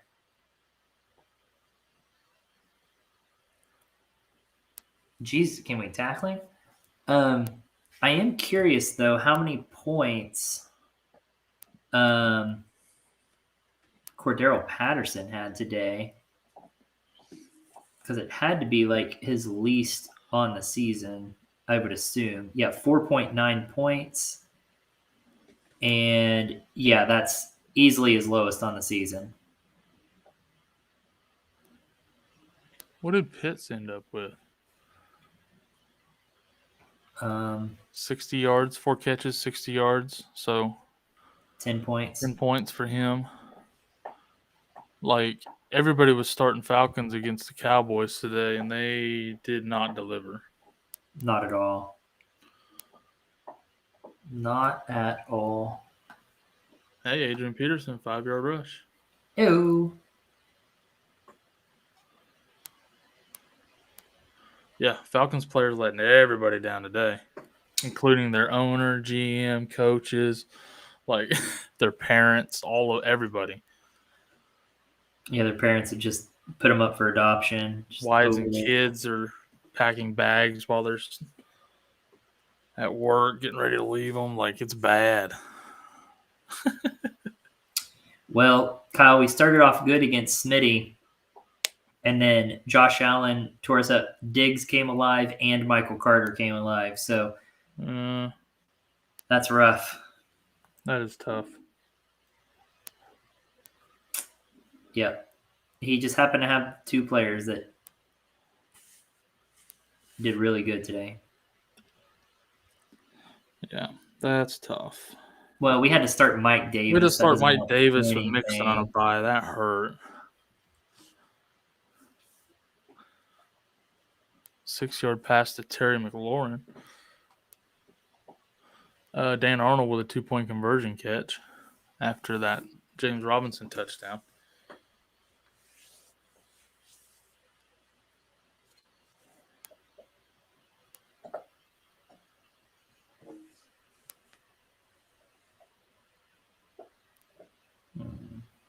Ooh, we got the third string. Frank's Falcons QB in there now. Oh, man. Just getting further and further away from. Man, might as well get on some snaps. I ain't getting nothing else. Oh, that is a saving grace there, Jaguar. He was playing against Patterson and Pitts, so that does help a little bit. Definitely helps. Because they did not have a good day either. Like, this is the worst the Falcons have scored and played, like, all year. Yeah, I'm actually really surprised that Patterson didn't have a better day because they didn't line him. They didn't run the ball with him very much at all. No. They got down so fast they couldn't run at all. They handed off to Mike Davis a few times. I feel like if they had stopped throwing the ball to Dallas's defense, they probably would have been able to run the ball more. Yep. Just stop throwing the dang ball. Very true. Very, very true. Matt Breida with a 7-yard rush. I just want to flip a table every time Breida gets the ball now. Jacoby Myers gets an 11-yard reception. All of a sudden, apparently, Brian that was that same touchdown we called earlier. Really? Still stuck on that too. Yeah. Jeez, OP. Might have been an injury or something. I don't know. Stuck together. right now. Oh, sorry. Had to finish it. We can suck together. Oh, we can suck together. Hey, Matt Breida, 23-yard rush, fumbled, but got it back.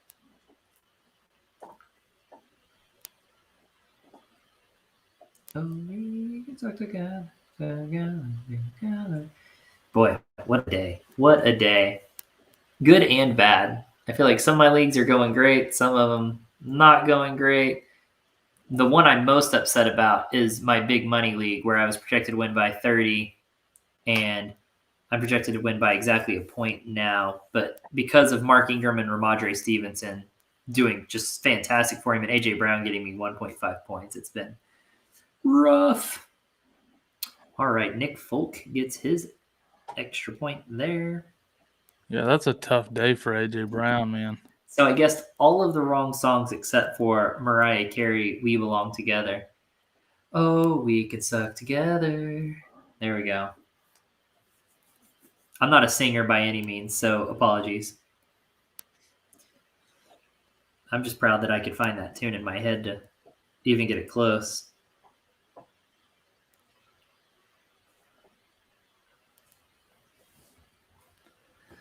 But I'm going to stop singing on stream now because, well, it's not pretty by any means.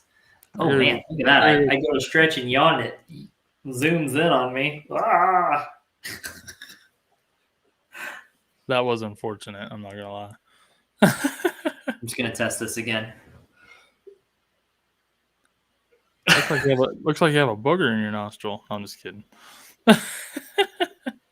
If you did, I could have seen it from that angle. You definitely could have. Hey, Trevor Siemian, 22 yards to Marquez Callaway. Mike White, 21 yards to Corey Davis. He's alive. Man. Okay, so Washington has the ball up by 4 on the Tampa Bay 4-yard line. That Bucs defense has been horrible. Just absolutely horrible. Oh, Jesus. Also, I don't know if I like this Corey Clement being running back for the Cowboys now, coming from the Eagles. Yeah. I'm not a fan. Rough. Just lost 3 subs. You're right, Jay Gore. You got me singing songs trying to guess which tune, and I lost 3 subs. Damn it. Don't sing, Corey. Don't sing.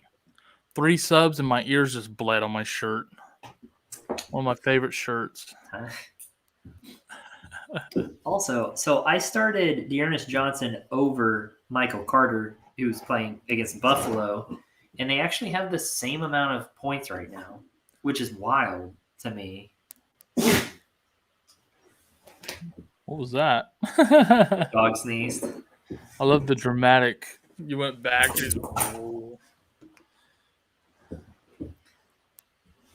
The dog is rolling around on the carpet and sneezed. And my dog's chewing on a hoof underneath me, and it stinks. Okay. Bailey. Maybe Case Keenum to Dearness Johnson for 18 yards. Like that. Maybe Ingram I can get my 3 subs back. So Ingram had a 5-yard catch, and then Deontay Harris with a 17-yard catch right after.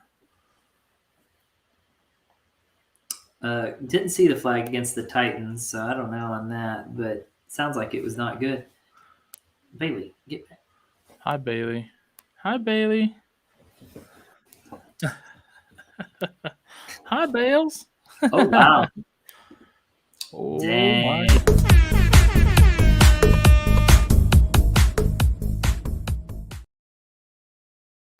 Antonio Gibson with a 1-yard touchdown. That'll teach me to bench him. It's the first time I've actually benched him, and now he's healthy and doing well against the Bucs. I mean, come on. Come on, guys. I thought it was going to be a bad week for Antonio Gibson. I did too. I guess he got healthy on the bye. Well, I just figured the matchup I figured they'd have to throw a lot more. And that is not the case. No, because he's not their receiving back. So I won't be benching Antonio Gibson anymore. Well, there goes your buy low opportunity on Gibson for sure. Yeah.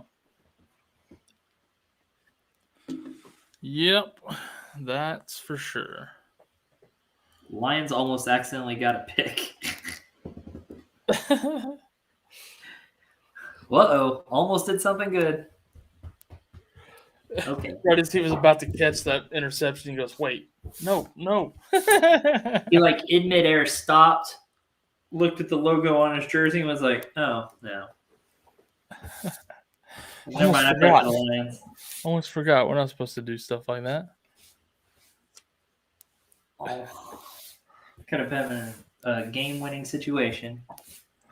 Dang. There's about to be a fight in this Cowboys game. Uh-oh. Falcons dude being a punk. The third stringers on each team are going to have a riot in the middle of the field. My goodness.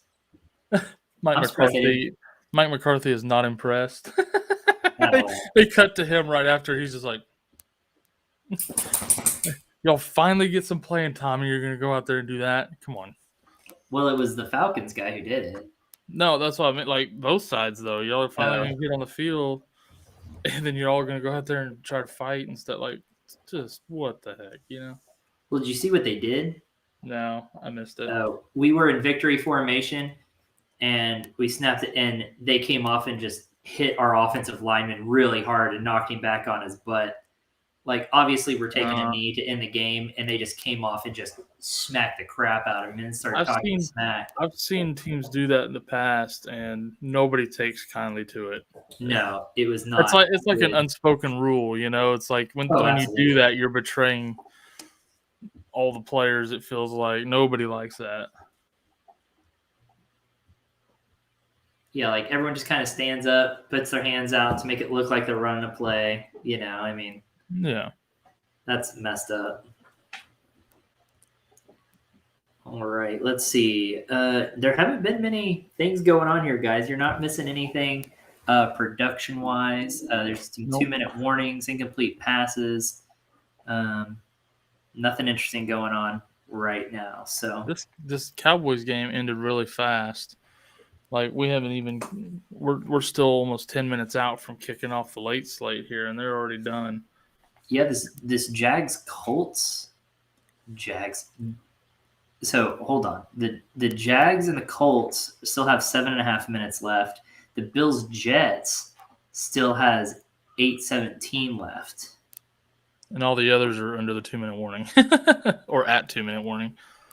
And, like, yeah, that's – the Washington's going to end up beating the Buccaneers, which is mind-boggling. Yeah, it is. Saints are down at the 10-yard line. 3rd and 8 there, under 2 minutes, down by 8. So that's an interesting ending coming there. Kyle, All in One Show wants to know Gordon or Darrell Williams. Oh.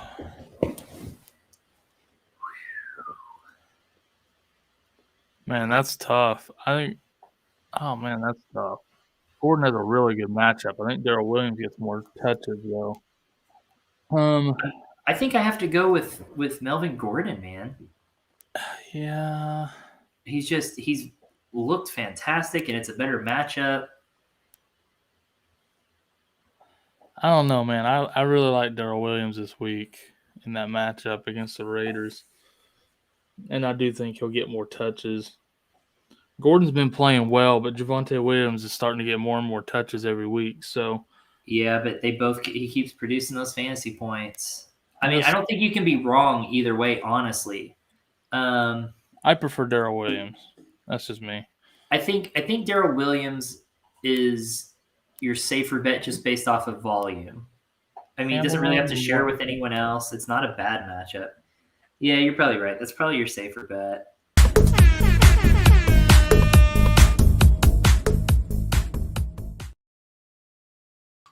Simeon to Callaway for a 15-yard touchdown. Out of nowhere. Okay. Mine was frozen, so I didn't get that update, but dang. That's crazy. Yeah, Swift with a 5-yard rush. Jack Doyle with a 10-yard catch. Yeah, that's okay, Mr. Callaway. No joke. Jesse wants to know Metcalf or Justin Jefferson. You have to choose between those two? I wonder if that's more of a DFS thing, because if that's a problem you're in, that's fantastic. If you have to pick between those two, I think I'm going to take Jefferson. I don't know. I want to make sure Russ is playing all right, coming back off that injury before. I think I'm kind of with you on that. Before I'd trust Metcalf over Jefferson, but find a way to start both, like you said, unless it's DFS. I agree with Oscar the Grouch. I think this is the day Mike Williams gets back on track. We were talking about that in the pregame and stuff. I really think he has a good game today. DJ Moore, I don't feel as good about. Not until Cam is starting. Simeon a better day than Matt Ryan. True. I just got a 43. Stay away from the drain, bud. 43 yards to Stephon Diggs. Yep. That's a big one. That's a big one. And that puts them in the red zone. So we got a 3-yard rush out of Singletary after that. So they're at 2nd and 7 on the 11-yard line, as if they need to score more points. You've got 4 games still going, guys. 4 games still going.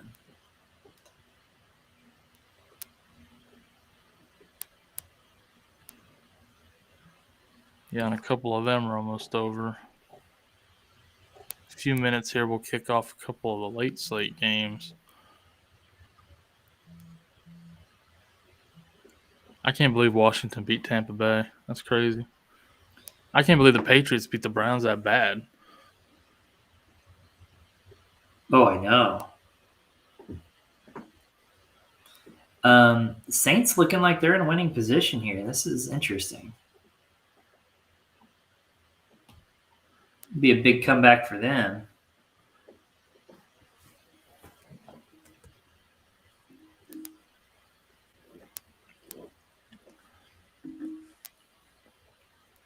I'm also hoping that Mark Ingram does not get another score here. A 3-yard pass, little 3-yard pass to Jonathan Taylor. McKenzie with a 9-yard rush. Get him out of there.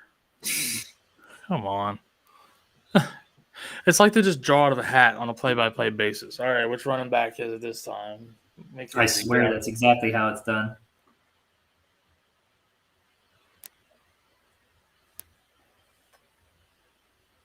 Man. Yeah, I'm watching. They switched this over to be the Goff, watching Goff play here, and it's just. He's so bad. Ooh, Carson Wentz, 27 yards to Michael Pittman. You'd love to see that. Unless you're playing against Pittman. Has Pittman had much of a day at all? I only remember calling his name a handful of times. See if I can get this box score to load here.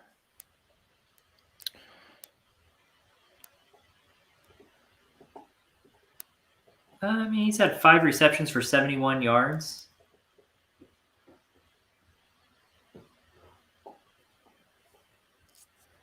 There's been worse days. Of course, I can't get it to switch teams to look. I mean, he scored 12 fantasy points today. So, I mean, that's a W in my book. I'm looking at AJ Brown with 1.5. So, well, the Saints missed the 2-point they failed the 2-point conversion, so they're still down by 2. I'm gonna have to refresh, man. I can't. It won't even let me navigate the box score. There's a touchdown.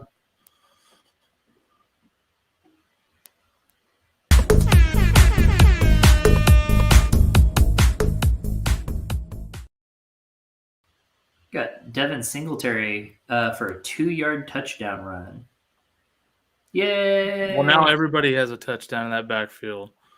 5 rushing touchdowns today. Not a single one of them is Josh Allen. Isn't that wild? That's What annoying. a day. It's annoying as a Josh Allen owner. What a day.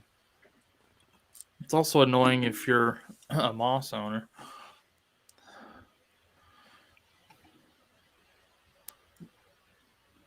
That's crazy. I wish there was another thing we could use for play-by-plays besides ESPN. My goodness. Yeah, it's not good. So disappointing. It gets worse every year.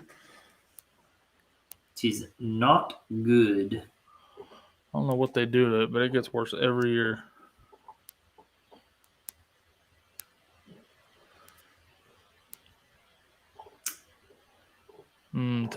Jonathan Taylor, a 7-yard rush called back on a holding penalty. That's unfortunate. Luckily, he's had a pretty good day. So the Titans end up beating the Saints 23-21 final because they missed that 2-point conversion. And then we have Panthers Cardinals just kicked off and Vikings Chargers just kicked off. So things are getting rolling on second slate. Mason Rudolph rush, loss of a yard. So he just took a knee going to overtime there, Lions Steelers. Yep. Oh, I forgot they switched over. Chris Herndon getting a 14-yard completion from Kirk Cousins. Colt McCoy with a whole 1-yard pass to Zach Ertz. Ew. Colt McCoy. How does that happen? Did you just get that Yahoo alert?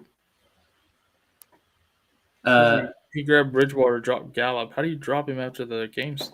Yahoo's letting us do that. Remember, you can drop players after they've played already. Like the game is over. Yeah, it doesn't make any sense. 4-yard catch for AJ Green, 5-yard rush for Cook.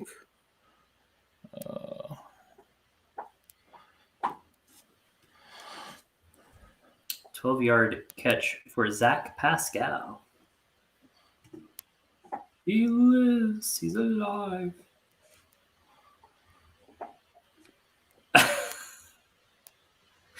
Oh, yay, more Lions, what everyone wanted. Oh, so true.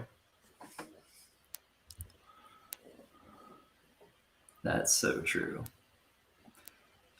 Justin Jefferson with a 6-yard reception. So getting him involved early would be nice. No kidding. That also means I'm nice. Frozen again. It's nice. Very nice. It's a very nice.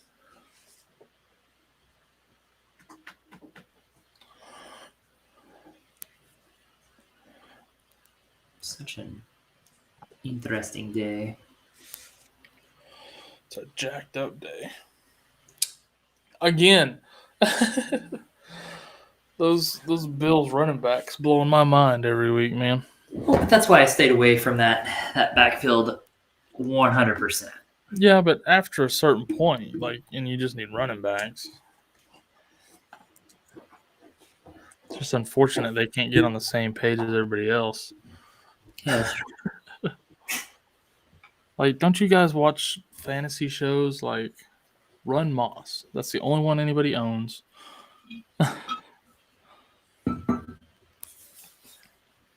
Matt Breida. Come on. That's just hilarious. And stupid. Yeah. Pretty ridiculous. Michael Badgley with a 37-yard field goal.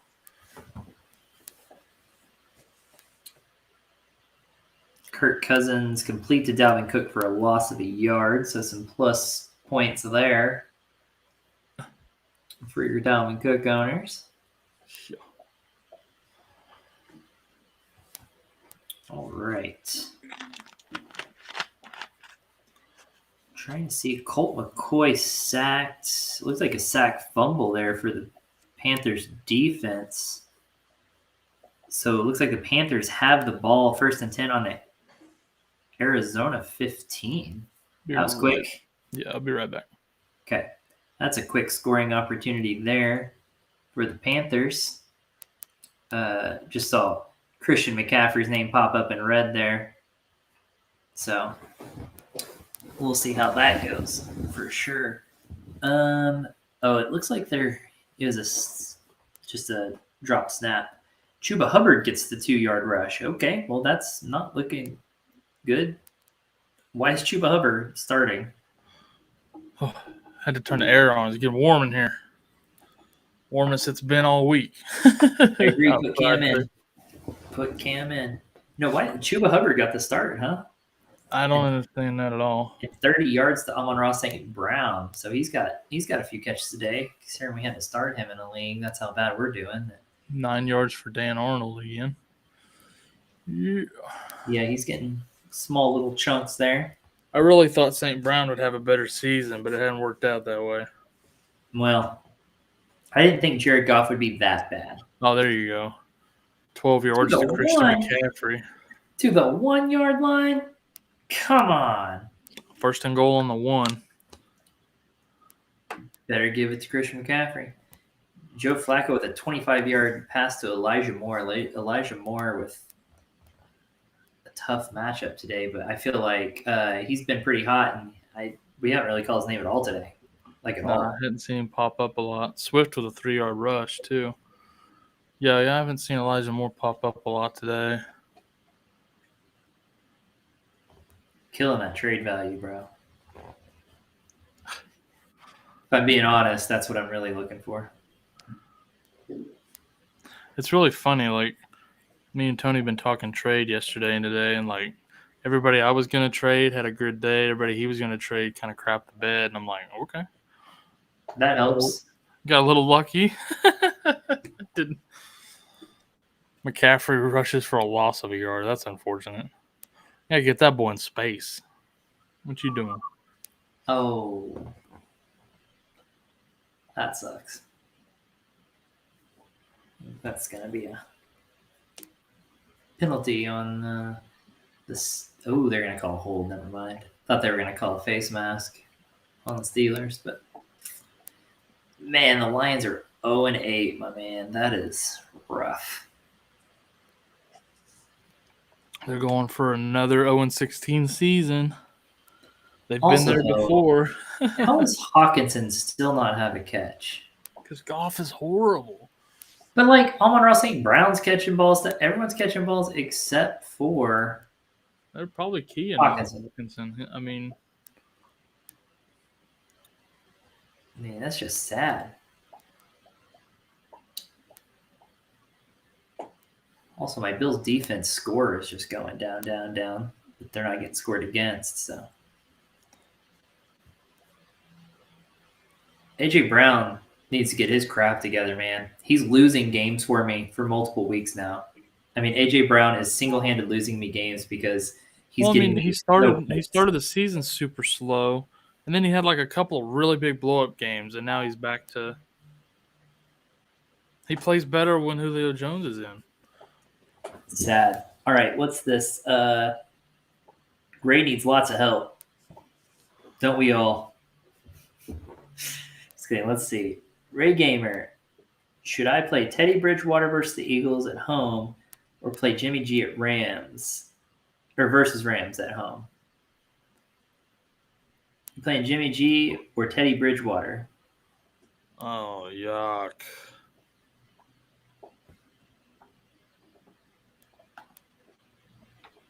Oh, yuck. I don't like either one. Actually, hold on a minute. I gotta Yeah. switch.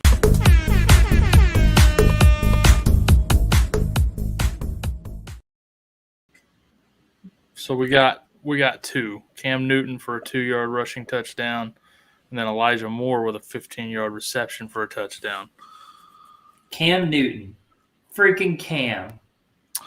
Yeah, that's kind of what I was afraid of with him getting Cam. He's going to tank our freaking goal line McCaffrey looks. Just had a 7-yard catch for Austin Eckler real quick, and Najee Harris with a 2-yard rush. But yeah, that's kind of what I was afraid of. Oh, James Robinson just had a 9-yard reception too. But Jaguar called it though. Just put Cam in for the TD, and then that's exactly what they did. No, I think he was telling us that happened. Oh, they just put him in. Okay. Man, those QBs. I guess go Bridgewater because that's what I was thinking. That pass rush for the Rams is gross. Like it's bad, especially now with Von Miller. Yeah, I'm go with Bridgewater versus the Eagles. That's what I was thinking. Eagles just a better matchup. Also, Jonathan talking about Cam Newton just scored more points than Matt Ryan with a single play. Oh my gosh, dude. This Lions-Steelers game is something else. So big pass up the sideline to Deontay Johnson. And then he gets it. He fumbles the ball. The very next play, Goff throws an interception. Nobody wants to win that game. Oh, but they called a hold on the Steelers defense for that interception, so they don't get the actual interception. Dang. That's unfortunate. I was going to say, man, neither team wants to win that game. They're just trying to lose. They're tanking for a better draft pick. How crazy is that, though? Elijah Moore. Goff will throw an interception on this play, too. Probably. Elijah Moore better not be coming out here and beating these teams and ruining our top draft pick. Elijah Moore just went from one catch on the entire day to just 2 catches and a touchdown. Like, bam, bam, from Joe Flacco. So went from a nothing kind of day to outscore Jalen Waddle and A.J. Brown in a combined. Like, that's wild. That Bills defense score just dropped 5 points because of it. Ouch. The team is tanking over there. Okay. Lawrence fumbled. Colts for the win. Dalvin Cook with a 10-yard reception. That means I'm froze again because I'm still showing timeout. Yeah, same. Oh, ESPN needs to fix this. Bad. Yeah, I don't know how that just keeps. And I would say, like, oh, it's my internet. But considering it's happening to both of us. Yeah. And that's the only site that's doing it. Like, I can go on these other sites and it navigates fine. Yeah. Just can't get the fantasy cast going. 10-yard catch by Dalvin Cook. Zach Moss with a 6-yard rush in garbage time. Okay. Thanks. Thanks for throwing me that bone. He was like, did you say bone? No joke. You already got a bone. Just stick with that one. James Conner with a 4-yard rush. Interesting to see how Conner does today. Boy, this Steelers defense can't catch a break. Okay, so the Colts get the win.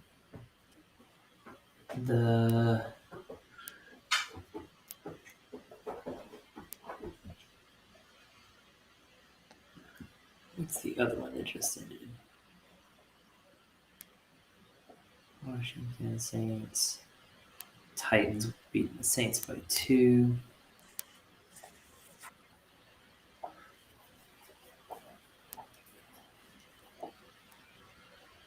It's wild.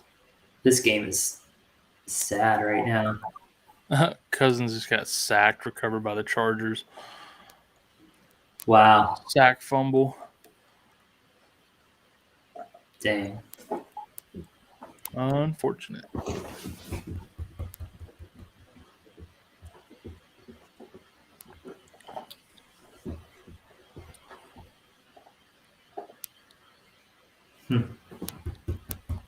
Trying to get my pup to. Yeah, Jacob, man, you're a little bit behind on that, huh? That's what we said earlier. They just keep messing this stuff up, man. Too many penalties, just messing up opportunities for the Steelers here. They just keep messing that up. Getting down in field goal range now. So the Lions actually have a chance to win this.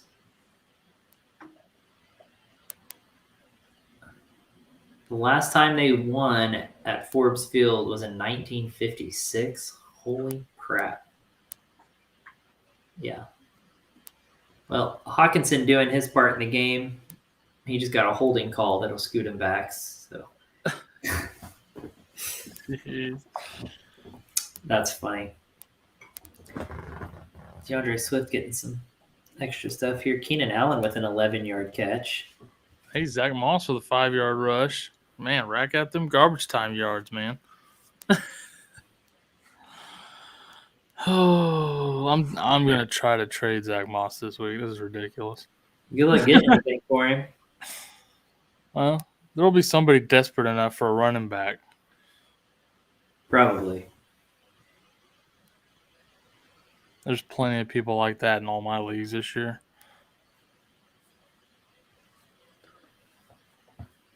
Probably so. I think I need to turn on the air conditioning for the kiddo really quick. Yeah, I had to turn mine on too. It's getting warm. Warm up in here. Yeah, our freaking eco thing is on. It comes on automatically. It's really annoying. Mine's just a switch that goes from heat to cool, and then I set the temp like a old school, like normal thermostat. Yeah, I'm not looking to. Austin Eckler with a 4-yard rush. I mean, we already cooked him once in Vegas. He survived. Right. Hey, Mike Williams with a 10-yard reception. And Robbie Anderson with a catch. Awesome. New phone, who dis? I'm so frozen again.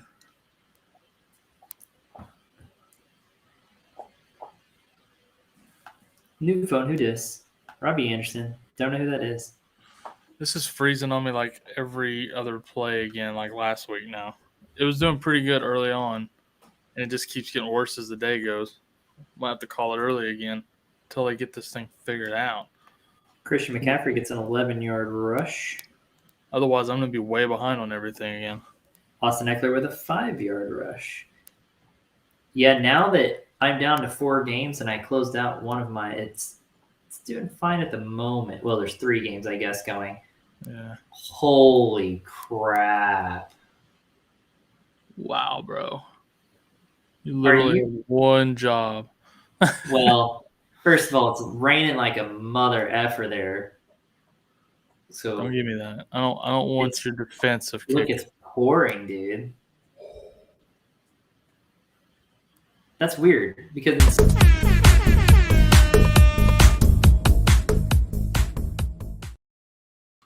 McCaffrey direct snap up the gut for a 13-yard touchdown. Take that. It's weird, this Lions game.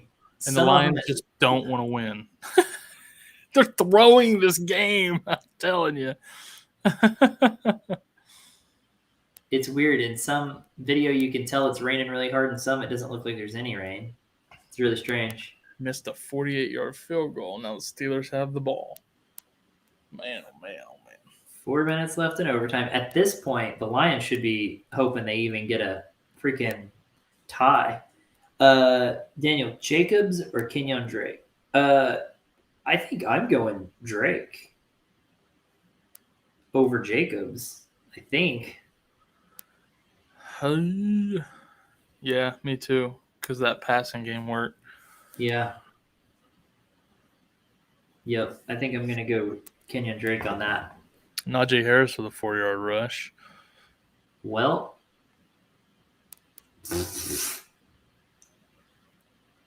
there goes a lot of yards.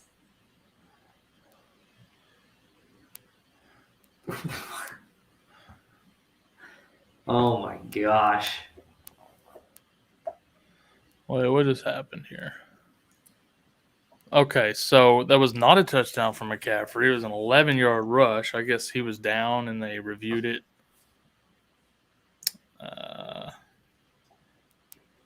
Wow.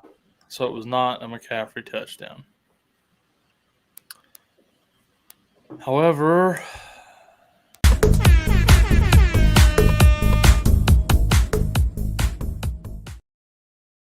I absolutely hate the Panthers now. Cam Newton passed to Robbie Anderson for a 2-yard touchdown. I freaking quit fantasy. I quit. Oh my gosh, dude. Really? Jonathan, you should have started Cam Newton. So bad. Oh my gosh. Like, how does that happen?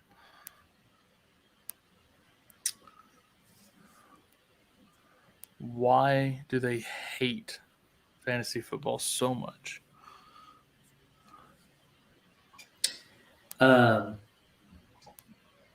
Boy, just really bad. Jaguar says, it's not raining. Those are just tears for future for either of these franchises. I could believe it.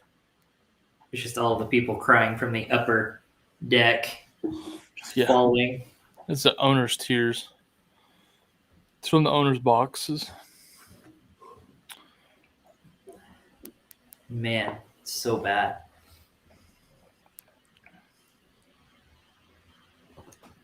I think those Hawkinson owner tears. It should be. It might be tears coming all the way from freaking Arizona. Just the wind blowing them over there. For all these McCaffrey owners. My gosh. Possibly. That was dirty. They did my man's dirty on that one. That's 2 McCaffrey touchdowns that have just been like robbed. Vultured by Cam Newton. Man, that's super rough. But I mean, what's diabolical is what it is. McCaffrey though was super successful with Cam Newton there. So I don't know. Let's see. Jaguar, if I would have mentioned starting Cam, you, Corey, and Tony would have given me a hard no on that.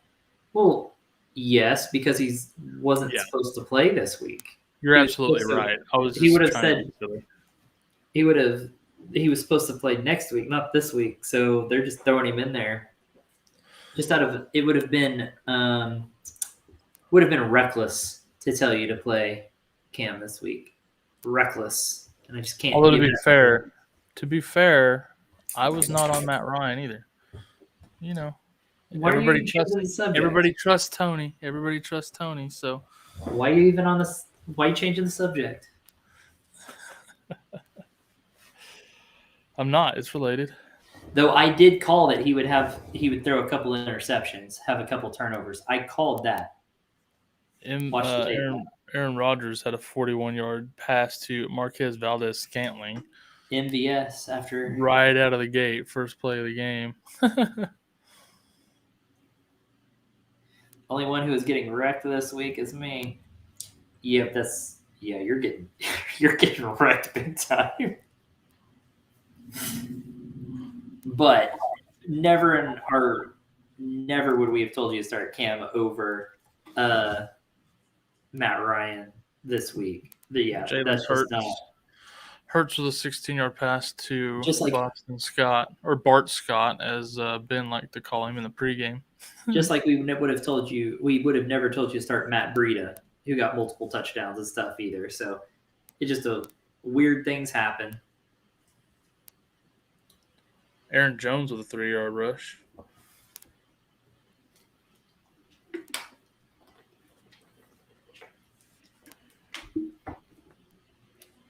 Oh my gosh. Long weekend. My tired's hanging out. I hear you, man. It's been a long couple days. But I'm also sad it's already Sunday. I love Sundays because I want this so bad. I want fantasy football so bad. And then when it hits me that, oh yeah, work starts back up tomorrow, just brings me back down. It's just so sad. At least I get to sit down and hang out with everybody here today instead of working my butt off like the last couple of days. Another missed interception, dude. A couple missed interceptions in this game. Jalen Hurts getting an 18-yard throw to Quez Watkins. Before that, he had gotten a 10-yard throw or rush and another good throw to somebody, and I missed that. Christian Kirk getting a 19-yard reception.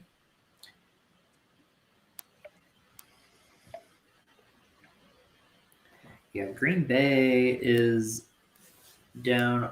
Aaron Rodgers got a 7-yard rush, but was brought back on a 10-yard penalty, so they are no longer in the red zone, getting scooted back 10 yards. So takes them out of the red zone.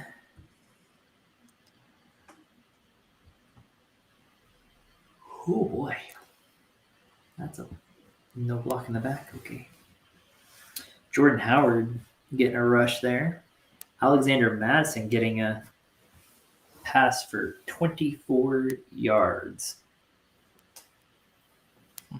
That's a good little reception for him. Yeah.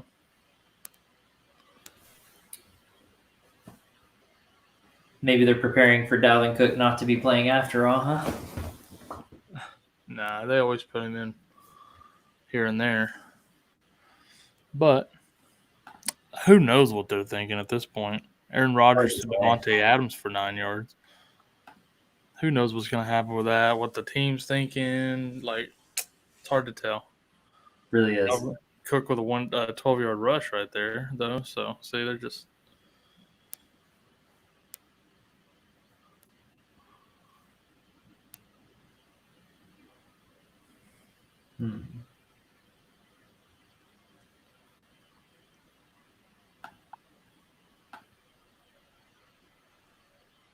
Yeah, it's Lions Steelers game or something else, isn't it? What? I can't hear you. It sounded like you were. I said this Lions Steelers game is something else, isn't it? Oh, it's disgusting. 9 yards to Devontae Adams. I already called that. Oh. Yeah, someone is bound to get in field goal range here, right? Jay Gore, I'm not upset with y'all. Dang right you're not.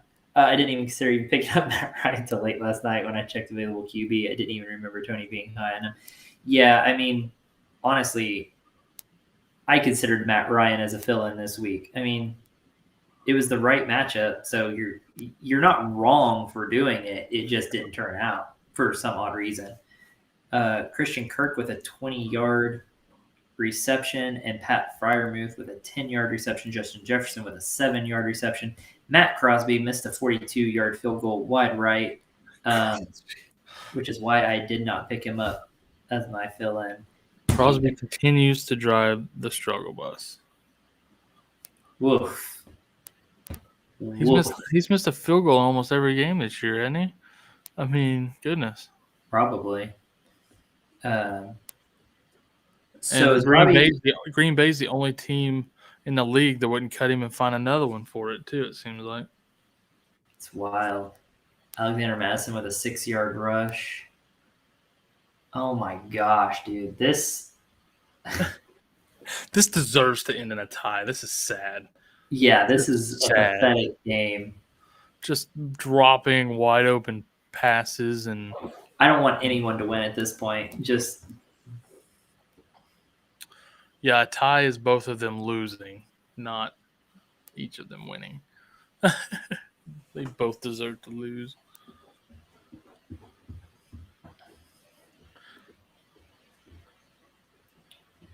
But it also messes up that perfect no-win season for the Lions. Right.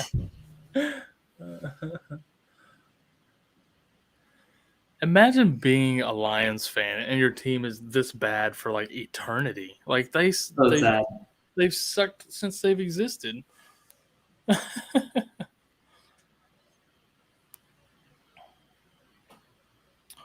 Cook with a 6-yard rush there.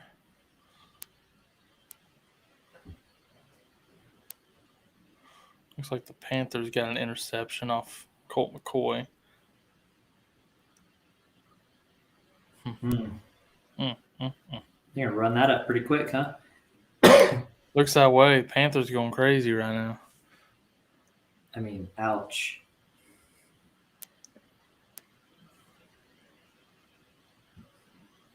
Wait, that Dalvin Cook, Alexander Madison is just back and forth, back and forth. They're like switching out almost every play, it seems like. Jeez. I have no idea how to pronounce the name of that guy that just got that sack on Cousins. Oh, I must need to. Eamon Ogbongbemiga. Oh, I'm having to refresh. I can't even see it. It's a long one. It's a long name. Cousins 9 yards to Adam Thielen. Alex Collins with a 2-yard rush. Yeah, it was a crazy looking name. Jeez.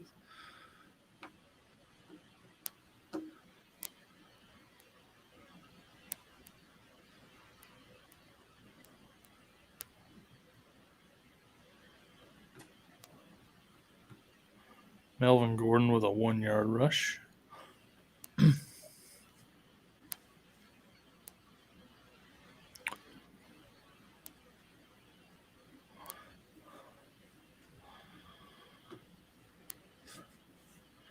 Today's events throw a wrench in my lineups, though, or do I still keep Russell Gage on my bench, or do I just drop him for something else at this point? Yeah. It's Matt Ryan's just not. He looked bad. Real bad. And Gage is clearly no Calvin Ridley. Yeah, I'm gonna go with Jaguar on this one. Does it have to end in a tie, or can we just give them both losses? That's what I was saying a minute ago. This tie will definitely be both teams lose and not both win. They definitely deserve to both lose this game. Like, this is pathetic. Yeah, the only reason it's even close is because Mason Rudolph is playing for the Steelers. The fact that he's playing just as good, actually he's playing better, I think. I haven't looked at the stats, but better than Jared Goff. Like, come on. I knew when Jared Goff was drafted he wasn't ever going to be shit, and he ain't done nothing but prove me right. No joke. Hey, DJ Moore gets a 6-yard reception. That's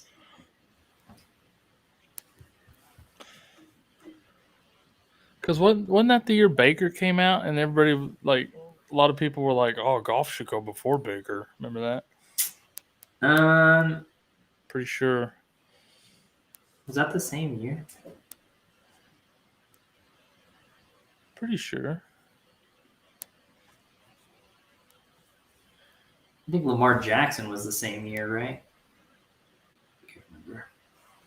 I can't remember.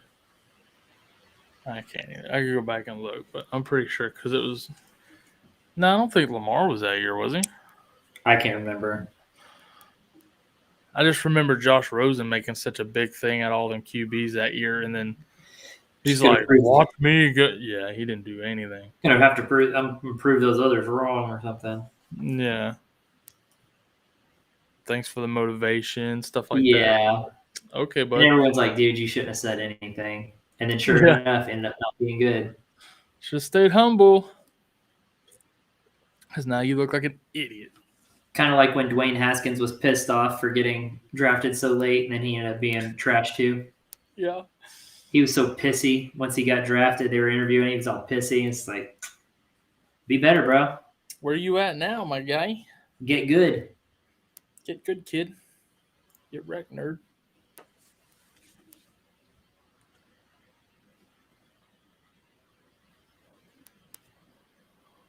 All right, I think I'm frozen again. It's been on these plays for a minute.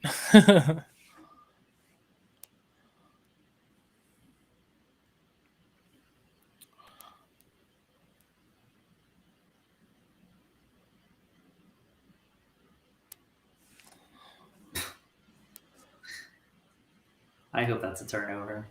I hope no one gets the score here. Adam Thielen gets a 3-yard catch, and then Greg Joseph makes a 46-yard field goal to put the Vikings up 3-0. So Freiermuth gets the catch, turns upfield, fumbles, and the ball stays in, and I'm pretty sure it's recovered by the Lions. My God. Oh, my goodness, dude. I think he stayed in bounds there. It's just so bad. This will show if he stayed in bounds or not.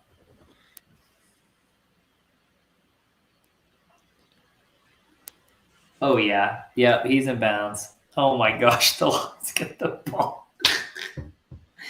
Well, this one's going to end in a tie. Because that was at the field goal range marker on the field. There's 8 seconds left. That's where they had to get to even just stand a chance at a Boswell kick. And wow, It's kind of crazy. Lions have the ball back now. Oh my goodness! They probably get 2 plays. Oh nope, they're just gonna run this They're lateral going play. full lateral. Why would you lateral it at the sideline? Kyle, they're the Lions. I know. What was that?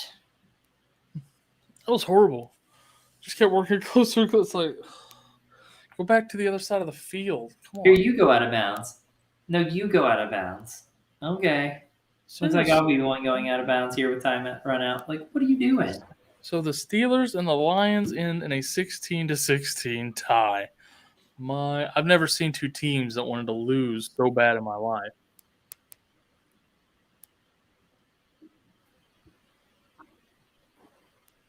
Let's see.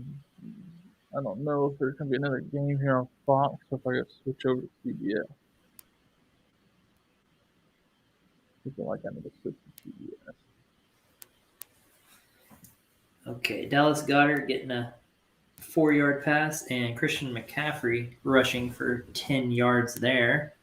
McCaffrey could ideally have multiple scores already, but they just keep not. Now Cam Newton is in at midfield instead of in the red zone.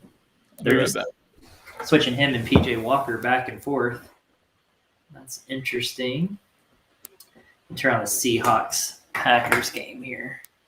Switch the channel now that cluster is over with. Well,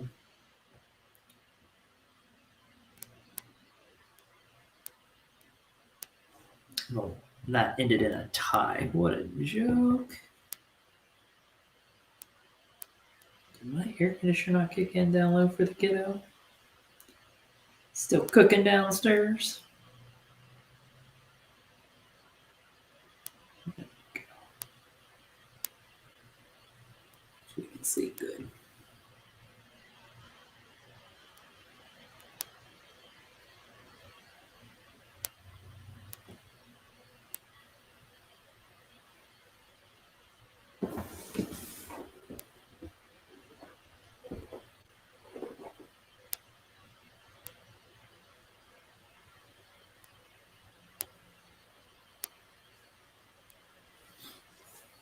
Okay. Nothing going on right now. A.J. Dillon gets a 5-yard rush. Jordan Howard a 3-yard rush. Keenan Allen gets an 18-yard reception. Good deal. Oh, and Robbie Anderson a 16-yard catch. So now all of a sudden, Robbie Anderson is more productive than DJ Moore. So there's that. And I had to resituate my antenna. It was starting to go crazy on this Seattle Green Bay game. McCaffrey gets a 6-yard rush.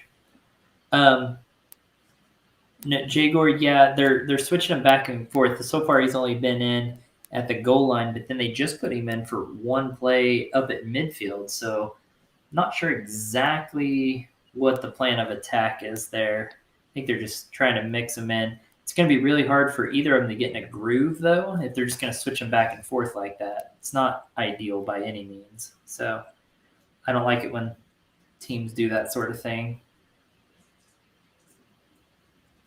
Looks like the Eagles tried for some trickery. Jalen Reagor with a loss of 8 yards rushing there. So Yikes. that didn't work. Nope, that was a fail.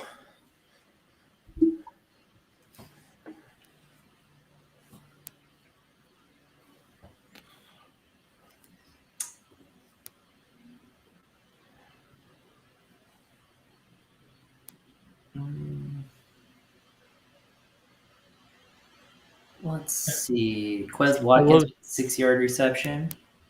I love how on the punts, like the guy will call a fair catch, and the defender will like square up in front of him, like, I'm gonna hit you.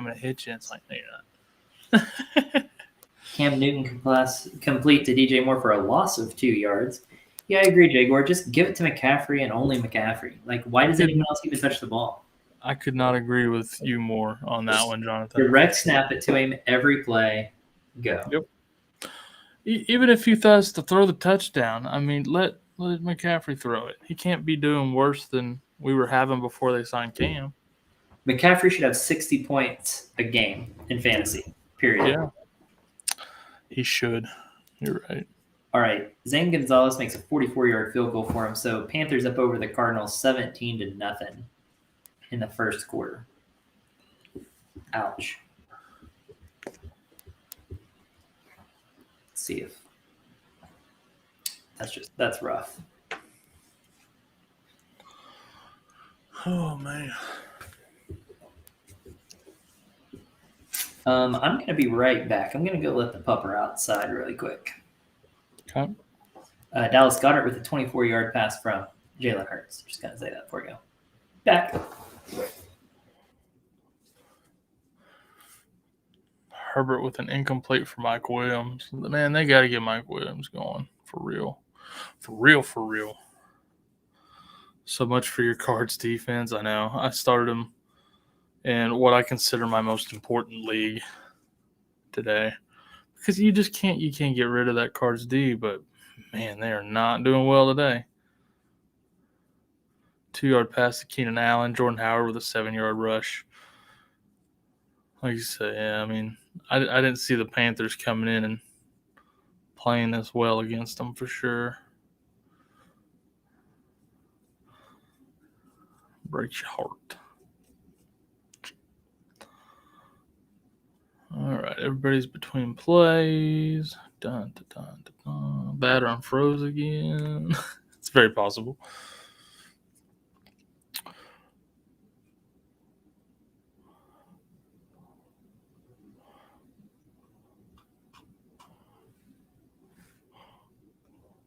But I agree with you 100% on McCaffrey. Why would you ever hand it to anybody else?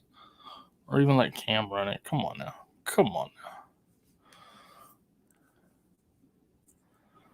Yeah, man, you've had a rough day, it sounds like. On your guys. I've been there. Been there, done that.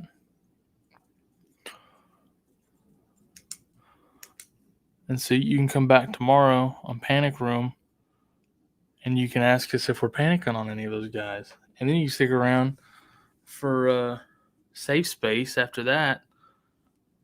And you can vent and drink and cuss and do whatever you want. Go just cry.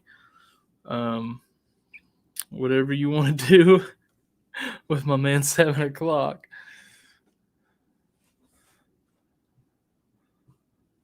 Dustin Hopkins with a 46-yard field goal made. Gerald Everett with a 12-yard catch. Yeah, man.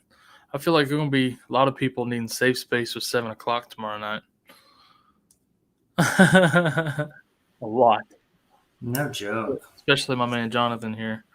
Oh, man, that Cards defense is right. I mean, why wouldn't you play the Cards defense, right? But then it's really their offense that's screwing up because of those turnovers. I mean. Yeah, I started Cards D in Roll Tide, and unfortunate right now.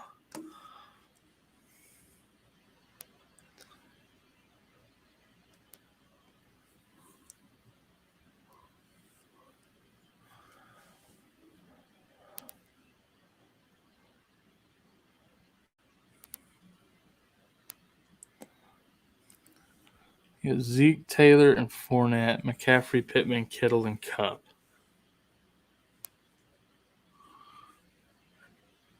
It's a heck of a setup, my guy. I may be able to pull something out. Yeah, that's a pretty good setup, my dude. No joke. You're gonna be okay.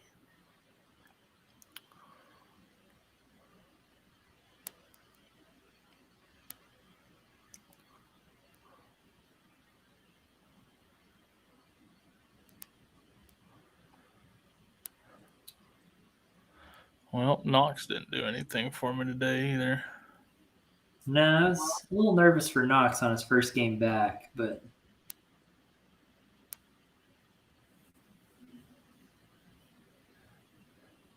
Stevenson on my bench over there. That's unfortunate.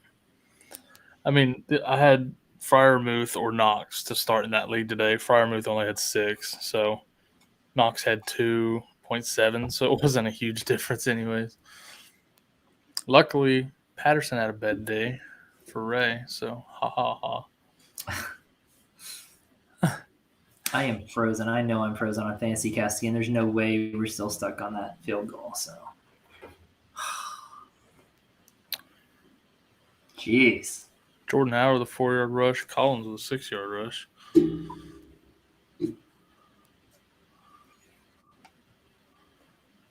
I might have to adjust my antenna too. For some reason, It was getting really glitchy on me when I switched channels. It was weird. Yeah, it's getting glitchy on me now all of a sudden too. It's weird. I had to readjust it, and it's like I'm stealing cable over here or something. It's weird. Oh, I know. It's wicked.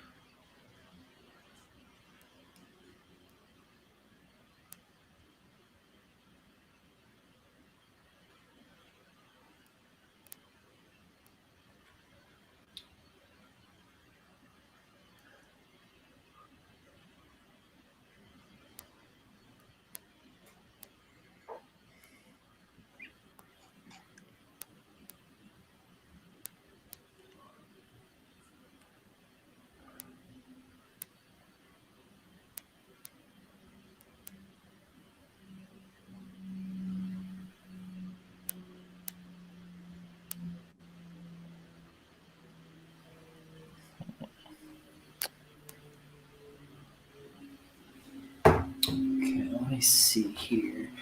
I'm in the middle of refreshing, so. Dustin Hopkins makes a 46-yard field goal. That one's been up for a minute. Okay. Oh, are you saying I need to refresh or not?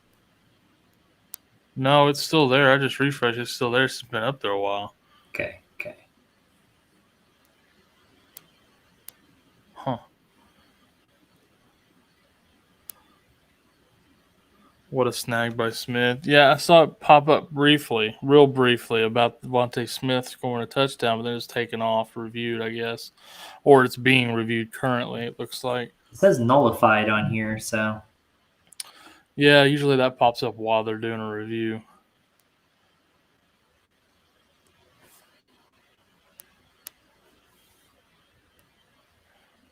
So we'll see what happens here.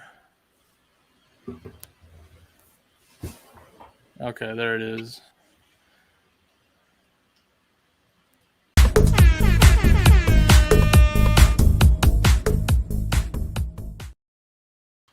So it was a 36-yard touchdown reception for Devontae Smith. Nice.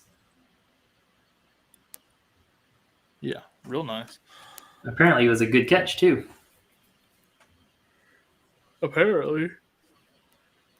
Dang. Yeah, we got Seahawks Packers on here, which is interesting that they wouldn't put Philly. They usually put like Philly or Washington, New York games here since we're in Dallas's deal, but Yep. not today, apparently. Which is fine. I don't want to watch the Eagles. I'd much rather watch this game. No doubt. If I had to pick one to watch, this is the one I would have picked. So This is the one I was more interested in, for sure. Yeah. I think if Kyler was playing today, we'd have the Cardinals game on in this area. Yeah, If probably. he's out, they went with Seahawks Packers instead. Well, I mean, also, though, with Jalen and then it being the Eagles, kind of surprised that one, but. The Cardinals are on Fox, so that's why. Makes sense. This one and the Eagles are both CBS, but this one's higher profile, so I guess they went with this one. Yeah, I'm happy about it. This is definitely a more exciting game. It's the one I wanted to watch. Maybe they thought Dallas fans wouldn't want to watch the Broncos play again, so they went with this one. Thank you. Thank you for not making us watch that. That's kind of what it feels like, isn't it? Gosh. But like, let's not subject them to that and rub it in, huh? Thank you. But we saw today what they're actually capable of. So Aaron Jones with a 3-yard rush. Yeah, man, we came back. They just were off last week. It happens. It just sucks when it happens. But again, Dallas is doing really well. They have 2 losses, and they haven't even started their, like, what I would consider their easy part of the schedule yet. So, yeah.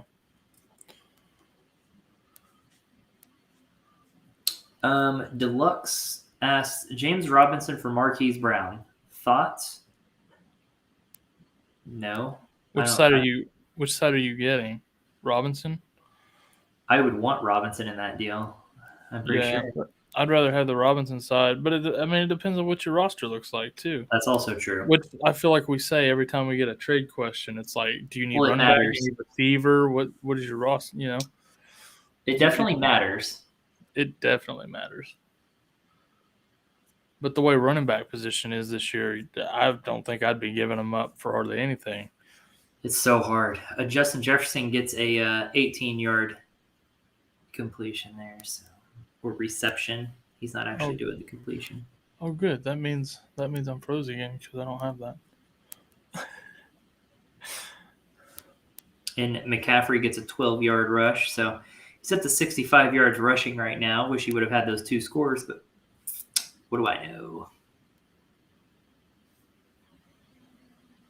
All right. And then Green Bay have to punt it back to Seattle. Don't know why he called a fair catch. He was at midfield, and no one was really close. That was dumb. They could have gotten some really good field position. I would get Marquise Brown. He's had over 10 targets the past 3 games and like 14 in 1 or 2 of them. Yeah, but what's your running back situation look like? I was going to say, are you really deep at running back and you need a receiver really bad? I mean, that's the only way I would do that still. Dalvin Cook get an 8-yard rush, Jerry Jeudy 3-yard rush. Yeah, I mean, running backs are just so hard to come by at the moment. Jeez. I mean, yeah, he might be getting more points on a weekly basis right now, but, you know, when he gets over that injury completely, he had a pretty good day today considering he was playing through the pain. So as he gets healthier, he'll keep getting better. I mean, you still got to fill out a full roster. So, I mean, if you don't have any other running backs you can use, if you trade him, then you're hurting yourself more than you're helping.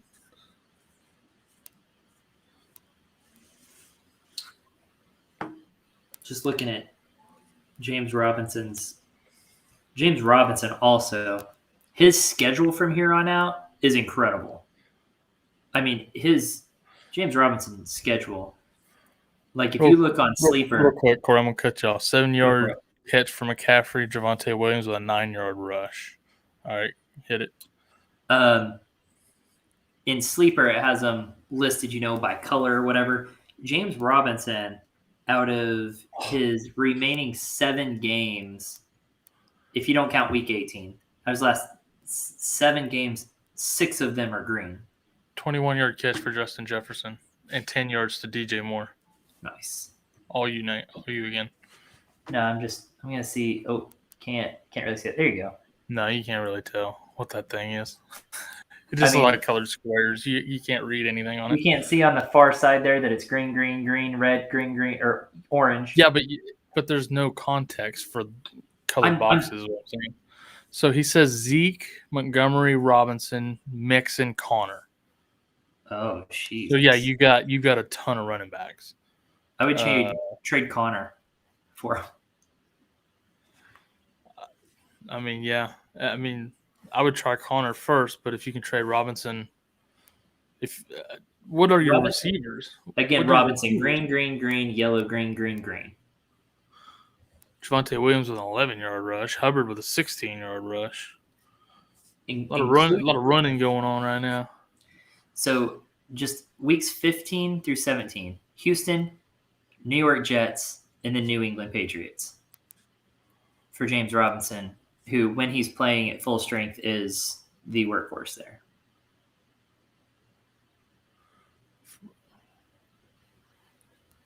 I mean, I think it's going to be close. I mean, if you don't give a crap about the situation, I mean, I'm keeping Robinson then. Yeah, I think you can get more value out of. You'll be able to get way more than that for a running back if that's what you're wanting.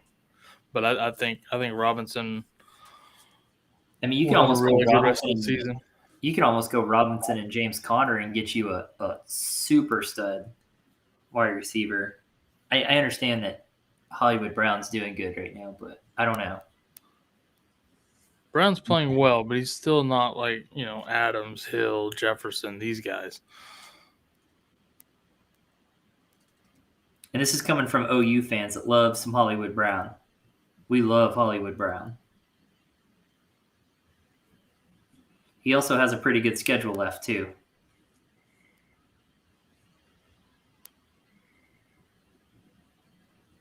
But that's a run-first offense.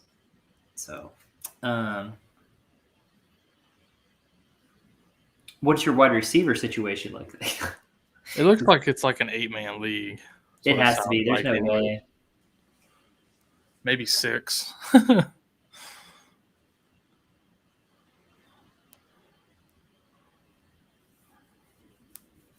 I could see an 8-man for sure, but Trante Williams getting some work here.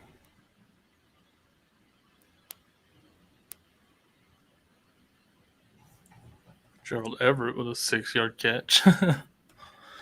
So anybody who held on to Gerald Everett while Wilson was out, I guess he'll be mildly relevant again. He'll get you your 5 or 6 points a week again now. Man. I'm going to refresh my fantasy cast here and see if I can get past the freeze. I love these Baker commercials, man. They're so funny, the Progressive. Yeah. I haven't seen this one, but I can't hear it because I can't hear it on mute. Dalvin Cook with a 3-yard rush. Oh, yeah, it is a 6-man league. He has Adams, Deontay, Metcalf, Cooks. I mean, pick the one you like better. They're both gonna score a lot of points. I prefer Robinson, but probably neither one will ever see your roster with the guys you got. So I mean, I might play Robinson over Montgomery, maybe, and depending on the matchups, but 6-yard catch for Devontae Adams. I mean, you can't do better than Hollywood on that. I mean, honestly, in a 6-man league, keep the running back also because there's way more receivers. You could probably go pick up a receiver and start them off of waivers like right now if you wanted to. Or his running back's not going to be that easy. Teddy Bridgewater, 4 yards to Jerry Jeudy. So you got to think about that too. Like,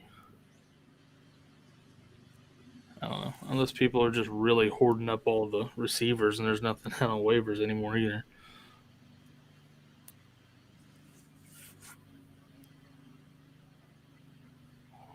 Yeah, 6-man league is just so much different than like values are almost insignificant. We have an 8-person league and it's just like no trading. Every team is so stacked. Like it's someone has a stud like Derrick Henry go down and they don't even have to trade to get a running back. I mean, it's just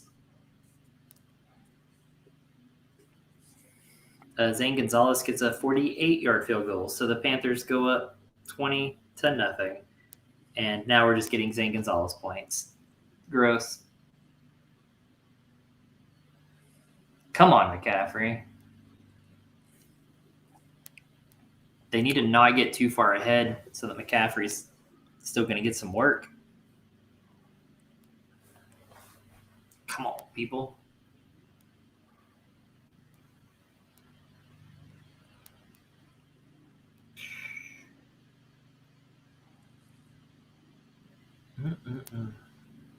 Man, I'm hungry again. I didn't eat enough for lunch earlier. I picked out pretty good. Man, I in had a little leftover fried rice in the fridge, and our auction best ball league is ridiculous. I was winning by like 40 points earlier, and now then he got Gibson with his, and Jacoby Myers got one, and Callaway got one, and Hooper got one, Austin Hooper. So he scored a bunch of trash touchdowns, and now all of a sudden he's projected to beat me. I was like, what? Went from like a 40-point win to losing? Come on. dude, Games are just fickle, man. Half my team in that best ball league is hurt, and I didn't know how to draft a best ball team. Oh, neither one of us did. Melvin Gordon gets a 15-yard rush, by the way. I really feel like I messed that team up drafting it. I mean, luckily Swift has ended up being good, so that helped quite a bit. But I mean, we were both winging it. We didn't know what we were doing. Just got lucky, is all. I got lucky that Leonard Fournette ended up being a thing. Like I don't even follow it. Like to me, best ball is kind of boring because you don't get to set your lineups or whatever. I'm only weird. interested. I like the auction part of it and the fact that it's a charity. That's pretty much the only reason I'm in there. I'm really only interested just because I'm curious to see how we do with not knowing what we were doing going into it, right? Like we winged it. We didn't prepare for it. We were sitting in the morning that we were getting ready to fly out from Las Vegas after our Vegas League draft. Like we just kind of sat down. We're like, oh yeah, we've got this. We have to do really quick. So we went and did that. Like I'm just curious to see how it goes with all these other guys that were experienced in that. And to see how we do against it. Just it makes me curious is all. The way it's going right now is I'm 2-7. So it's not going well. Half my roster's been hurt the whole year, so I'm like I'm 6-3 in there. So not bad, but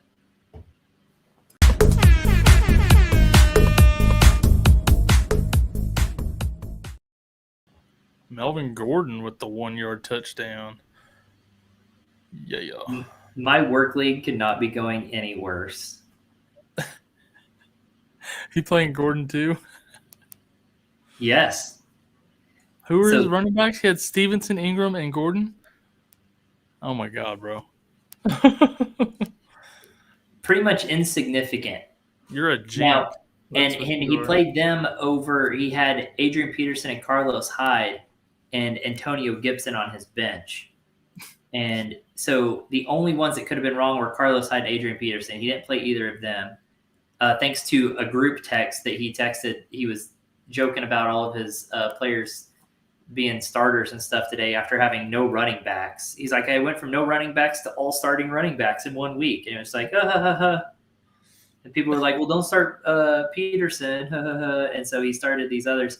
And they're all going crazy against me today. So I went from projected to win by 40 to now I'm projected to lose by 8 because his team's just going off. And then A.J. Brown has 1.5 points for me.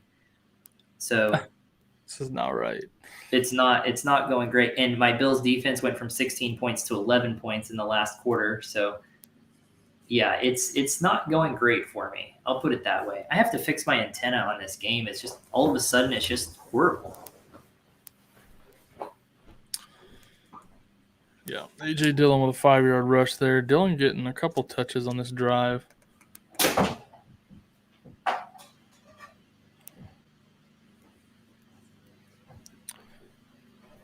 James Conner, 16-yard rush, brought back on a holding penalty. That's unfortunate.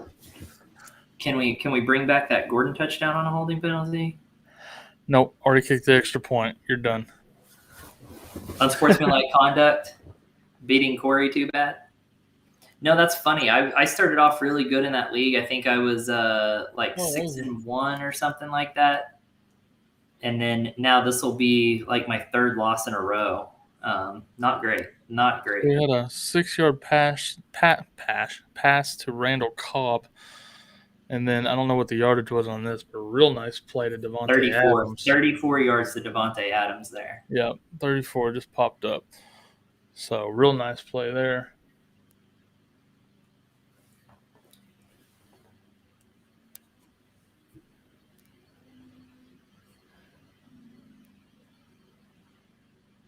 Yeah, he's having a decent day. Had one batted down there.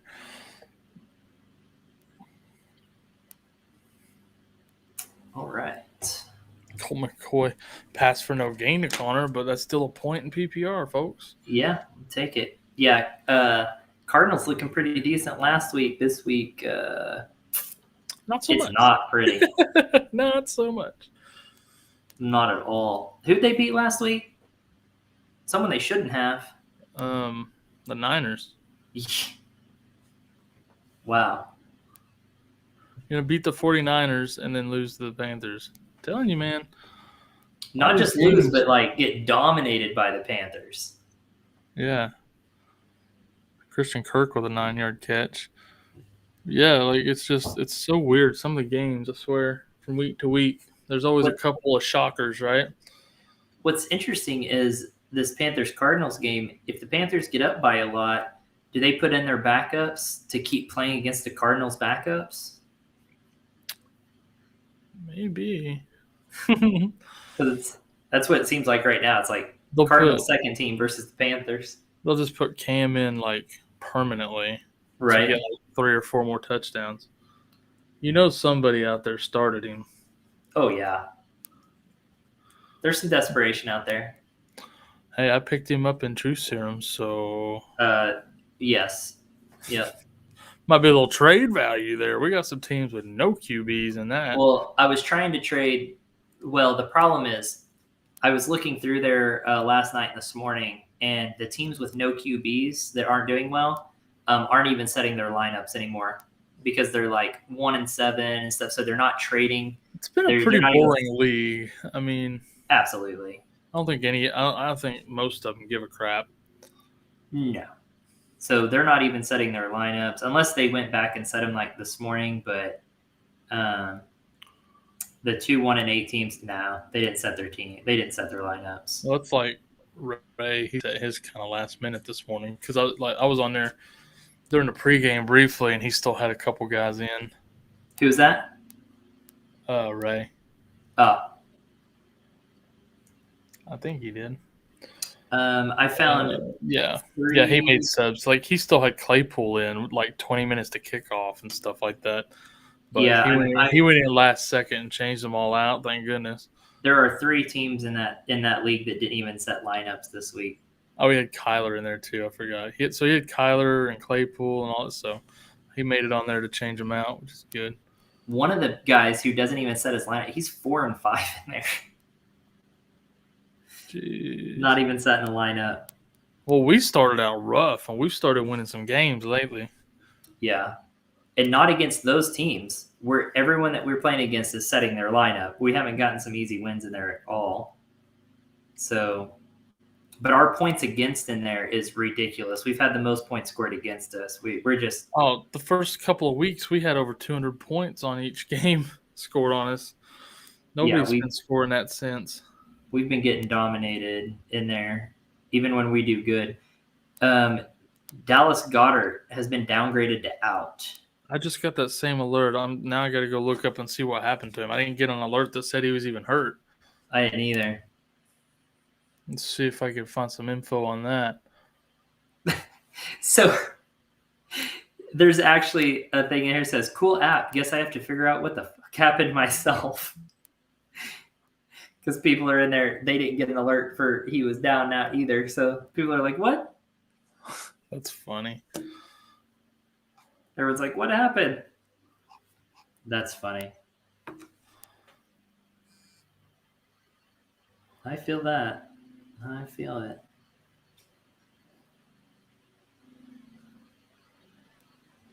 All right. I'm not seeing anything, so I don't know.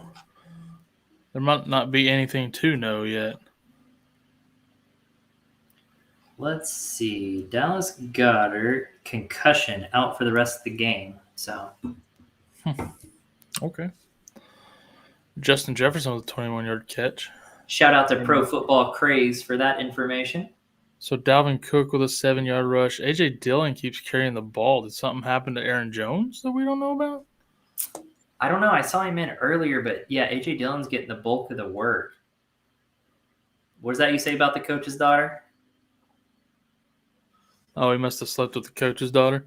Yeah, I mean, McCaffrey, the 10-yard rush. Yeah, I don't know what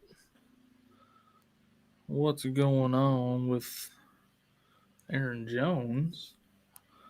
Oh, Mason Crosby going to kick another field goal. Let's see.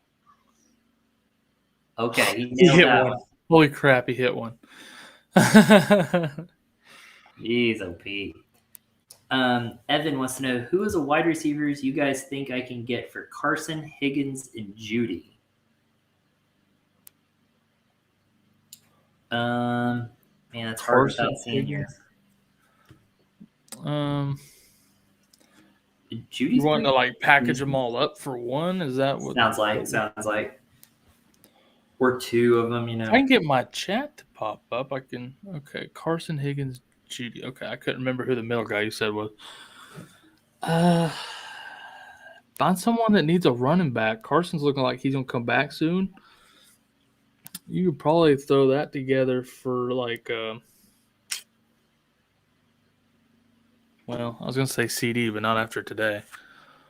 Hold on, real quick. I gotta hit this.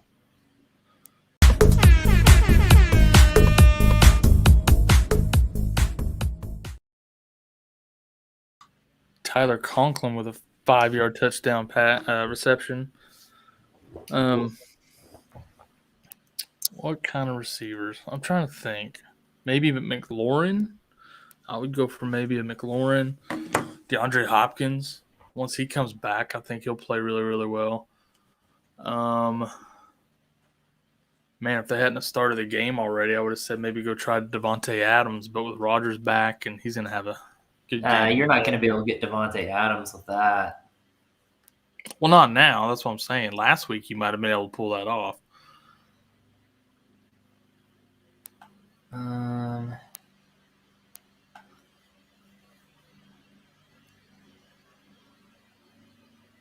Might be able to buy low on an A.J. Brown this week.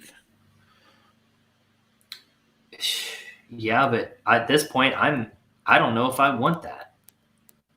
Jesus. He was the number 4 wide receiver for the week and got 1.5 points. I'd still take A.J. Brown in there. You might be able to get like do you think a Chris Godwin's a good target or? Godwin could be a good target, yeah. Keenan Allen. Amari Cooper, maybe. Deebo Samuel? I'm not as comfortable with Deebo for that haul. Cordero Patterson. Yeah, Patterson would be a good one. Marquise Brown, maybe. There's a lot of options there. I don't mind Judy. I think Judy's. I like Judy. Judy and Carson, I feel like, should be able to bring you something good to a running back needy team. Mr. Sarcastic. The one week I trade Diggs and OBJ for Adams, Diggs goes off. Yeah, I mean, Diggs is going to have big games, but so is Adams. So yeah. OBJ won't. So I really don't think OBJ is going to do much of anything. I bet OBJ, well, it's getting late into the season. I was going to say, I bet he has one good game for the rest of the season, fantasy-wise. But he's going to be a maybe 5 to 10 points a week type guy. He's not going to be what everybody's hoping he'll be there. Unfortunately. Yeah, Evan, that's really tough without knowing other teams' rosters to just know who to even target. We listed a bunch of potential targets, though. If anybody with those kinds of players need a running back, and you're good enough at running back that you can let Carson go. Yeah, because Carson has a great playoff schedule too. Like his rest of the season schedule is pretty good. So there's going to be plenty of teams that need a running back, I promise. And you'll be able to get a pretty good upgrade with Carson and Judy. You might not even need Higgins in there. Or Carson and Higgins. You can use Carson and Higgins and go get someone pretty good and hang on to Judy even. So yeah, you got lots of options there. Teddy Bridgewater, 64 yards to Albert Okwuegbunam. That's how I started pronouncing that because it keeps showing up every week, and I don't know how to pronounce it. So Okwuegbunam. I tried to sound it out a couple of times, and that's what I settled on. So, well, my fantasy cast just doesn't work. So I have to keep refreshing mine every couple of plays. He was doing better earlier with more games going. And now it's a little better now. Mine's a little better now, but also I think when I host this, it also messes it up a little bit more. No, I mean, it at least slows down the refresh, I feel like.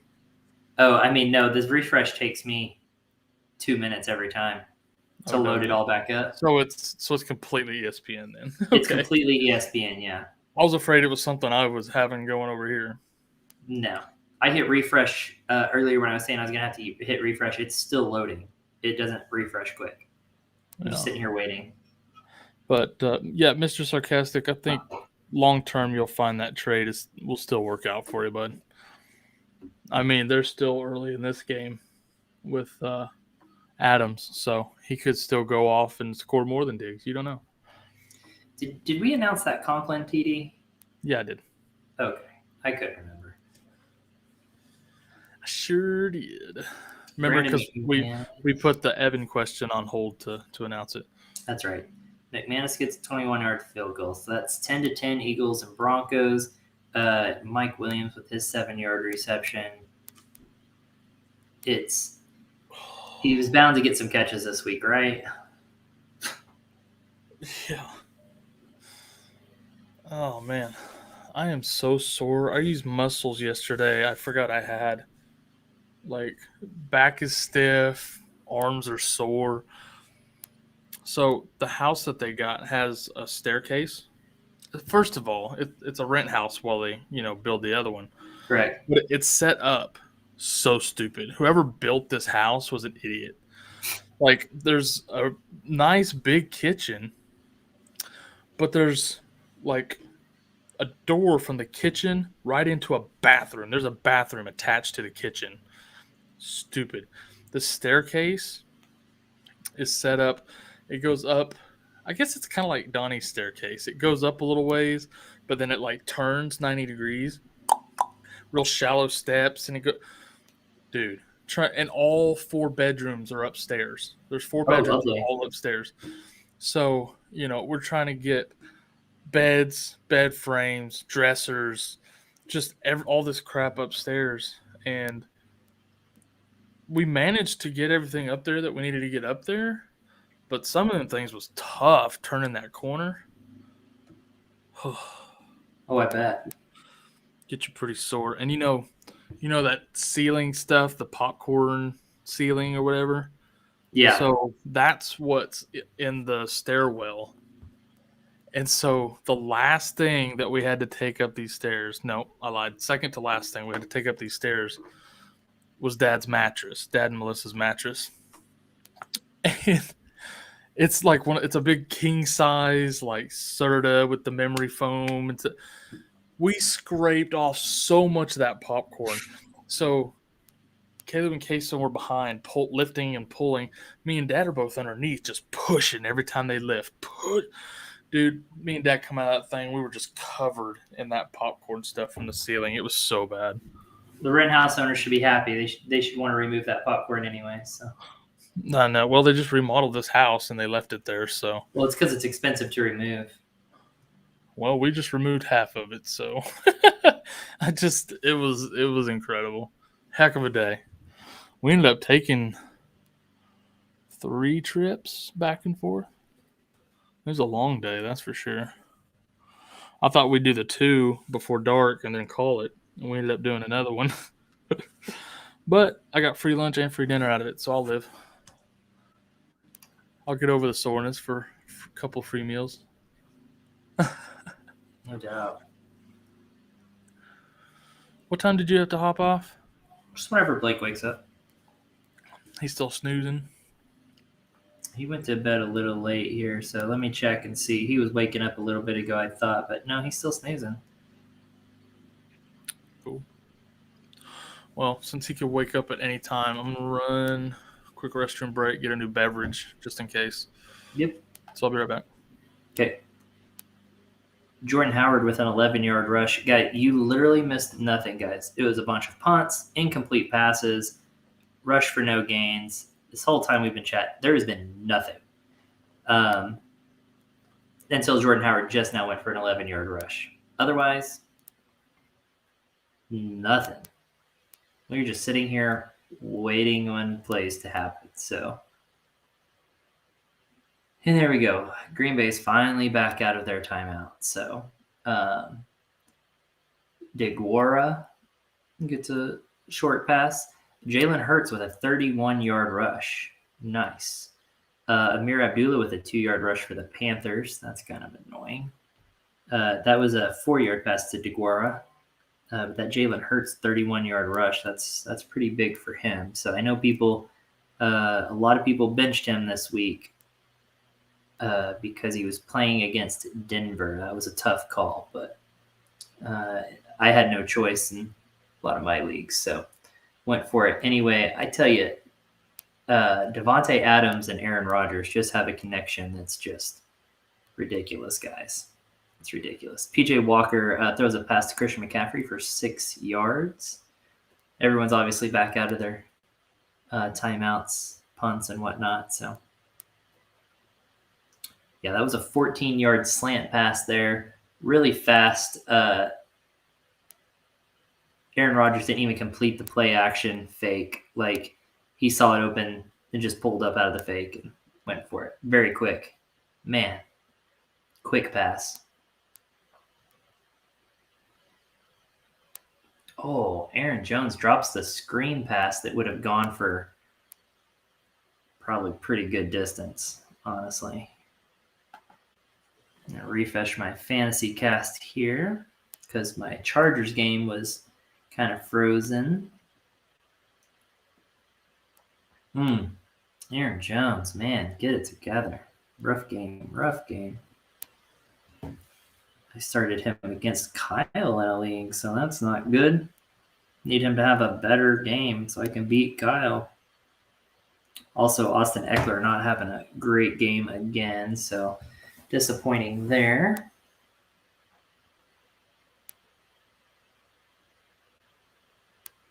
Sorry, guys. Fantasy cast just taking forever. Did not expect Carolina to be beating up on Arizona quite that bad. And I thought there was supposed to be snow at Lambeau, but no snow at Lambeau.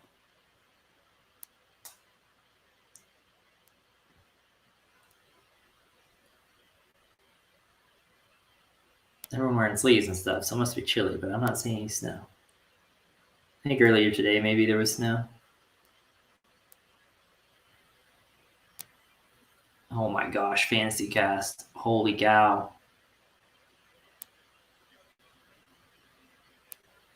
Okay. Whew. Aaron Jones with a 2-yard rush. And Panthers Cardinals at 2 minute Panthers Cardinals at 2-minute warning. The other two games are at timeouts. So more just kind of waiting for these games to actually do something, guys. So you're not missing any updates. There just aren't updates to give. So apologies for that. In case y'all wanted to know, Cowboys beat the Falcons 43-3. Titans beat the Saints 23-21. Colts beat the Jaguars 23-17. Patriots beat the Browns 45-7. Bills beat the Jets 45-17. Lions and Steelers end in a tie. Final in overtime 16-16. Washington beats the Buccaneers 29-19. Insane. And that's it for today. So far, the Panthers are up 20-0 on the Cardinals. Vikings up over the Chargers 13-3. Eagles and Broncos are tied 10-10, and the Packers are up over the Seahawks 3-0. Jalen Hurts gets a 4-yard rush on their first play back from that timeout, and Aaron Rodgers throws a short pass here to Randall Cobb. Looks about 7 or 8 yards. PJ Walker passed to Christian McCaffrey for 9 yards. So McCaffrey getting some of those PPR points, which is really nice. And it was 8 yards to Randall Cobb. Jordan Howard gets a 3-yard rush. Christian Kirk has 8 points so far. He has 6 receptions for 53 yards. So getting some PPR production there. Christian McCaffrey with a 2-yard reception. So he's racking up some PPR points as well. Uh-oh. Well, the Packers fumbled the snap, and Seattle gets the ball. Oh, okay. Looks like they let Aaron Rodgers wrestle his way back into that one. They might have to review it. That's interesting. Fumbled it. Didn't get it.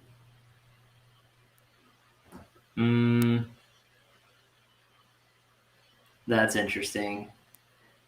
6-yard pass to Quez Watkins from Jalen Hurts.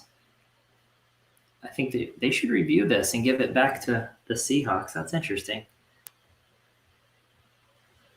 That they let him get back. That's probably a bad call. Just going to throw that out there. Okay. It looks like it is being challenged.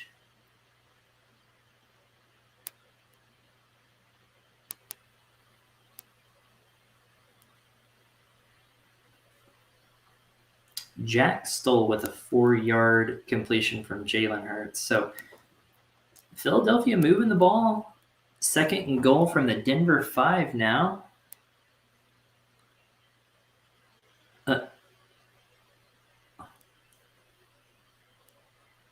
That's funny.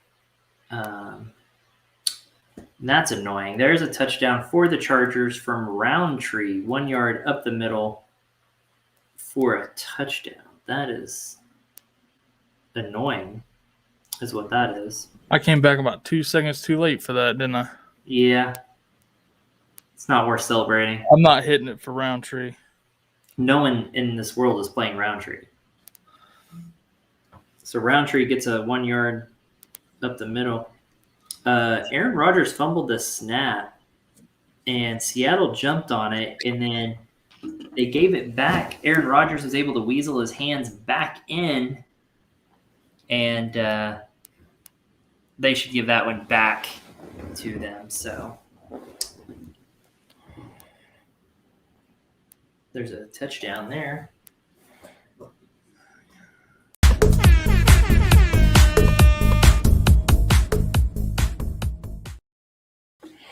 Devontae Smith with another touchdown, 5 yards. My God. Yeah, they're doing good against that Denver defense. I didn't know how that was going to go today. I was really nervous about starting Jalen Hurts, and I didn't really have a choice in most of my leagues, and so I had to start him, and looking like wasn't necessarily a bad start. What's funny is the timing of this. So James asked me in Redux yesterday, hey, who do you like less, Kill or Waller? And I'm like, man, this might finally be my chance to get Smith. Well, not now. He's like, I got a flight test tomorrow. I'll hit you up next week. I'm like, okay. Yeah, Devontae Smith having a day. Yeah. Not going to pry him away now. That's funny. I'm watching this commercial right now, this Heisman house that has Smith there. That's funny. I was just thinking, like, it's going to be funny. I know he's going to come at me with Damian. Probably Shepard, Ridley. Those are the guys he's trying to get rid of. So he's been trying to trade those to everybody. Oh, here we go. Christian McCaffrey gets a 1 yard reception there. Love that. These dump off passes just keep racking up those yards, or those points, I mean. Yeah. I mean, he only got a yard, but yeah, the catch is nice. I mean, he's gotten a couple 2 yard catches and stuff like that. Like, he's racking up those. I just saw the replay of the Rodgers deal. It's pretty funny. He literally just took it back from that guy, didn't he? Yeah, I don't know how they're giving that back to him even after the replay. The other guy obviously had it. Well, I mean, if they thought it was considered like a like if they both had it, it defaults to the offense. That's the only thing I can imagine happening. That's the only explanation there is, but that wasn't. I'm glad because I'm starting Aaron Jones in multiple leagues, so at least there's not that fumble now on him. But I'm just saying, like, if I was a Seahawks fan, I would be angry at that call because that's an incorrect call in my opinion. It's nice to see Aaron Jones back on the field, though. No doubt. Aaron Jones gets a 10-yard reception. And then I thought there was something else that just happened, but I don't recall. Zane Gonzalez makes a 49-yard field goal to end the half over there. So if you started Zane Gonzalez today for the Panthers, holy cow, you are getting some points.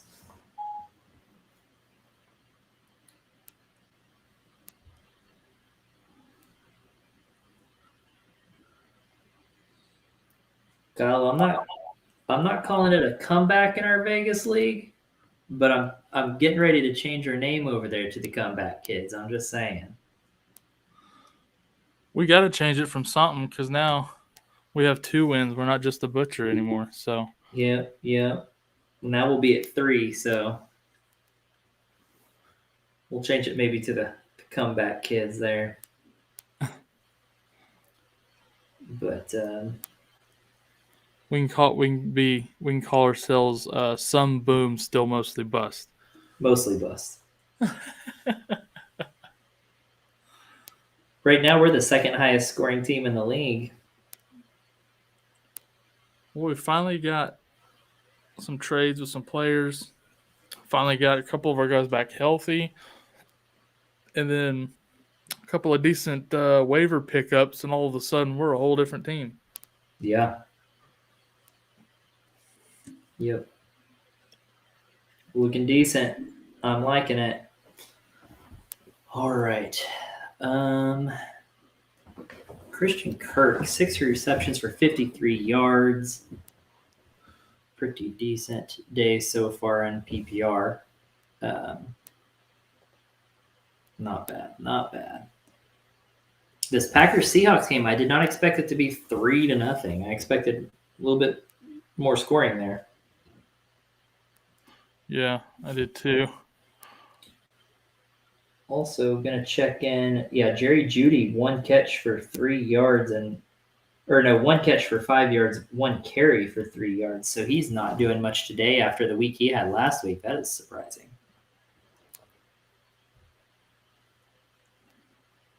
Because that Eagles defense is not anything to call home about for sure. But that Eagles team is doing pretty good. I think this is more of the Broncos. The Broncos played kind of out of their mind last week. So Dallas played bad. Broncos played great. And really, the Broncos only won by 10. So nothing to get super excited about. They dominated the game, but they only won by 10. Yeah, the Broncos were all jacked up on Mountain Dew last week. Something was up there for sure. They played very impressively.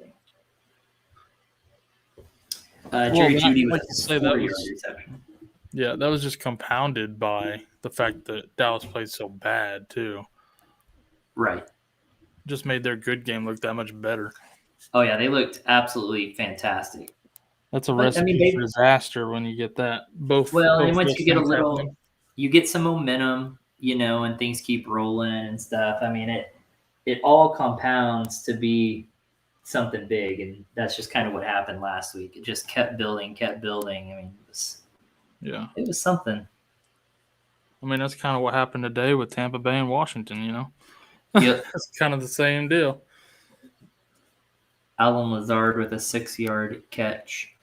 So Green Bay putting together a nice little drive here, eating up a lot of time, feels like. They're eating this quarter up.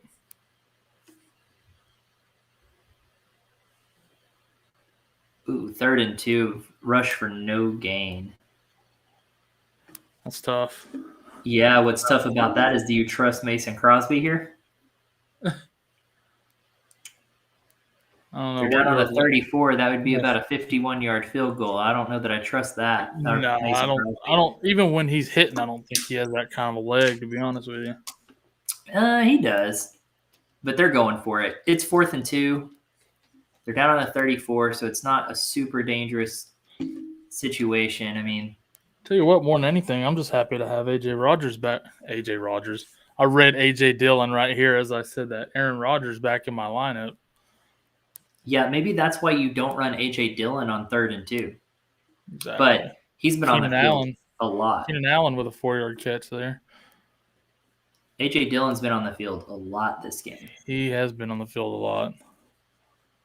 And I don't like if something's going on with Jones, or if they just decided they were going to run the ball a lot today, and so they're splitting them. It's weird. Yeah, I'm not sure what's going on there, but not a super fan of it. Aaron Jones has 10 yards rushing. That is not good. No. I thought this would be a good Aaron Jones game today. Yeah, not going great. Also, the Blakester is now awake. Uh-oh. About that time then, huh? I knew it could only last so long, Kyle. Man, all of these games are so synced up that, like, nothing is happening in any of them, like, at the same time. Like, they're all going to dead zones at the same time. But what's interesting is they do, like, 3:05 and 3:25, so they're 20-minute different start time, but they're all going to halftime almost at the same time here. I know, right? It's kind of strange. Might have to take a halftime break here since they're all lined up. Well, there's 2 minutes left in the Eagles-Broncos, and that'll probably last long enough for these other games to come back from halftime. You're probably right. That's usually how Panthers Cardinals game will be coming back from halftime as that one actually goes. You're probably right. I just don't have enough material to cover halftime for 15 minutes. You didn't have your stand-up routine ready? No, I did not. We didn't have my halftime conversation last time because the game started back up, the overlap there. It wasn't super great anyways. It was just... Well, I talked with Matt just a little bit ago, and he said he was going to try to get on later maybe, but I don't know. I don't know if that's not going to work out now or what. Dalvin Cook with a 5-yard rush. With the kiddos. Yeah, that's fine. I just thought it'd be cool if he could hop on and kind of introduce himself to the network. No doubt. I'm excited to see his new show on Wednesday. New show Wednesday alert for those of you hanging out with us during this really slow moment here of these games. Yeah, explain that to us. What's that show all about? So we got a new show. It's going to be Matty Daddy. I don't know if of course, our followers know who Jay the Plug is. He's had a rivalry in a league with Matty Daddy. They've been doing videos back and forth. So Matty Daddy is a fantasy football content creator, but also does pro wrestling. So we have a show called Roster on the Ropes. And basically what he's going to do is answer trade questions, and he'll probably get some other advice too. But the intention of the show is to cover trade situations, trade questions in the chat, stuff like that. It's going to be great. The dude's hilarious, very entertaining. It's going to be a lot of fun. Mix in a little bit of pro wrestling content with our football content and make hopefully a match made in heaven, but it'll definitely be entertaining. So make sure and tune in for that. It'll be, I believe it's after Wall Street, correct? Yeah, it'll be Wednesday night after Wall Street. So we do Wall Street at 10 o'clock Central. So this will be at 11 o'clock Central. Yep, midnight Eastern. Yeah, midnight Eastern. 10 o'clock Pacific, wherever you guys are located. Yeah, 9 Pacific. So yeah, it's going to be good. So make sure to come back for that. I'm looking forward to it. It's going to be a lot of fun. And then, of course, we got all of our normal shows. Panic Room tomorrow, right after Monday Night Football, and then right after that, of course, 7 o'clock with The Safe Space, so you can go and curl up in a fetal position and suck your thumb and cry because your team didn't do as well as you thought. I know that's what I'll be doing. And then, of course, on Tuesday, we'll have Boom Bust that night at 9 Central. We'll have Stacking Studs at 5:30 Central. Hawk Management starting this week or still no? Just up in the air. Up in the air on when clock management's starting right now. At some point in the evening, not sure exactly what time yet, we'll have Tony's quick hits, the waiver hits video. And then Wednesday will be Wall Street and on the ropes like we talked about. Probably that night we'll also do kind of late, but we'll release the Thursday night quick hits matchup report. And then we don't have anything on Thursdays right now. Oh, Thursday night is snoozers or losers. You know what I'd like? I'd like to do snoozers and losers maybe live Tuesday night or something. Like right after Boom Bust? Yeah. Do people Just want do to it watch live. us on two shows back to back? Sure. We could do it right after Thursday Night Football live. Good. I'm not sure. We would have to take out Thursday night football players. We'd have to run that by Tony. I'm not sure what his schedule looks like on Thursday since we already recorded on Tuesday. I'd just be curious in trying it out live.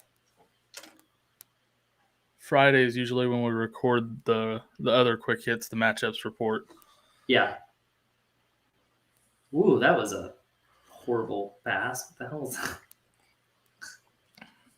We're also going to have, hopefully, got to set up a meeting, figure out details and everything, but hopefully next week we'll have a new DFS show for you guys as well.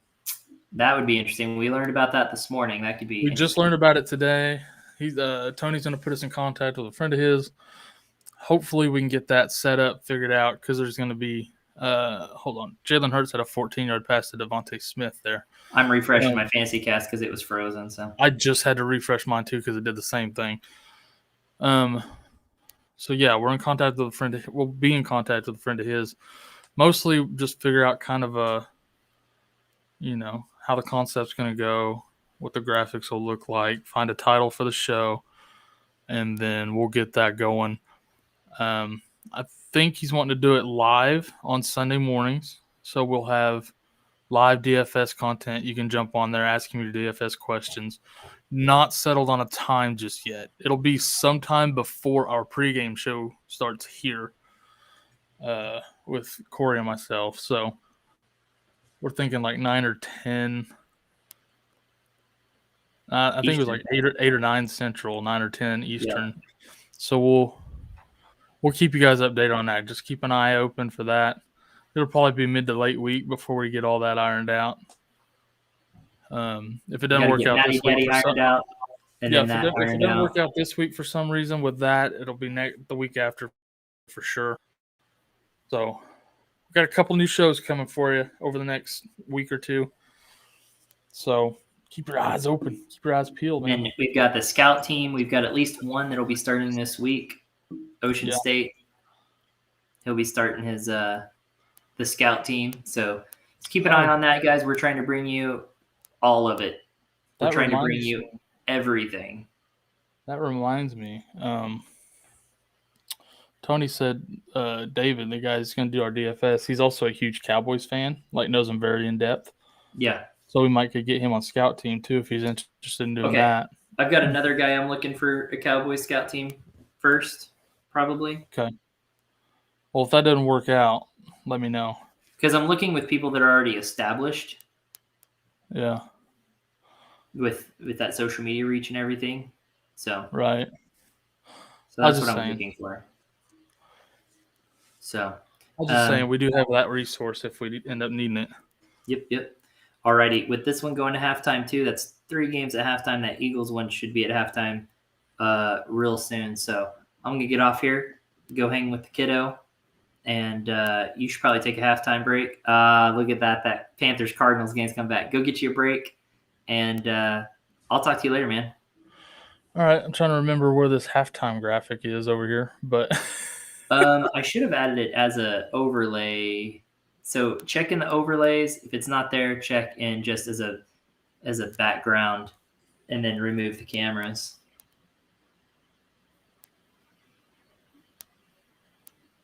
Yep, there it is. All right, then. I'll see you guys after halftime.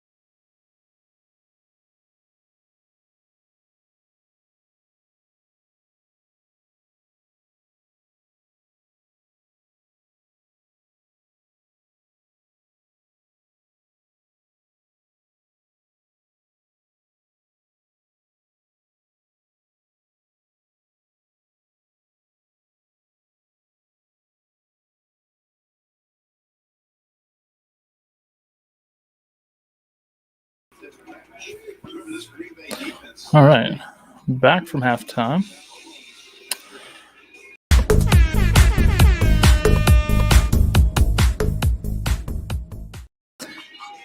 Just in time to call this touchdown for Austin Eckler for 2 yards. I forgot to mute my TV. Sorry, guys. A little bit loud.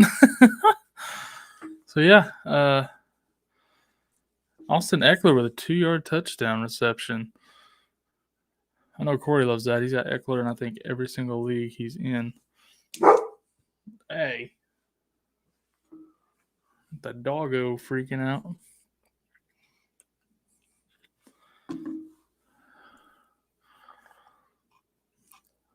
So Eckler getting in the end zone, which is fantastic. Everett with a 5-yard catch. Alex Collins with a 5-yard rush.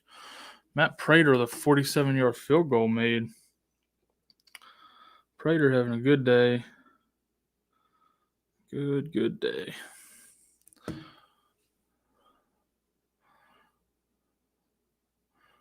Oh, wait, I was getting that confused. Zane Gonzalez had a good day.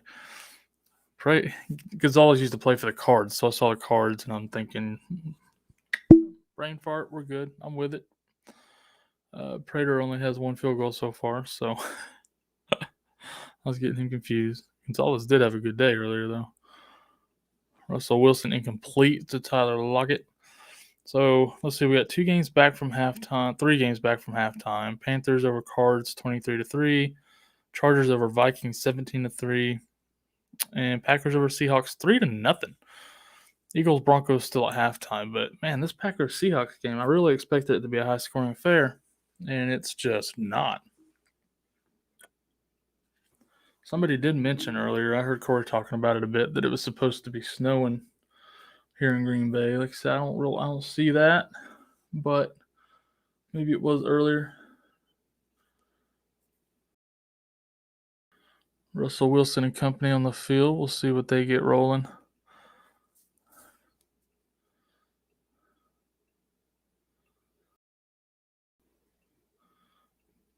Throws it deep. Incomplete. Dang. Went for the deep shot. PJ Walker. Incomplete for DJ Moore. We're used to seeing that by now, right? DJ Moore. Tons of targets, no catches.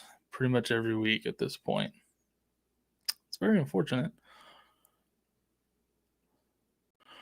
Let's see. Let's go over here and look real quick. As we're coming back from our halftimes, take a quick look and see who our scoring leaders are for the week so far. Dak Prescott, 26 points, number 1 quarterback, followed by Allen, Hurts.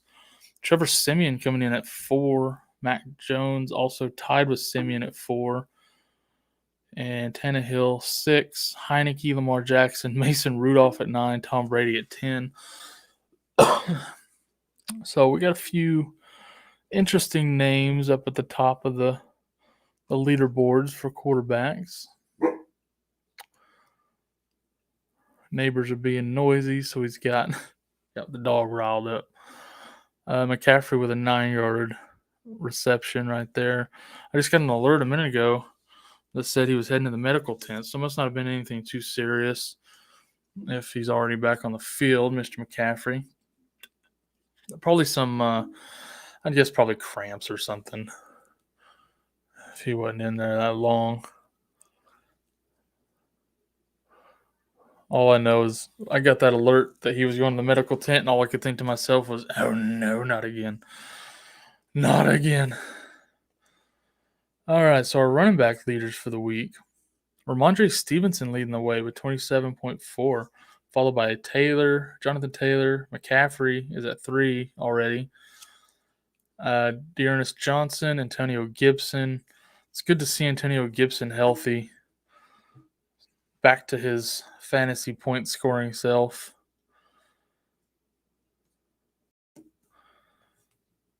Mark Ingram at 6. Zeke, James Robinson, and Michael Carter, Matt Breida for the Bills, rounding out your top 10. Coming in 11 was Najee Harris, followed by Fournette, Swift, Pollard, and Singletary. So, a few interesting names up there.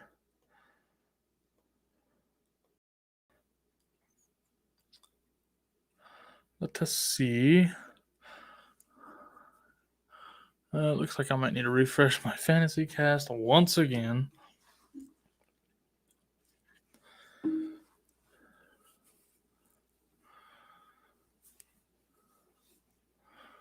Which will take a minute. So receivers, Stephon Diggs, our leading scorer for the week so far. It's nice to see him bouncing back, I'll say bounce back. He's been decent, but he's not been what we drafted, right? He's not been what he was last year, but this game he looked really, really good. 30 points. Followed by CeeDee Lamb at 2, Kendrick Bourne at 3, which is interesting. 4 catches for 100 yards on a TD. And he had 3 carries for 43 yards. Like, that's very interesting for Kendrick Bourne. Very interesting usage there. Devontae Smith is at 4, and he's still playing. He still has a half to play. So, having a very good, nice day is Devontae Smith. Number 5 is Ray McLeod, which is intriguing. 6 is DeAndre Carter, then Marcus Johnson, Jacoby Myers, Albert Wilson, Traquan Smith. A lot of odd names in the top 10 at receiver this week.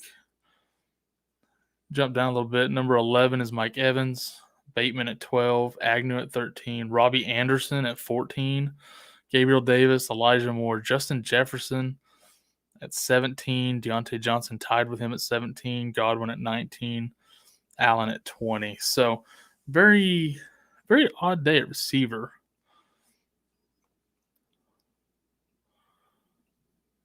Aaron Jones with a 5-yard rush there. Tight end Hunter Henry is your top tight end for the week. 4 catches, 100 yards, 2 touchdowns. It's a nice day for him with Jonnu out. Followed by Mark Andrews at 2, Dan Arnold at 3, Austin Hooper at 4, Pitts at 5.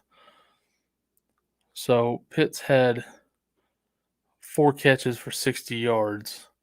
So not a great day, but still good enough for 5th overall tight end on the week. Everett's at 6, Troutman at 7, Brait at 8, Tyler Conklin at 9, Albert Okwuegbunam at 10, Freiermuth all the way down at 14, Fant at 19, but he's still playing. Goddard at 19, tied with Fant. Ertz at 22. So Knox all the way down at 28. I was one of the Schultz at 31. I really thought Knox would come back from that injury and have a nice game today against the Jets, but that just did not happen, unfortunately. Chuba Hubbard with a 5-yard rush.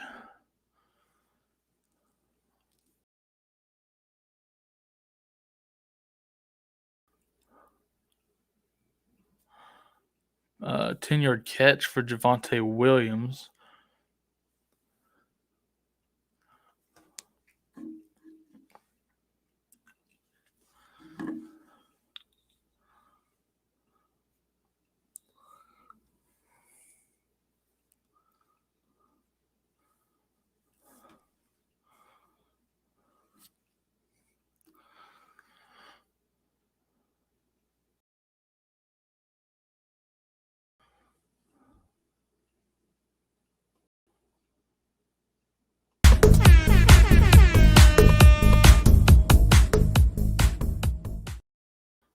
I apologize. That Chuba Hubbard 5-yard rush was for a touchdown.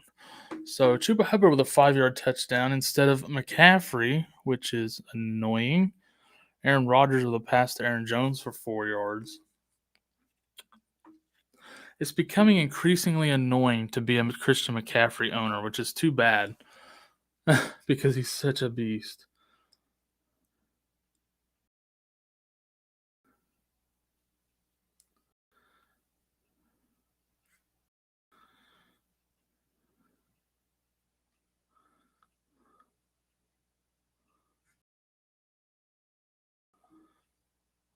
It's funny, actually. Corey just texted me about the same thing. We both mad that Hubbard got that TD and not McCaffrey. Oh, my goodness. And they got the 2-point conversion.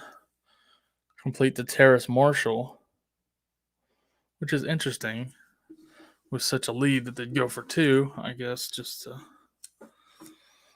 why not, right? Why not? Brandon McManus had a field goal blocked. Okay.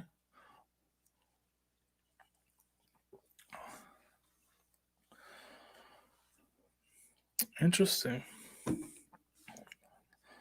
Chuba Hubbard, man. How annoying is that? Austin Eckler with a 9-yard rush. You finally get CMC back. The dude gets all his TDs vultured. Little annoying.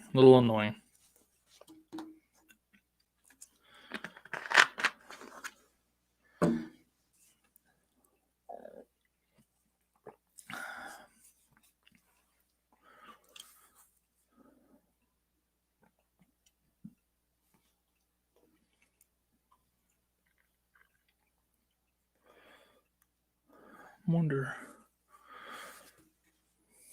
It's funny though, because McCaffrey doesn't have a touchdown, yet he's still your second highest scorer at running back for the week. 13 carries, 95 yards, 10 receptions for 66 yards. 10 receptions is insane for a running back. And yet he just can't get that touchdown. Very, very frustrating.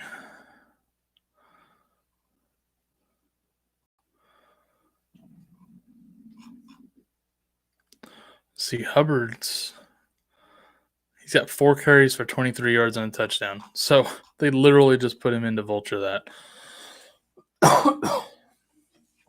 That's not nice. It's not nice to do to people. Josh Kelly, 6-yard rush for the Chargers.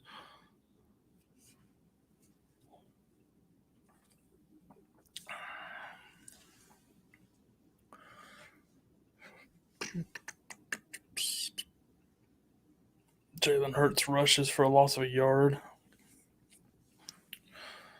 Keep throwing to Devontae Smith. That seems to be working. You know.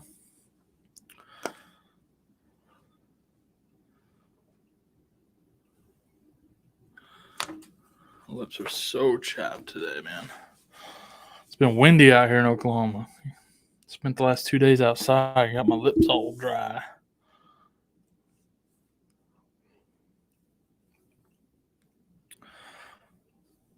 Let's see. It looks like we got a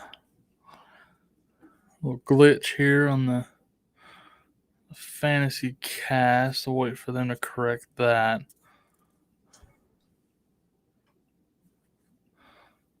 Right now, it's there we go. Russell Wilson, 7-yard pass to Tyler Lockett. It said 7-yard loss at first. So 7 yards to Tyler Lockett from Russell Wilson. Jalen Hurts, 2-yard pass to Jack Stoll. I don't know who that is.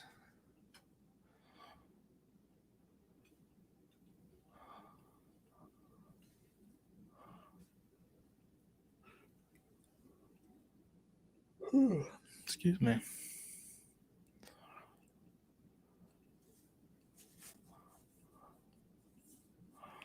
Ooh, Jalen Hurts incomplete for Devontae Smith. He tried to get it to him again.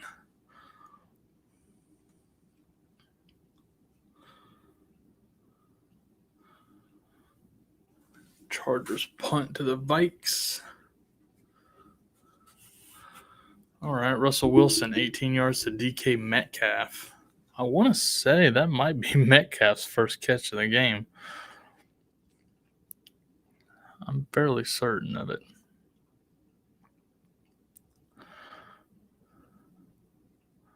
Oh my gosh. It opened the wrong box score. Come on, man.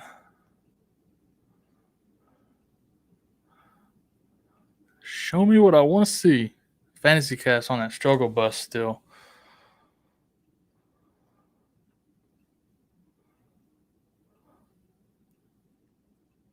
Literally, like, I might as well be on dial-up internet as slow as this thing loads.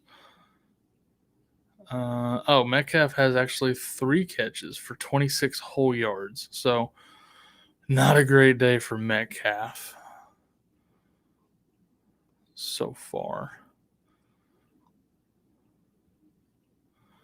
They'll have better matchups than Green Bay, though, so don't freak out if you got Metcalf.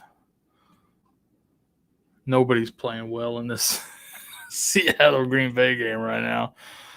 It's kind of rough.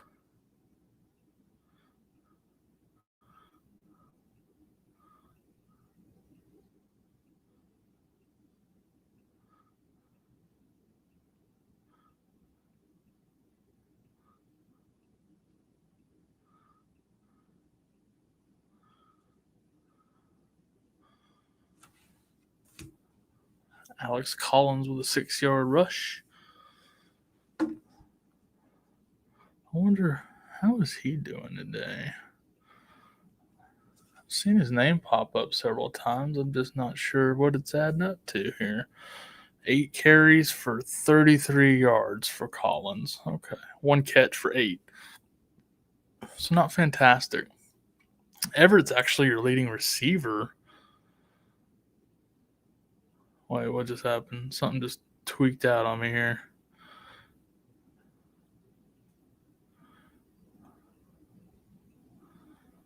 Five catches for 41 yards for Everett. That's your leading receiver for the Seahawks right now. Lockett just has the 1 for 7 yards.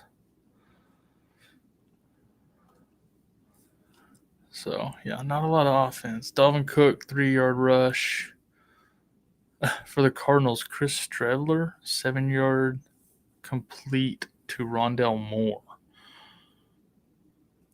I don't know who Chris Streveler is. He had a rush right before that for a few yards.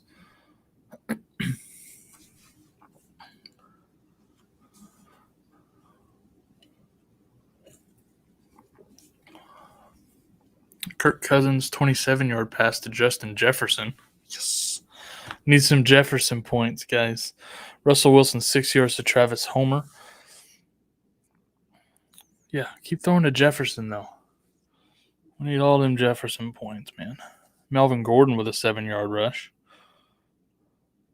Chris Streveler sacked by Morgan Fox. I guess he's the third-string quarterback who's backing up McCoy right now. Sounds like they took McCoy out or he got hurt. I didn't get an alert that there was an injury, so maybe they just took him out with the score being out of control. Melvin Gordon with an 8-yard rush. Yeah, kind of seems like they – or maybe just he was playing terrible, so they benched him. Benched McCoy.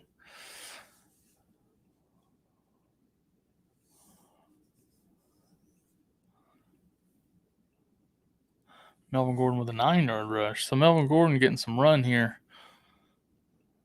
in the third quarter. They finally realized, oh man, the Eagles suck at stopping the run, so let's run the ball.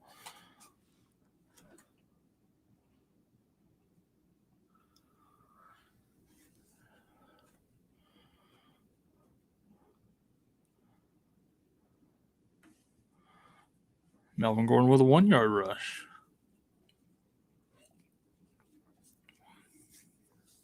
So, yeah, they just keep handing it to him right now. So, yeah, you got to do what works, right? Attack your opponent's weaknesses. No mercy. Sweep the leg.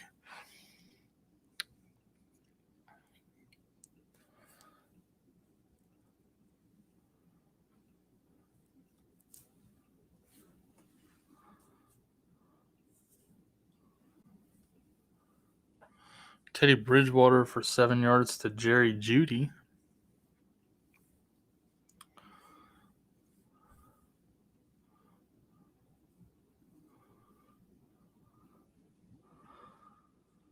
All right, so we got Panthers up on the Cards, 31-3. Kirk Cousins incomplete for Justin Jefferson. Unfortunate. Chris Harris, 11-yard penalty. I'm guessing that was PI. So they got a 1st and 10 on the Chargers 25. They're down to the Chargers 13-7 right now.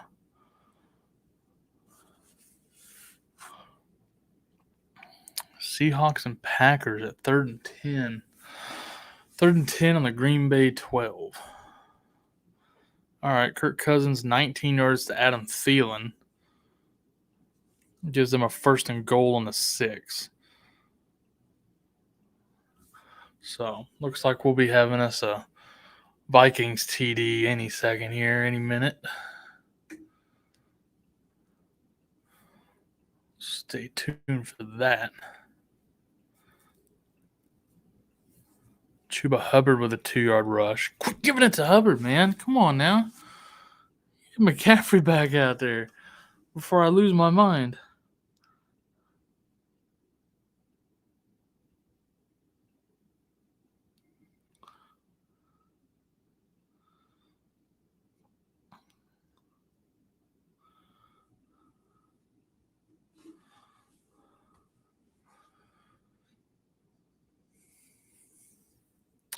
Javonte Williams had a 5-yard rush called back on a holding penalty. Russell Wilson threw an interception, and Dalvin Cook with a 1-yard rush.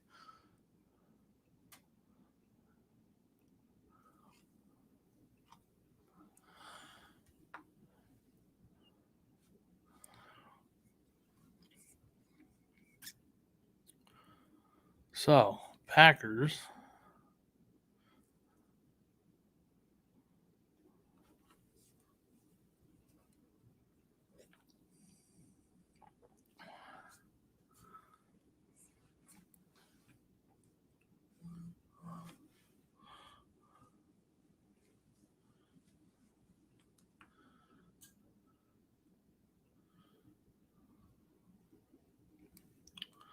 Looks like they were reviewing the play.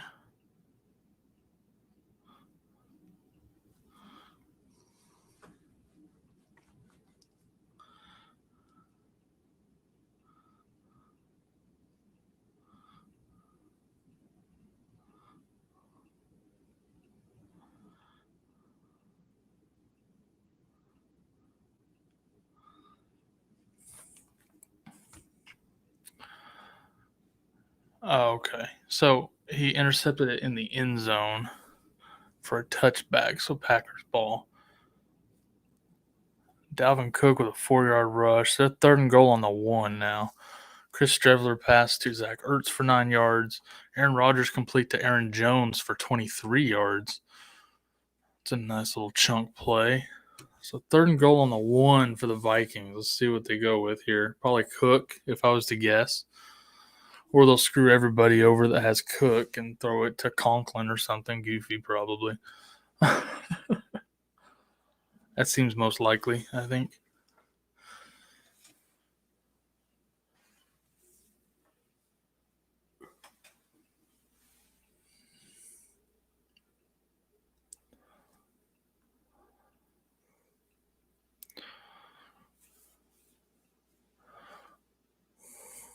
Aaron Jones with a 4-yard rush.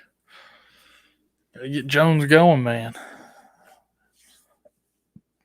Just give that man the rock.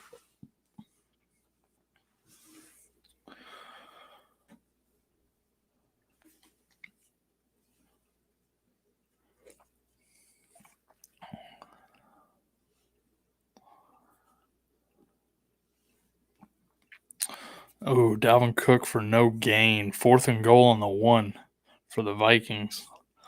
Down by 4. Javonte Williams, 7-yard rush called back on a penalty. Aaron Rodgers to Aaron Jones for 24 yards. So they're really, really feeding Aaron Jones right now. You love to see that.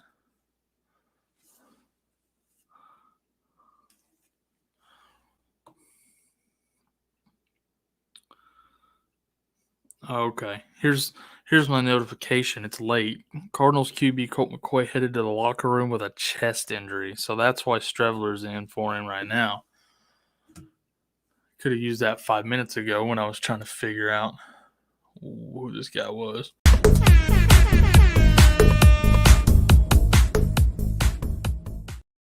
Well, called that one. Kirk Cousins to Conklin for a 1-yard touchdown. I literally just said they'd probably throw it to him instead of letting Cook run it in, and that's exactly what happened.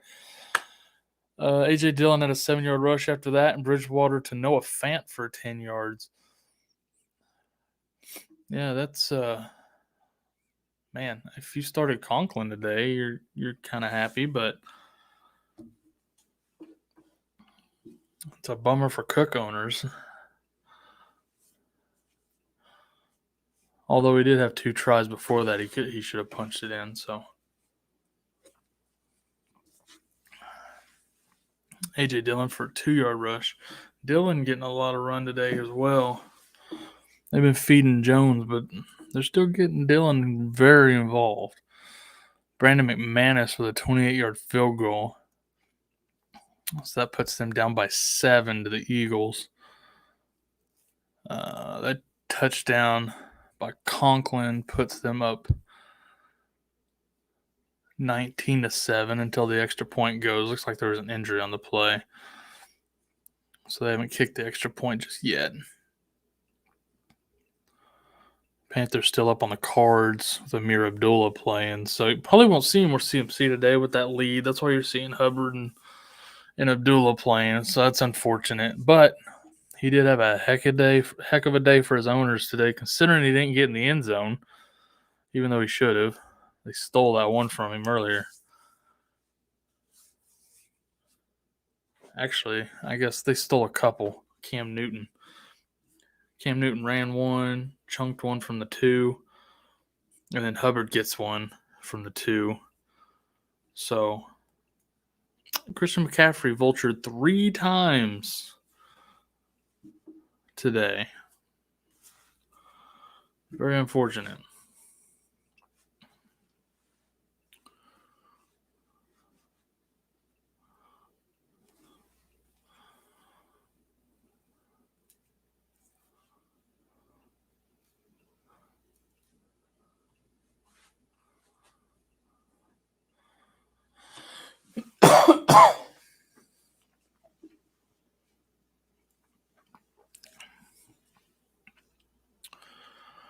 Let's see here.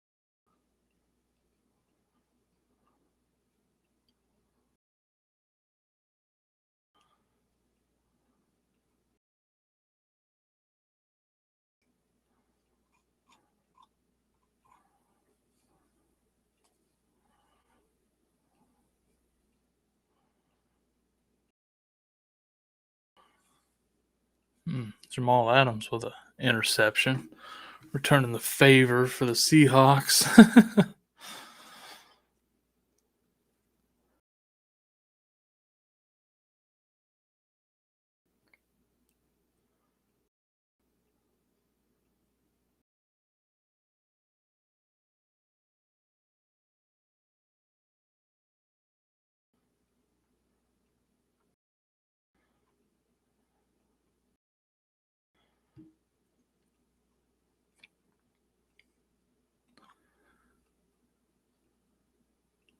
Jordan Howard with a 5-yard rush. Not a lot going on right now in these games. They're killing me here.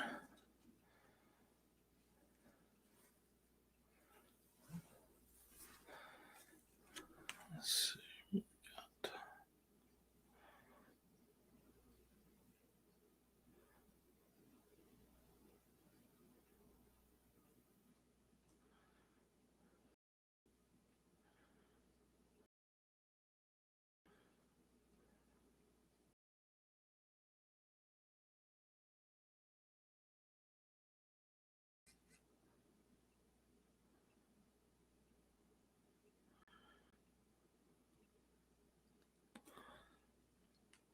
Howard hobbled coming off the field, so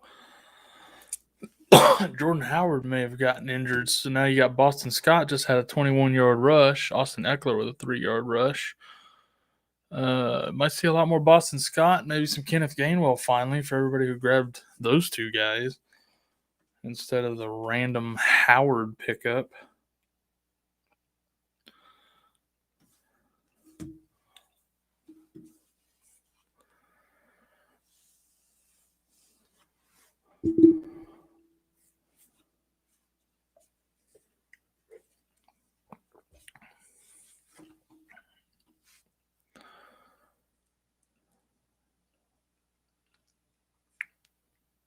I'm going to refresh. Some of these have been sitting still way too long.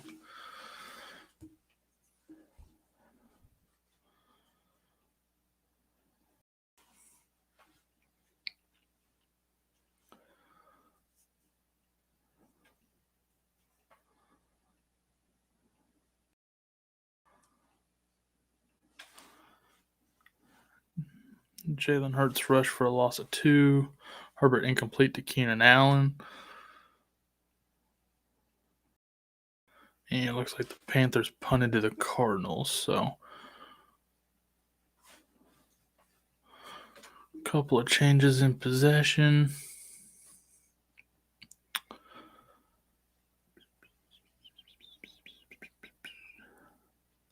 The Broncos get an interception off of Jalen Hurts. Alex Collins with a 1-yard rush.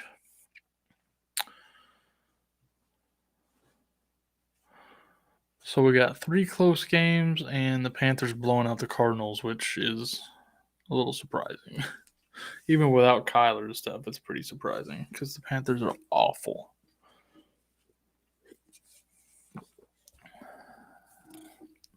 And Chargers just punted to the Vikes.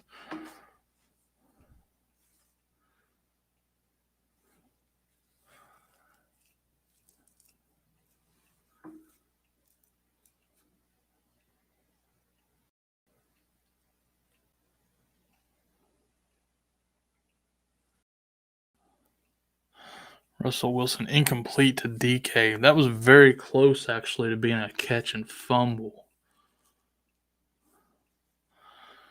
So, very fortunate there. They'll end up punting back to the Packers now. Kirk Cousins 3 yards to CJ Ham.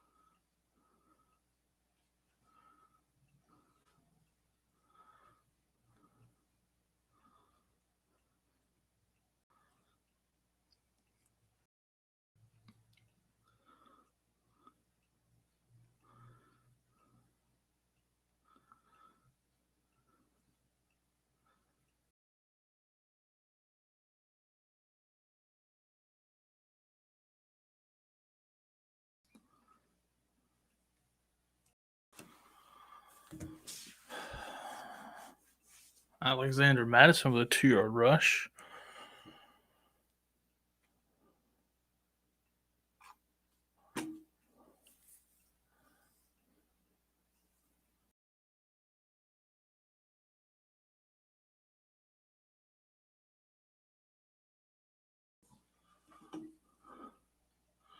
There's a Packer player down the field. I can't tell who it is.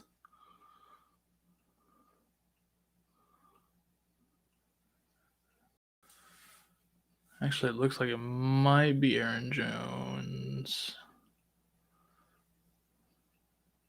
Is it Aaron Jones? Yeah, might be Aaron Jones.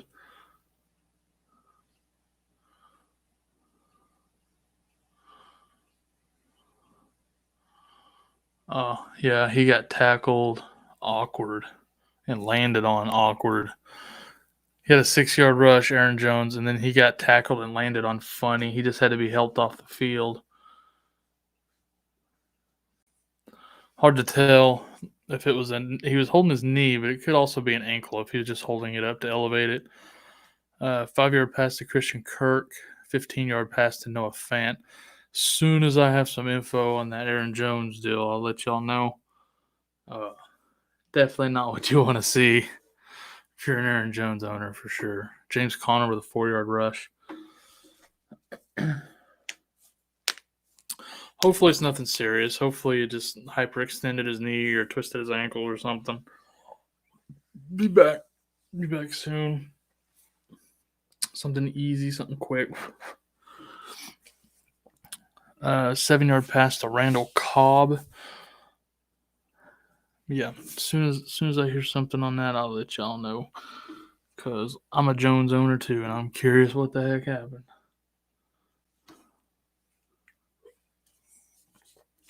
Might not even know until tomorrow. Let's see, what does this say?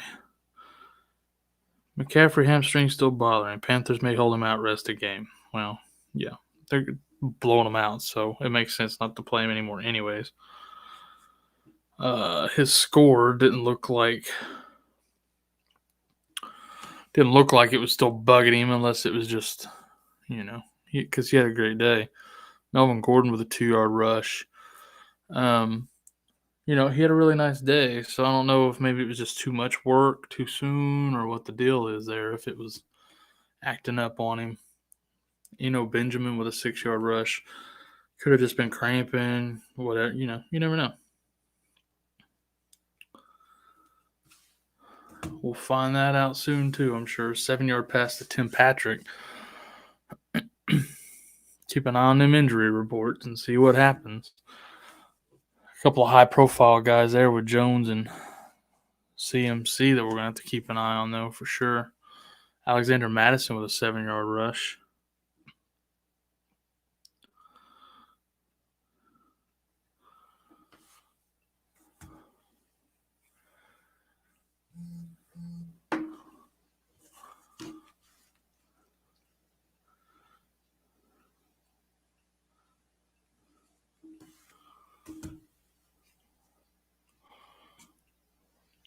A 3-yard catch for Rondell Moore.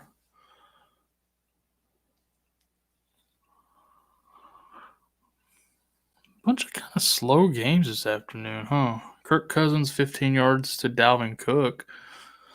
It's kind of, these games are all pretty slow. They're all close, but they're all slow also. It's not exactly enthralling content here with these games moving at this pace. Pardon me.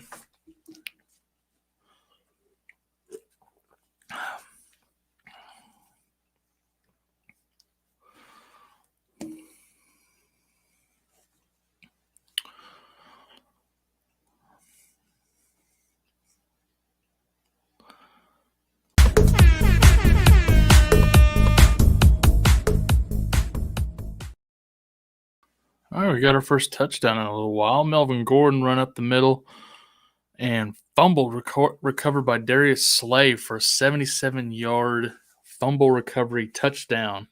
So if you started the Philly defense today, which they weren't a popular streamer defense this week, but if you did, you're loving that. 77-yard touchdown fumble recovery.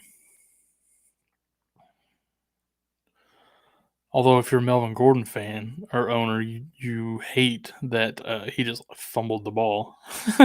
Lost those points for you. I have him starting in one league today, so that's very unfortunate.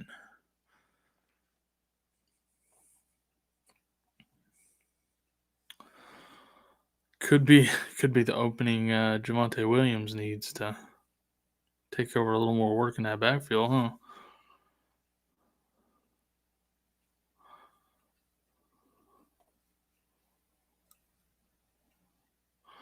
Alexander Madison with a 1-yard rush.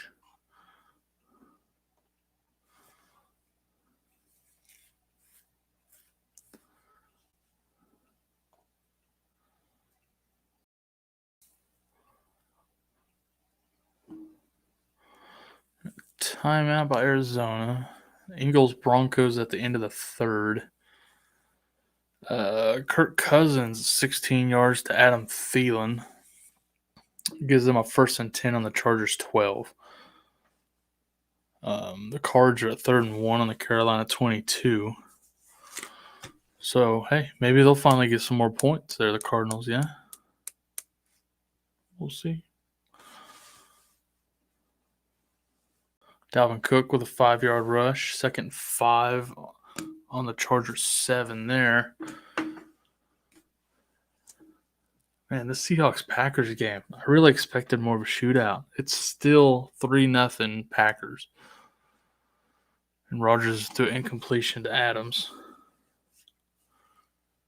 Whew, man. That game has been a massive disappointment.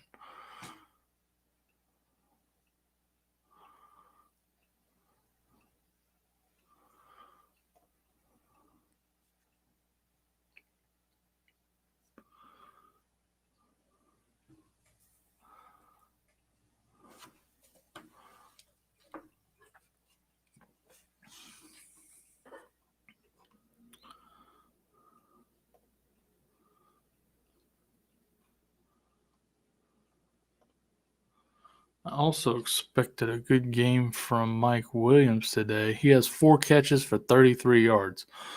Not exactly. Sorry. It's tickling my throat. But not exactly the day I was expecting from Mike Williams against this Minnesota defense that, Cooper and CD and Amari Cooper, Cooper Rush, and CD made look silly a couple weeks ago. Dalvin Cook with a 4-yard rush, so 1st and goal on the 1. Please don't throw it to Conklin again, right? You want Cook to get that TD. So, yeah, I missed the call on Mike Williams because he's just not doing it today once again.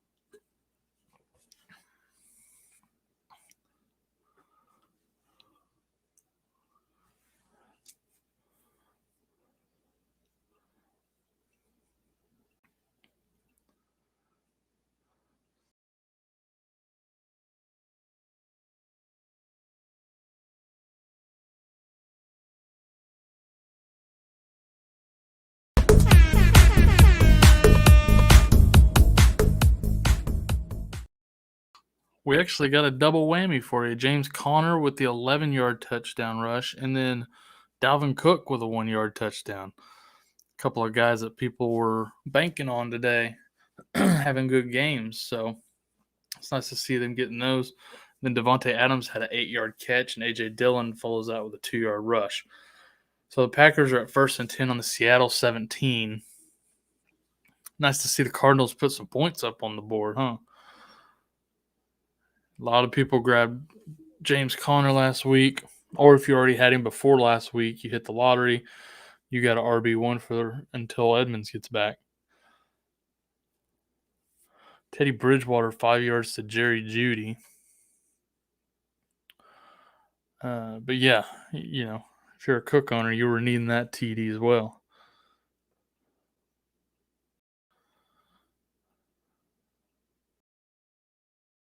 After today, so LeBron's brain says, after today, who should I try and trade CMC for? Because I ain't risking it.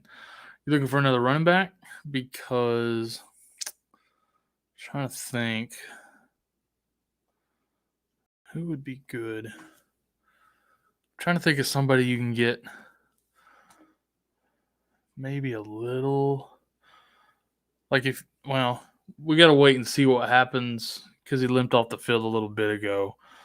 If he's okay, then I love Aaron Jones the rest of the year.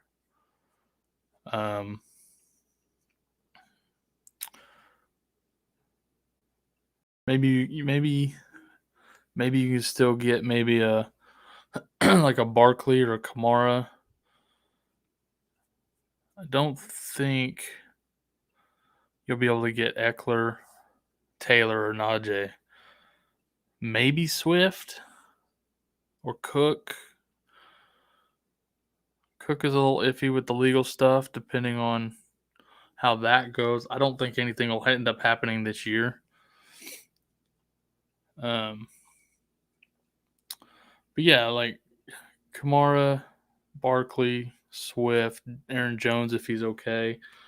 Those are the kind of guys I'd be shooting with probably.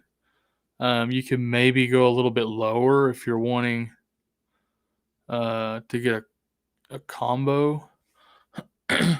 Maybe shoot for like a David Montgomery or an Antonio Gibson.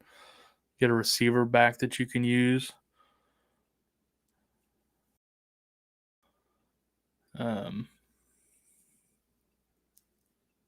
Something like that maybe.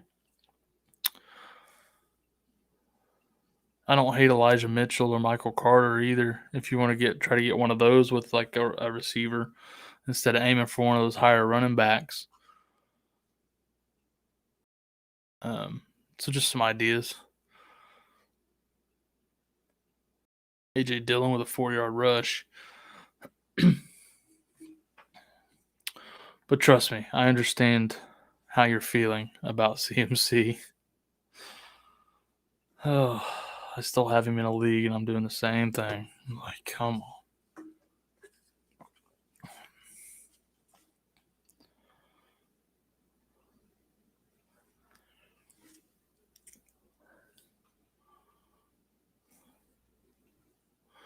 He's driving me crazy, man. You're making me crazy, man.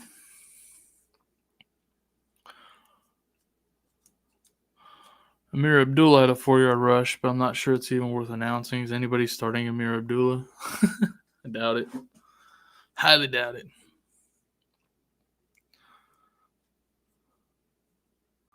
Eckler with a 3-yard rush.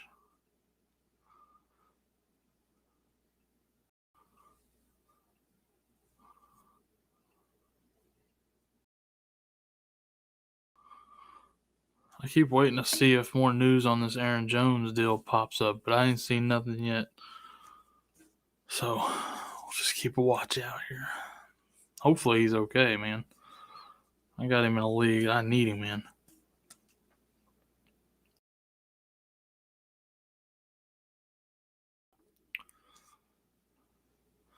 Justin Herbert, 7 yards to Keenan Allen. And Amir Abdullah with a 7-yard reception. Yeah, I might be looking to shop Mr. McCaffrey in the league I got him in too. That or I can try to trade for Hubbard again, but he was a very mediocre option as a replacement. So he's not a fantastic handcuff. Justin Herbert, 7 yards to Josh Palmer. Cam Newton with an 8-yard rush.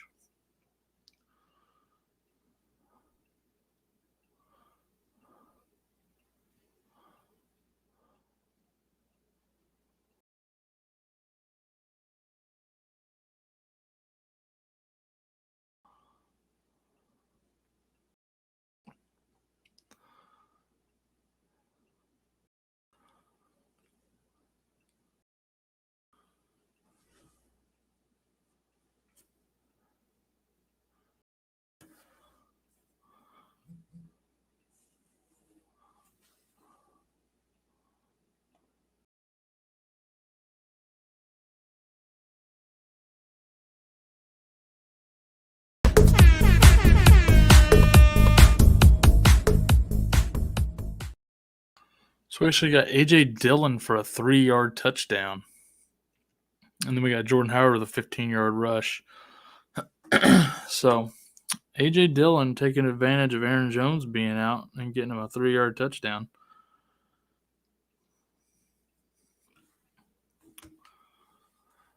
Let's see. Herbert, 26-yard pass to Keenan Allen. You got Howard with a 5-yard rush right after that.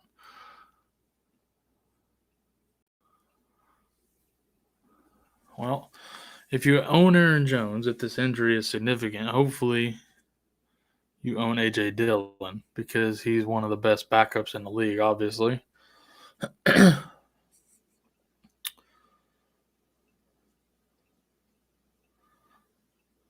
Obviously, if he's available in any league, grab him. It's very unlikely he's available anywhere, though. The way people are needing running backs this year, chances are slim. Very slim. Justin Herbert with a 5-yard rush. Unless you're in a really shallow league, like an 8-man or something, he might still be available, but we should know more about Aaron Jones' situation before waivers runs or okay, here it says Packers think Aaron Jones suffered a sprained MCL, but he'll undergo further testing. So probably won't know anything else till tomorrow, till he can get an MRI. Real quick, Herbert with a 7-yard pass to Keenan Allen. So he'll probably get an MRI tomorrow, and they'll run some tests, and then we'll find out how serious that is with Aaron Jones. But for now, it sounds like he's going to miss probably a little bit of time at least. Jordan Howard with a 25-yard rush. Gives them a 1st and 10 on the Denver 20. And the Chargers are at 2nd and 5 on the Minnesota 20. Panthers are 3rd and goal on the 6 after a 3-yard pass to Tommy Tremble. So we got 3 games with teams in scoring position right here. So this could get kind of crazy here in a second.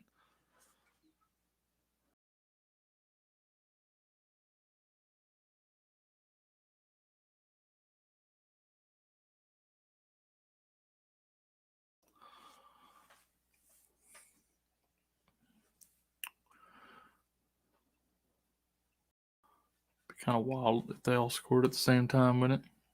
Jalen Hurts with a 1-yard rush.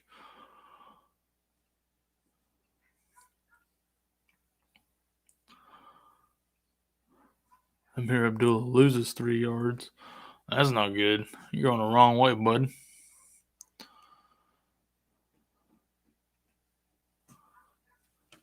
Where's our Canadian friends when we need them? That's the wrong way, buddy. I'll do what I want, guy. No, you won't, friend. I'm not your friend, buddy. Not your buddy, guy. Boston Scott with a 7-yard rush. Some 3rd and 2 on the 12. Denver 12. Zane Gonzalez with a 27-yard field goal made. Puts the Panthers up 34-10 with 3.5 minutes left in the game. So probably not much of a chance for a comeback for the Cards at this point. Russell Wilson with a 12-yard rush.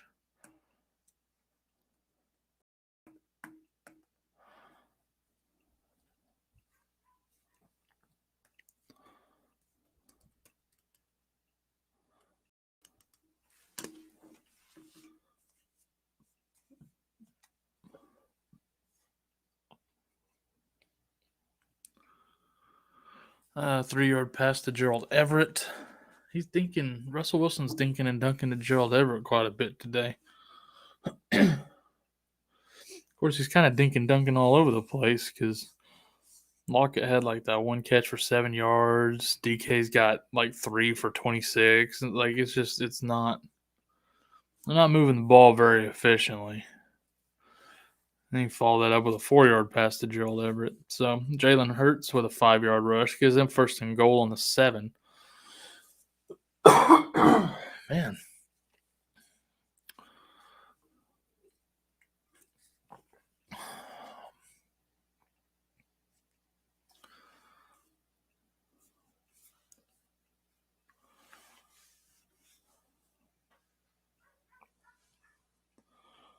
Russell Wilson with a 5-yard rush.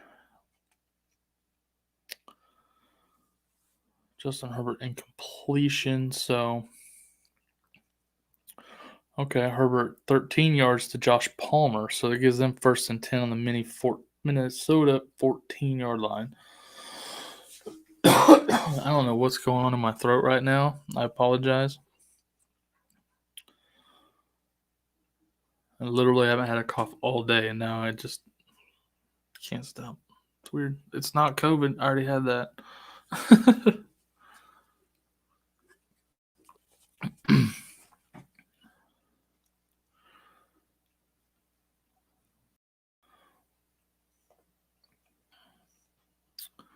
Looks like McCaffrey ended the day with 26.1 points for you in PPR.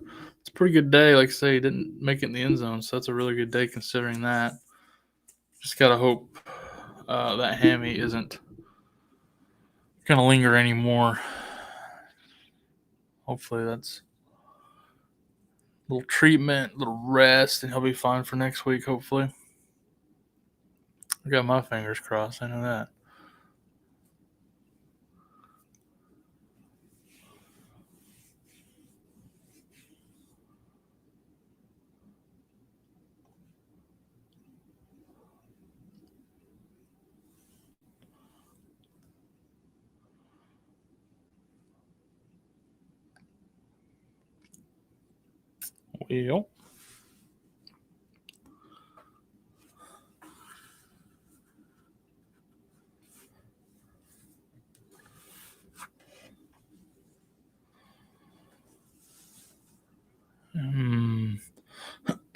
Well, Benjamin rushed for no gain. That's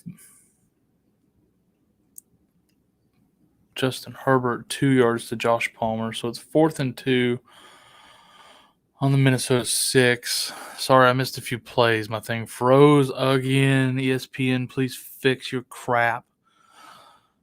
Travis Homer with a 2-yard rush. Dustin Hopkins makes a 24-yard field goal for the Chargers. So that puts them down 20-27 with 4.5 minutes left in the ball game. Still a one-score game there. The Eagles are still 1st and goal in the Denver 7. I don't know what the holdup there is there on that game, but it's been there for a minute, even when I refreshed. So might have been an injury on the play.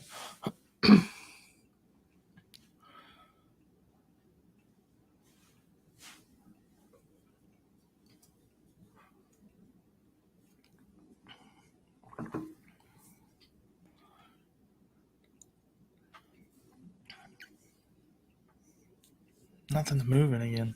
Oh, there we go. Fumble. Okay, so Hurts fumbled the snap, recovered it. So now it's 2nd and goal on the 9. He lost 2 yards on the fumble. So 2nd goal on the 9 now for them Eagles. Dirty Birds.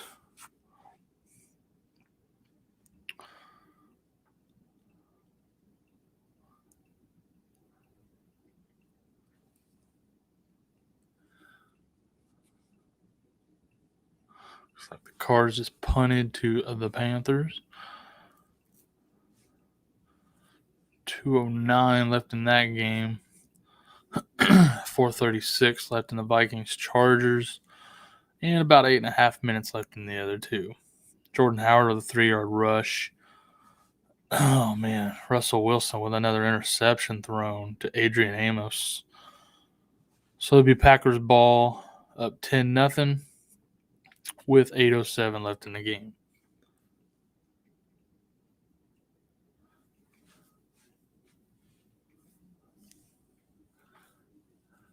Man, Russell Wilson having a rough day.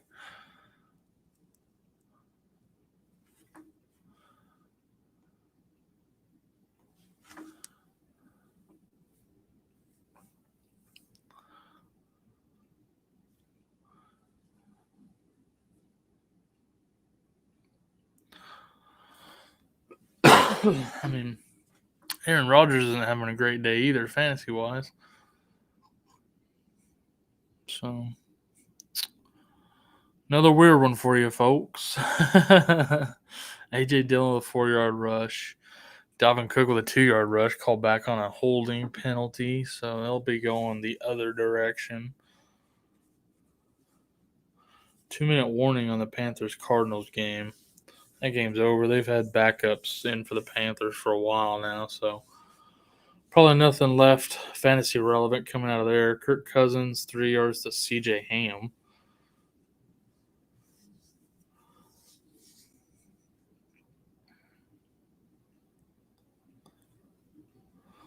Let's see. Aaron Rodgers, 2 yards to A.J. Dillon. Oh, you can see snow falling in Lambeau now on camera.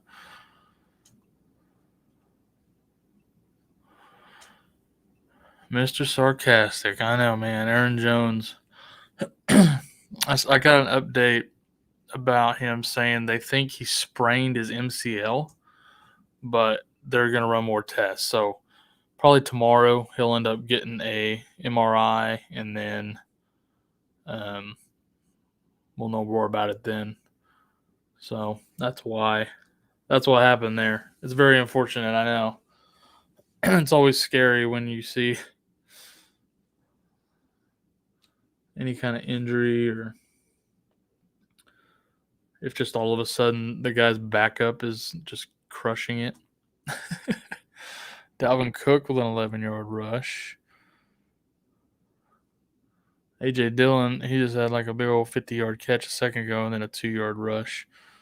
So they are second 8 on the Seattle 24. So Packers probably moving in to score again here. I'd love if they threw a touchdown to Devontae Adams. That'd be incredible. Probably won't get what I want. A.J. Dillon having a day before Jones got hurt, and that only boosted how much stuff he was getting, how many carries he was getting. Chuba Hubbard with a 7-yard rush, 27-yard catch to Justin Jefferson, and Mercedes Lewis with a 7-yard reception. Yeah, they said they think it's just a sprain, which a sprain is kind of it's a mild tear anyways. That's kind of the nature of a sprain. But from the sounds of it, they don't think it's torn like all the way through. So, maybe miss a couple of weeks and come back and whatever. But we won't know for certain until he gets that MRI.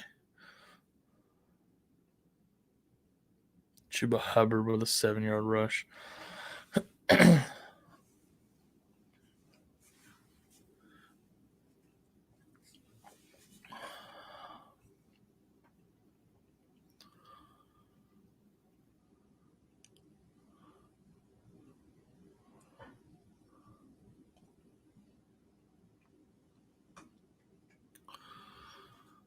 I know we'll know what we need to know probably on Aaron Jones by the time Panic Room goes live tomorrow night after Monday Night Football. So if you're worried about that, come on in and we'll let you know whether to panic or not.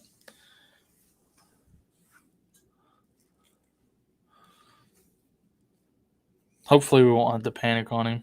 He's got a great schedule. I'd love to have Aaron Jones for the rest of the year if he's healthy.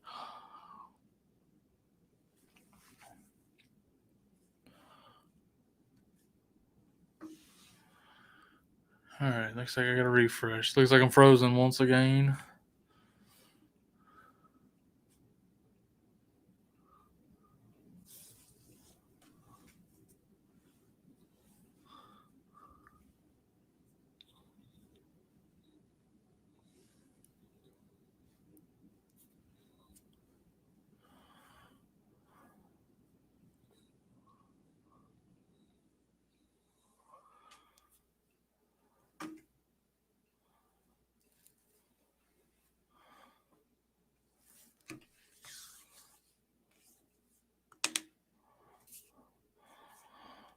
All right, so Panthers Cardinals.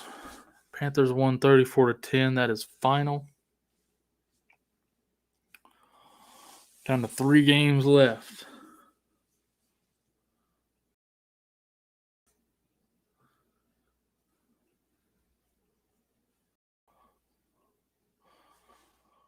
Patrick Taylor with a 2-yard rush, huh? First and goal in Seattle 4. Looking like we might get us another A.J. Dillon touchdown here.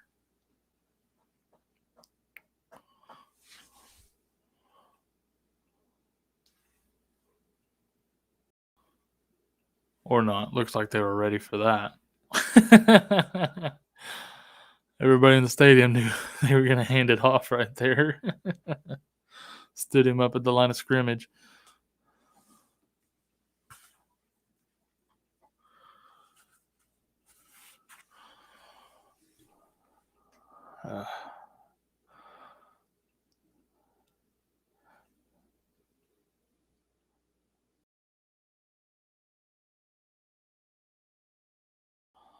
When was the last time the Seahawks were shut out? Completely shut out. Like, that is... There's like 3 minutes left in this game. Actually, they're fixing to hit the 2-minute warning after this play. Looks like he got a couple yards there. But, so they're at the 2-minute warning there, and the Seahawks have no points. None. When was the last time that happened? Actually, you know what? I'm going to Google it.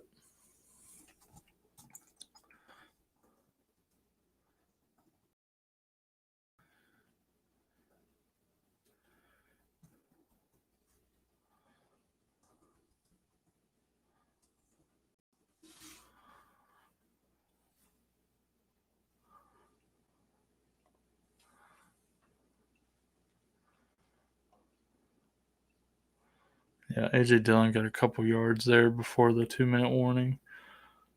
I don't know what's going on with that Vikings game, but it's been stuck on that play for a while. I don't know if there was an injury they're dealing with or what.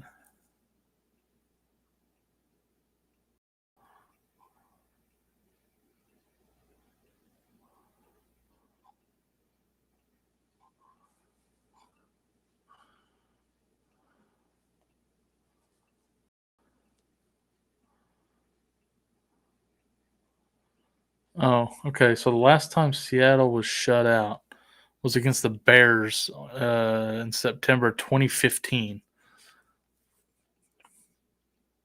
So a little over 6 years since Seattle was shut out in a game. Boston Scott with a 2-yard rush there. So it's been a while. It's been a while. Looking like it's going to happen again today. Russell Wilson just not having a good game, throwing a couple of interceptions. Can't get anything going in the running game. It's been a rough day. Rough day for the Seahawks. He kind of came back and did what Dak did last week after he came back from his injury. Just come back, have a rusty, rough game. And, I mean, that happens.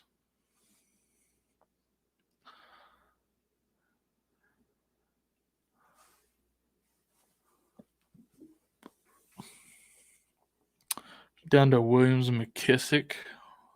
Which Williams? Javonte? Would you trade A.J. Brown for Kamara? Who are your other receivers?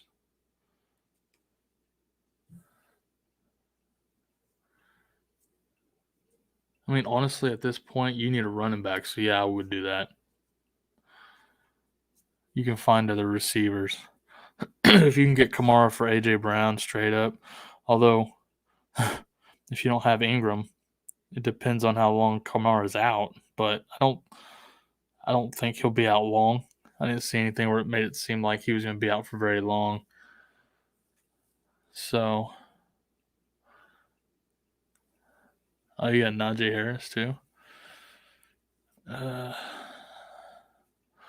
Najee and Jones, and then you got, honestly, with Najee and Javonte, you might be all right.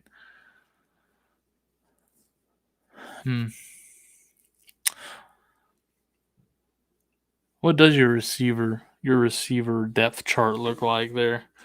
Just out of curiosity.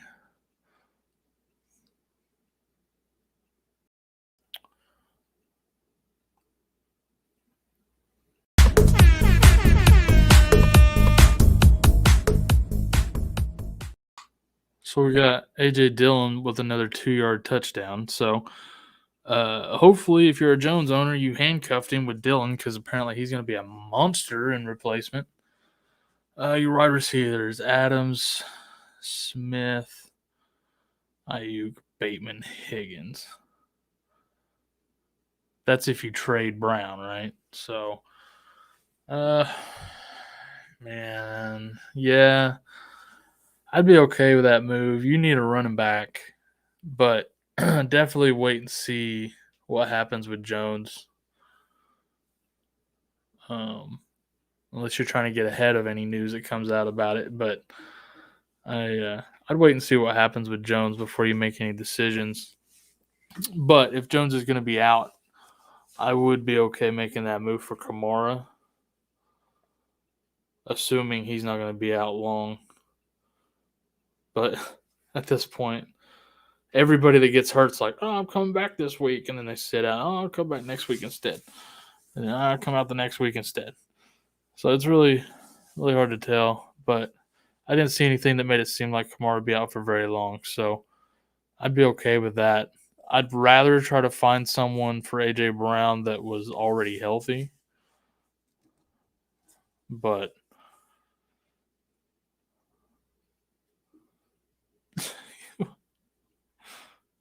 Lawson? Who's Lawson, first of all? I don't want to.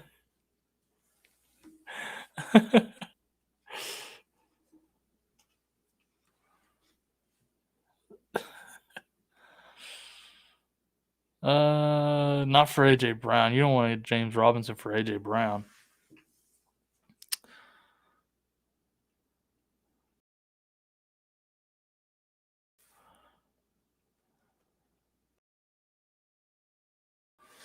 Let's see. If you're trading A.J. Brown, let me pull up a list so I don't forget anybody, but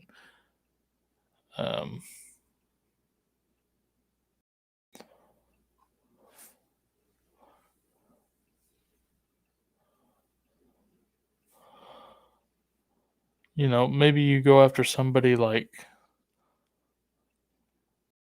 I don't know, Gibson seems to be back and healthy. Maybe do a combo deal with one of your receivers and go after like an Eckler or a Swift. Sorry, I said with one of your receivers, but your other running backs, I meant. You can go after somebody like that. Who were your other running backs? Let's see. I forgot. I can't remember everything. Sorry. I keep skipping to the bottom.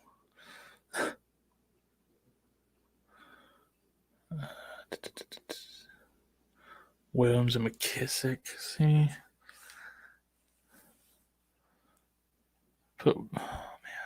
Williams and Brown, that'd be a lot.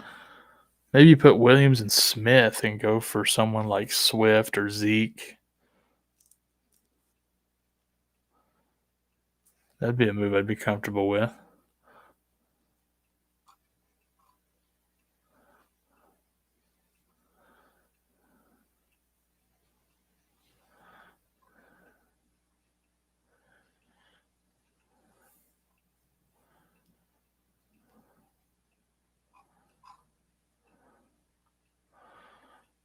All right, Broheem, I'm gonna need to know who Lawson is. I don't need like.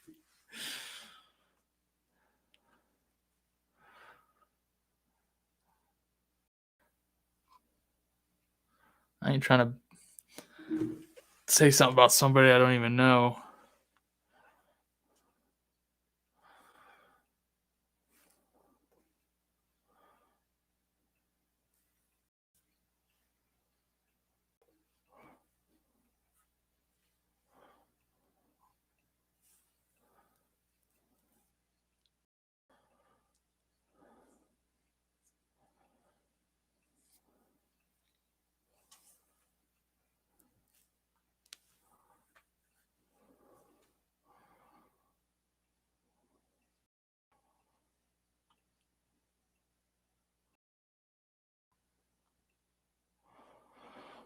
All right, so we got 2 games at or below the 2-minute warning. Eagles Broncos is almost to the 2-minute warning.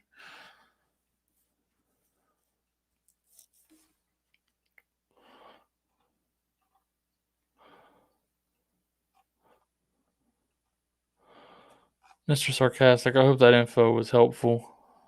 Give you some ideas of moves you can make. If not, hit us up in our DMs on Insta. I'll get back with you, man. We'll work through this together. In fact, I don't know if you were here earlier when I was talking about our new show coming up on Wednesday. Maddie Daddy. It's called Roster on the Ropes. It'll be on at 11 Central. I don't know what time zone you're in, Mr. Sarcastic. But so 11 Central, if you come back, new show, he's going to tackle like trade questions and stuff like that. So you come back and talk to him about it too. But definitely, try out some of them things. Hit us back up in our DMs. I assume you follow us. Just tell us you're Mr. Sarcastic in the message, so I'll know, so that I can remember who has what.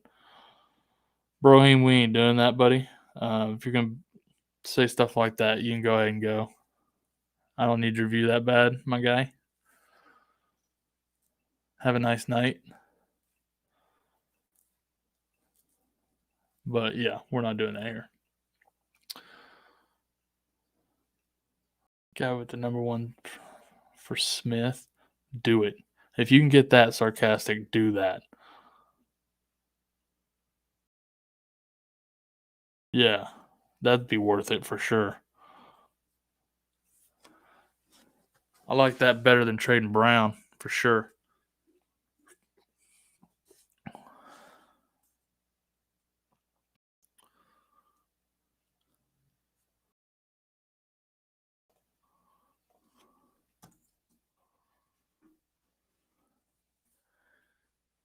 Oh, you just dropped. Did you just do that this week? Drop Dylan for Jefferson yesterday when that news broke?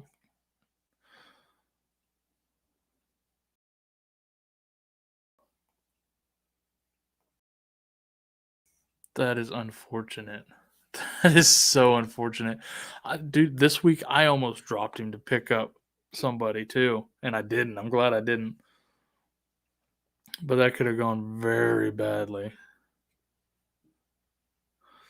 Today? Oh, bro.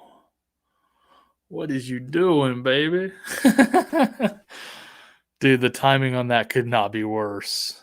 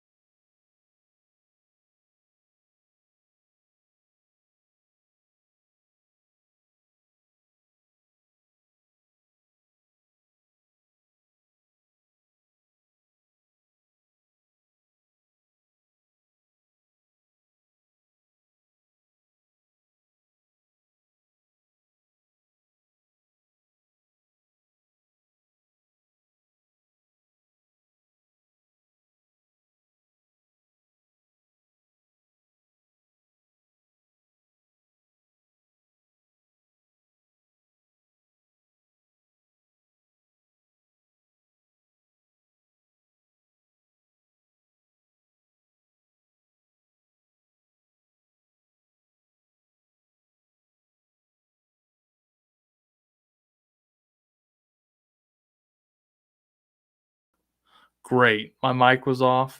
How long was that off?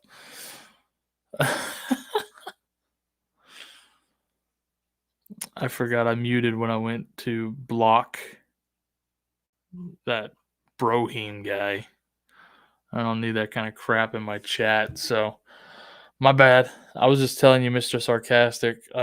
Hit us up if you decide you don't want to do the Devontae for that AJ Dillon thing. Just hit us up in our DMs. Tell us you're Mr. Sarcastic in that thing, so I know which one's you, and we'll try to figure something else out. But we're gonna wrap this up. These games are over, so like I say, stick around tonight. We'll be at 11 o'clock Central, 9 Pacific. Will be Sloppy Sundays with Fantasy Shot Callers, and he has a special guest from Warzone, I believe, tonight. And then tomorrow night you got Panic Room with Corey, myself, and Tony. And then right after that will be Safe Space for all of you like me who need to have a adult beverage and cry it out over how your team did. So come on back, Mr. Sarcastic, everybody else who hung out today. I appreciate you, and have a good night.